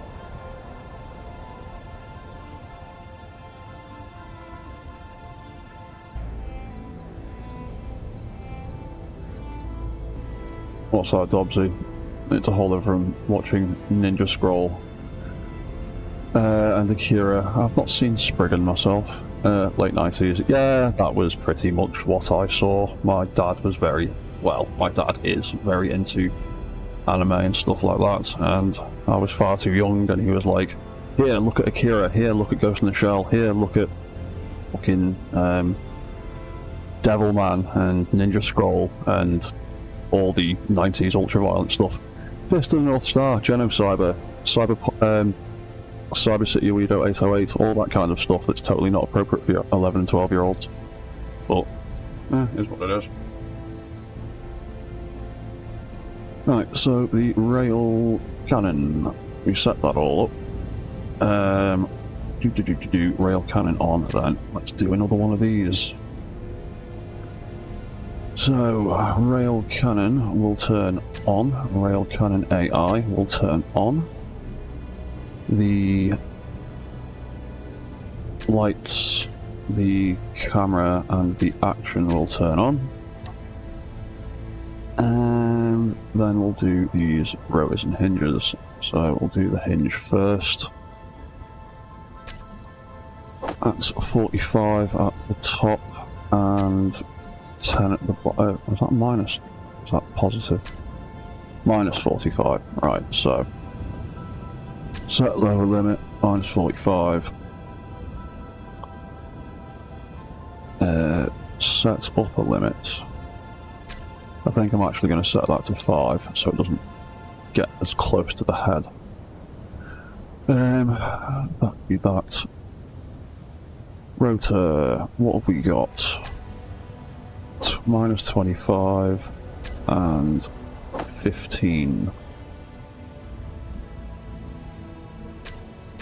That doesn't sound right.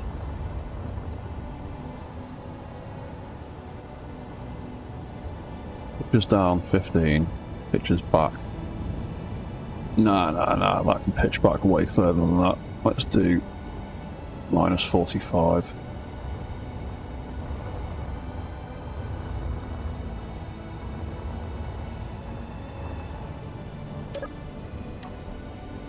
No, rail. Everyone's talking about anime again. That's why I love my chat. Yeah, 70s thing, Speed Racer. Yeah, well, that's the one my dad was always banging on about when I was a kid. Speed Racer was like his like teenage era of anime, because that was the 70s. So yeah, my dad would have been about a teenager in the 70s, I think. I'm doing the math right. So yeah, there was a lot of Speed Racer when I was a kid. Ghost in the Shell is pretty much my favourite one though. That was the one that I really got hooked on.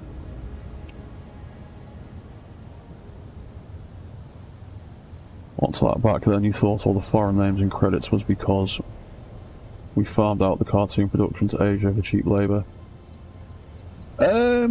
Yeah, a lot of people didn't realise that in those days. It's because, well, there was companies literally like Manga Entertainment that were just buying anything they could get their hands on and then not knowing any Japanese and then just watching the episodes and making up a script to dub over the top. And then just keeping all the original, like, credit sequences with all the Japanese titles. So it confused a lot of people. It's why a lot of stuff released under Manga Entertainment in the 90s has the same 5 voices voicing everything. Because they basically just had a couple of their mates doing all the voiceovers in a variety of ways. So that's going to do that. Oh yeah, rotors.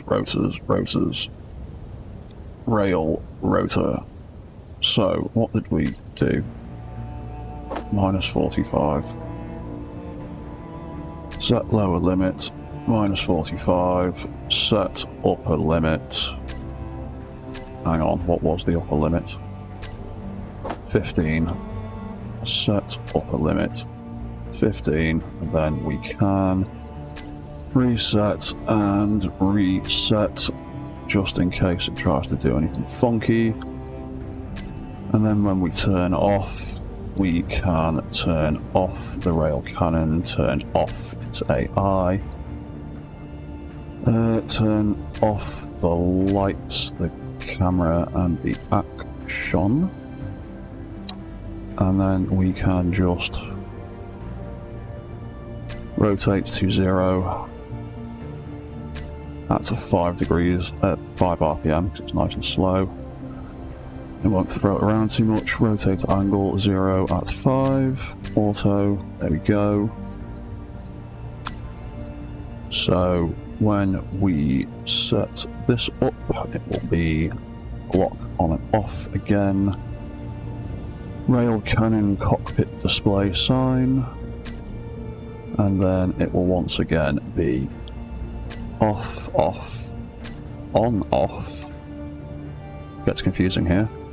On, off, on trigger, off trigger. Then we turn that on and turn that off. When we turn that on, we can also set the AI to target friendly things so we actually know that it's working. And then we can turn that off again, it resets, we can turn it on, it kicks in. And then we can set up a button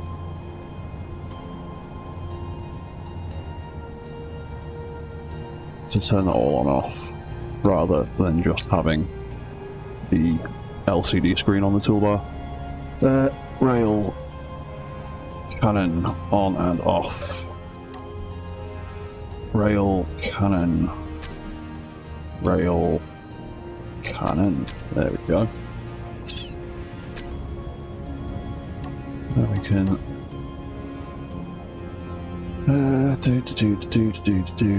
yeah, we've done that. Then we can set some rail cannon stuff up here, so we can trigger that. We can control it, we can turn off the AI if we wish. We can select the weapon, and then we can cycle subsystems, focus locked target, target friends, target neutrals. Oh, wrong button. So now we can turn that on, we can take control, And we haven't got any ammo in it, so it won't fire right now, but that all works. And we can turn it off and it resets. Sweet. I do think that needs to be a little bit stronger though.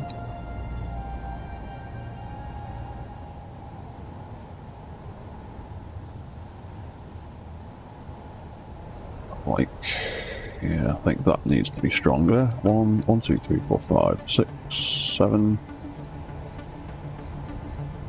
1, 2, 3, 4, 5, 6, 7. Oh, what's the chat doing? Oh, Jesus, there's lots of things going on over there. Oh, hello, Luigi Starkiller. How you doing, man? Everyone's just going off on anime. Awesome.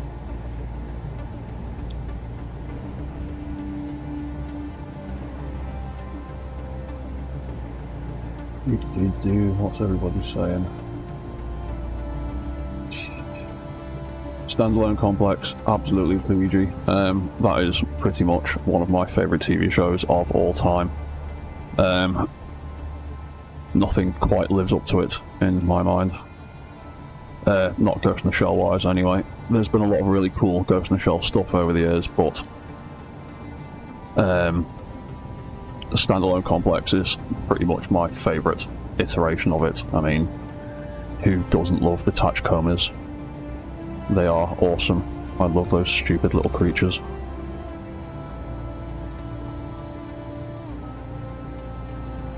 Oh, I've set one of those velocities wrong, I think. Rail off. I think I screwed something up here. Because that shouldn't have been set to 60 RPM. Rotate to angle 0 at 5 RPM. There we go. That's the one. Rail cannon on. There we go. That's more sensible.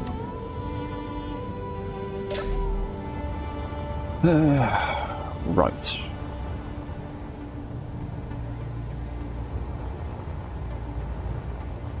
Let's give this a go. I think it's going to be really overly heavy on its right hand side because of the rail cannon.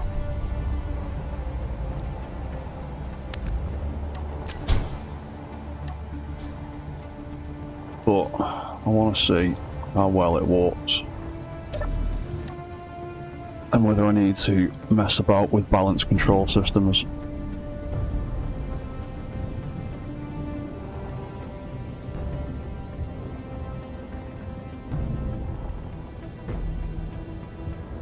That's not too bad.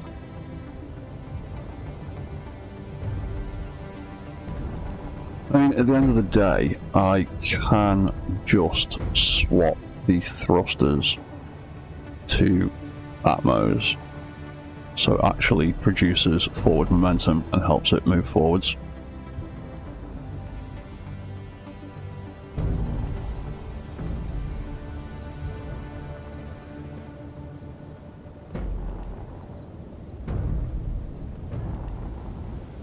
But he is moving forward slowly.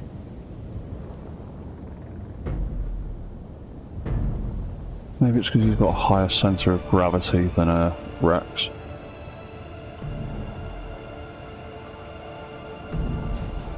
Well, at least he doesn't tip over. That was my main concern, because I didn't want him to go over sideways with all that weight on him. So I'm happy with that.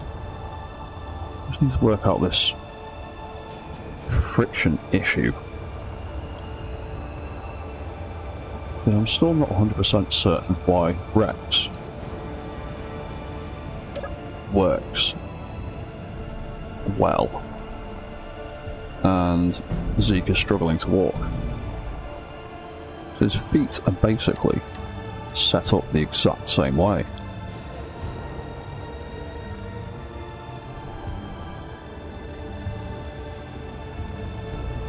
He doesn't have problems.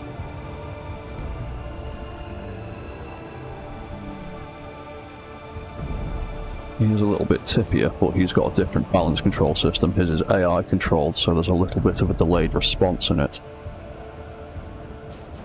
But it is self-correcting.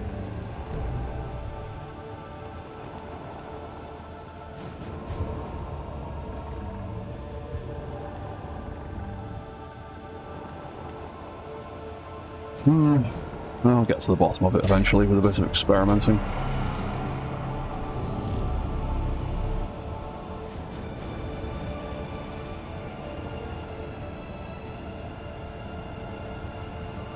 To do. I've missed a bunch of messages. Does Zeke have the full sex loadout? Chain Gatling's knee missiles. Oh, I forgot he's got knee missiles.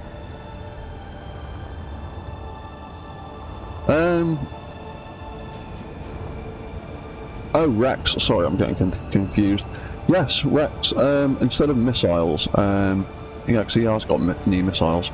I used flare launchers instead, because I thought, why not? I did consider using missile launchers, but they were really big and they stuck out loads the way I had to mount them.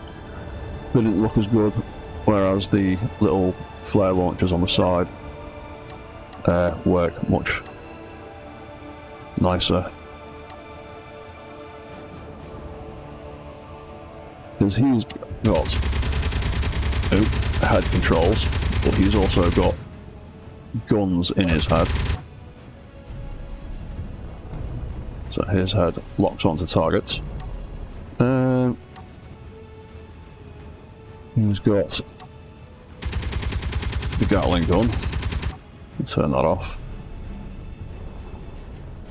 Which targets as well. And then we've got the flare launchers that are all individually controlled with their own turret controllers.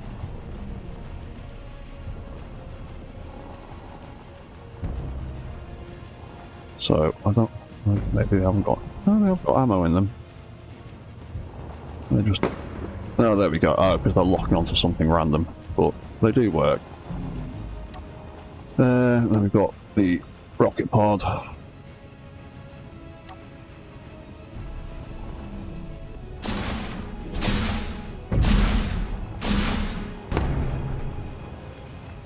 Again, works. It's got some big flappy bits that stick out the side of it when it locks target. And then we've got the rail cannon.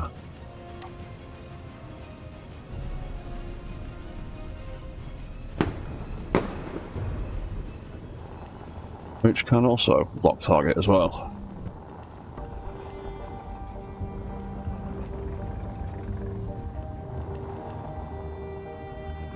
Oh, hello Scotias. How you doing? It's almost the middle of the night for me.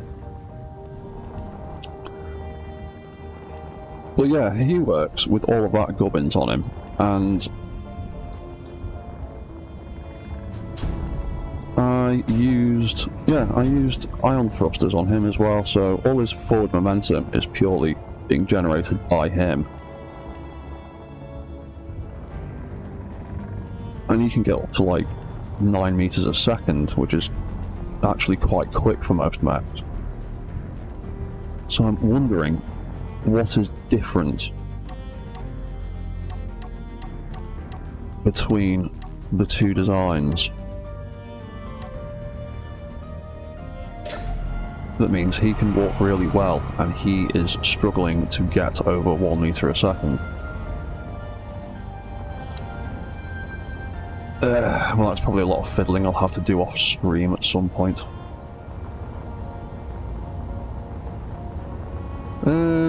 Right, so they all work.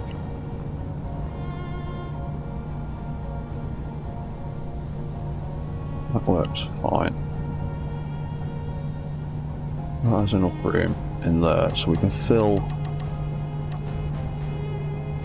that gap back in, and then figure out some greebling for it later on. The sun's going down. Turn the sun back on so I can see properly. There we go. Right, so what's that? I've nearly done 5 hours straight. Right, I am going to wrap this up pretty soon because it's quite late where I am. And I want to go and get something to eat and do some other things.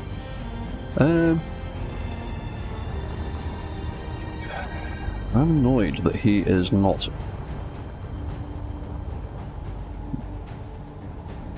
generating as much forward momentum as I thought he would. Right, the other feet on Rex were shockingly low compared to what I thought they were. What if I do the same thing here and make them at 2%, which I thought was stupidly low. But you never know, sometimes strange things make a difference.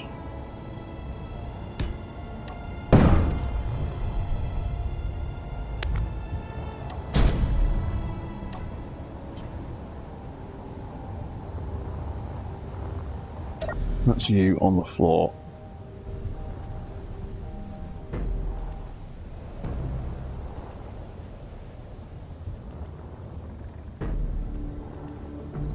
You're very bouncy, but you are actually moving forwards now. That was the difference, apparently. Because he's a bit bouncy, but he's actually picking up speed. So maybe having them too rigid was causing some issues. What about if we turn down the rigidity on the legs? 15, 1, 2, 3, 4, 5, 6. And make the ankles and the hinges, ankles and the hips, a little bit softer.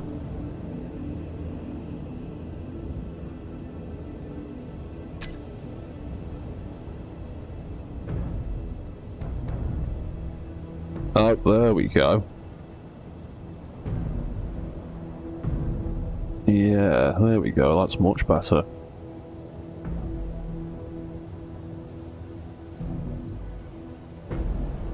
He's still a bit bouncy, but he is at least, pardon me, he is at least walking forwards now on his own.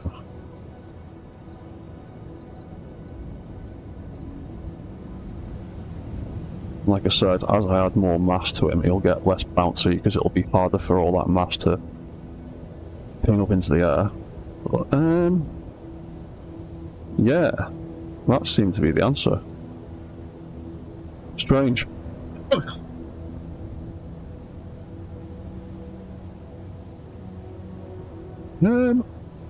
Okay. That was the answer to that problem then. It really, really was the foot pads being too strong. Okay, so we've done all that.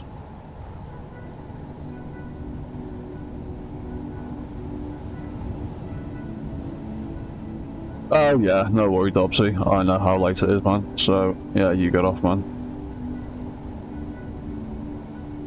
Yeah, I might add a thruster for a bit of assist, but Rex doesn't need one. I intend to try and make it the same way. I mean, the thruster itself, you can add thrusters to assist in the momentum. I use the ion ones specifically because they don't provide any thrust, and then everything is generated by the mech itself, because I like to try and get it to actually have like proper mechanical motion rather than just being pushed along, but sometimes you've got to do that. Right, so I want to, before we get off, I want to put some AI blocks back in here and do a bit of AI testing. So I need them realistically in line with the middle of the control seats because they're all going to use the same kind of orientation. So, for now, we will stick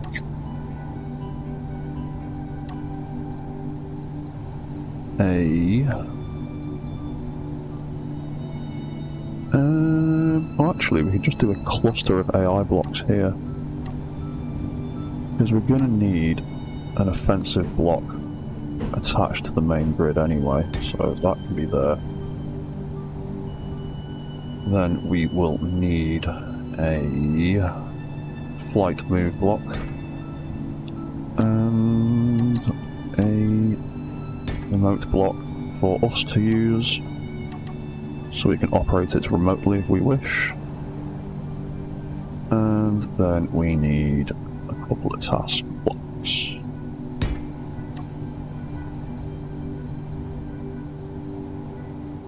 Cool. So, if I quickly set them up. Where are they all? There they are.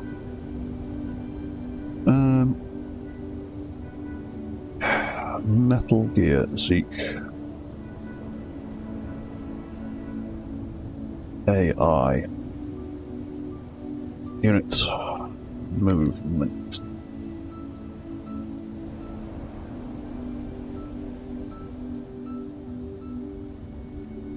I'm not, Chad, I'm not using the wheel suspensions, because at this scale they are even more bouncy than, what you've seen here with the rotor suspensions. Yeah, like I mentioned before, wheel suspensions as feet are really good on, like, big, large grid mechs, because they have the mass to kind of weigh themselves down. Whereas with small grid mechs, the wheels are really, really bouncy. Like, it'll make it bounce like 6 feet in the air. No worries, Rambo. I'm going to knock off myself in about 10 minutes anyway, so that's not a problem. Thank you for joining. I'll see you next time. I'll probably do some more streaming next weekend as well, so it won't be long. But yeah, before I go, I want to get this thing walking and following me around again. So, AI movement. AI guard. That's not how you spell guard. That's how you spell guard. AI patrol.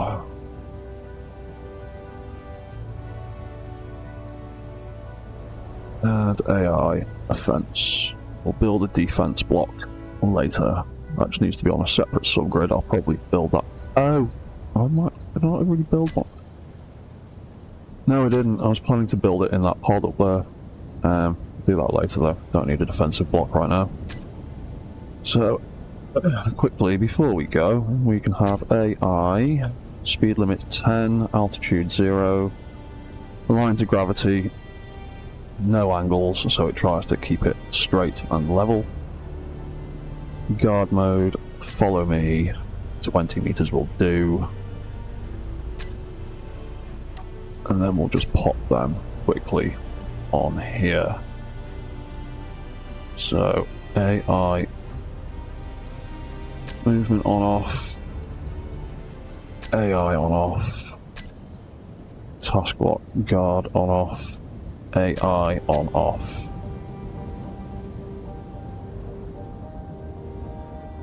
Yeah, bouncy mechs are good if you're trying to make something that runs or jumps. If you're trying to make something that lumbers around in an intimidating fashion, it's not that great when it's bouncing 6 feet in the air. Like, this guy's not too bad, and he just about gets away with having suspension in the back just to catch a little bit. But yeah, there's a fine balance. Like, on this foot design, the blocks are taking most of the weight, and that's just adding a little bit of friction at the back. Whereas when you design it so that it's all wheels taking all the weight, that's when it gets real bouncy. Because this guy's only little, he can get away with having block feet without smashing stuff to pieces.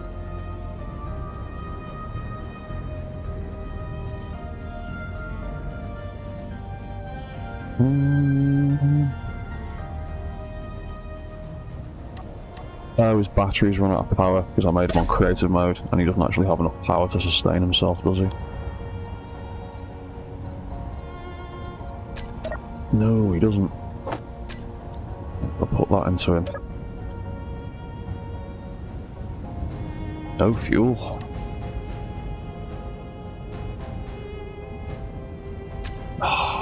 Oh, obviously it won't, because there's no fuel to transfer. There's no power for the fuel to be transferred. There we go. Let's do that for now. Yeah, because he's only little, his feet don't create much impact and don't smash themselves to pieces like something big like that dude does. So we can get away with having blocks take most of the weight. Whereas the big ones, they, as I demonstrated over in the corner somewhere earlier, there's holes in the floor somewhere, they just smash themselves to pieces at this scale. Right, so I think that's all the bits I need for the AI controls to work.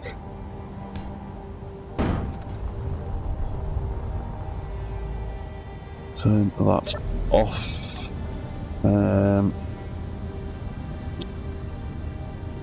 Turn all of the reverse control stuff off, because that'll just interfere.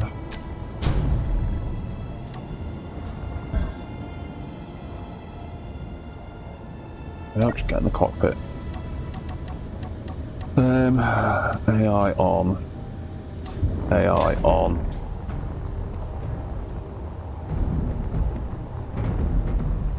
Oh.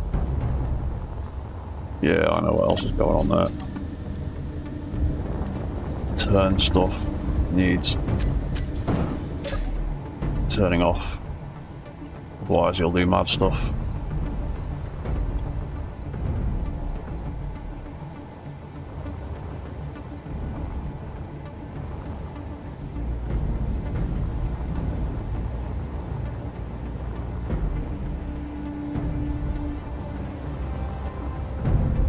Oh, and the reset timer needs turning off because that messes with it as well.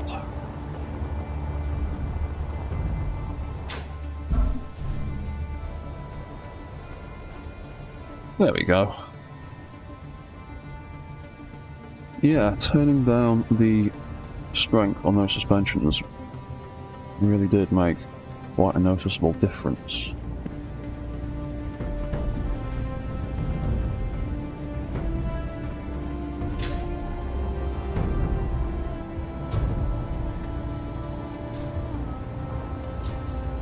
There's a weird bug in his legs, I need to work that out.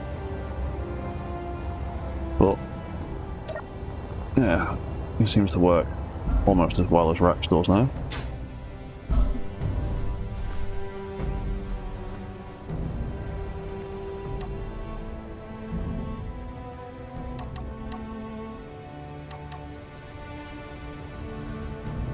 Yeah, you know, you just have those two lumbering giants wandering around, shooting stuff if you like.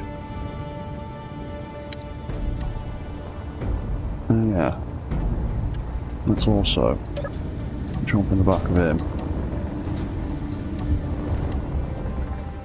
and turn his head controls on. There we go, it's a bit better.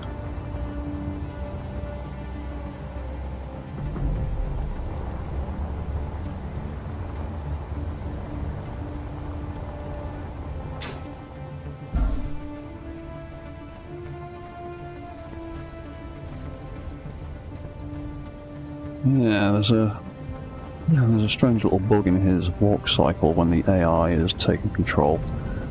There's a weird little flick. I need to work that out. But yeah, okay. He's walking, and we've set up most of the moving parts. In fact, let's turn them all on. Auto cannons, Gatling guns, rail cannon.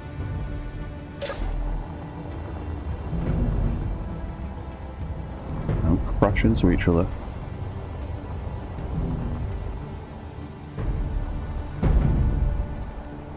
Yeah, I need to set them up with some custom collision avoidance type stuff, like I do with my other Macs, because I quite often put a sensor on them, like I have with this guy. Oop, that's the wrong button. On guard mode, that's what I want. And then it's got a sensor in it that turns the walk controls on and off, or it should do. Ah! You're coming to get me.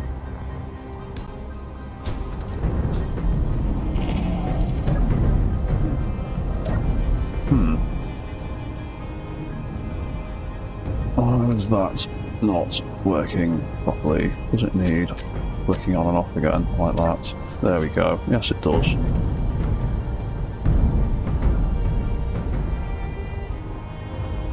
You're gonna get yeeted if you're not careful, little guy. But yeah, he's got a sensor on him that stops him walking when stuff gets in his way. I need to put the same thing onto these guys at some stage.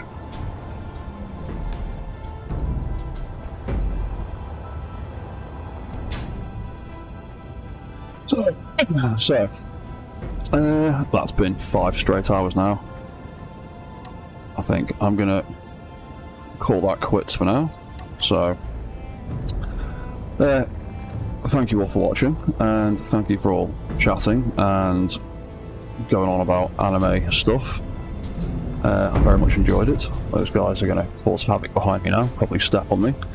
So I will probably be back next weekend for some more streaming, probably doing some more work on Zeke.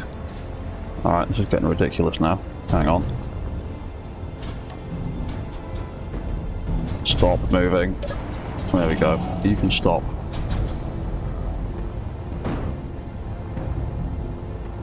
What are you doing, Zeke? There you go. Settle down now. Right, what was I saying? Cheers, Chad. Yeah, I'm happy with progress. We got him walking. He's still fairly balanced when he's moving about, which I'm quite happy with. He's got a little stutter that you can see right there in his walk cycle when the AI takes control. I need to work out what that is. But for the most part, he's working pretty well. So I'm happy with that. So yeah, I'm going to call that quits on this one. I'll probably be back next weekend for a little bit more. Little note, from now on, Mech Yard is probably going to be more of a 2-week thing, because I've just not got the time at the minute to hang out an episode on a weekly basis. So I'll probably do lots of streaming next weekend, and oh, there you go, getting stepped on. And the weekend after, I'll come back with more Mech Yard. So cheers for watching, cheers for chatting, and I'll see you all next time. So thanks for watching, and goodbye for now.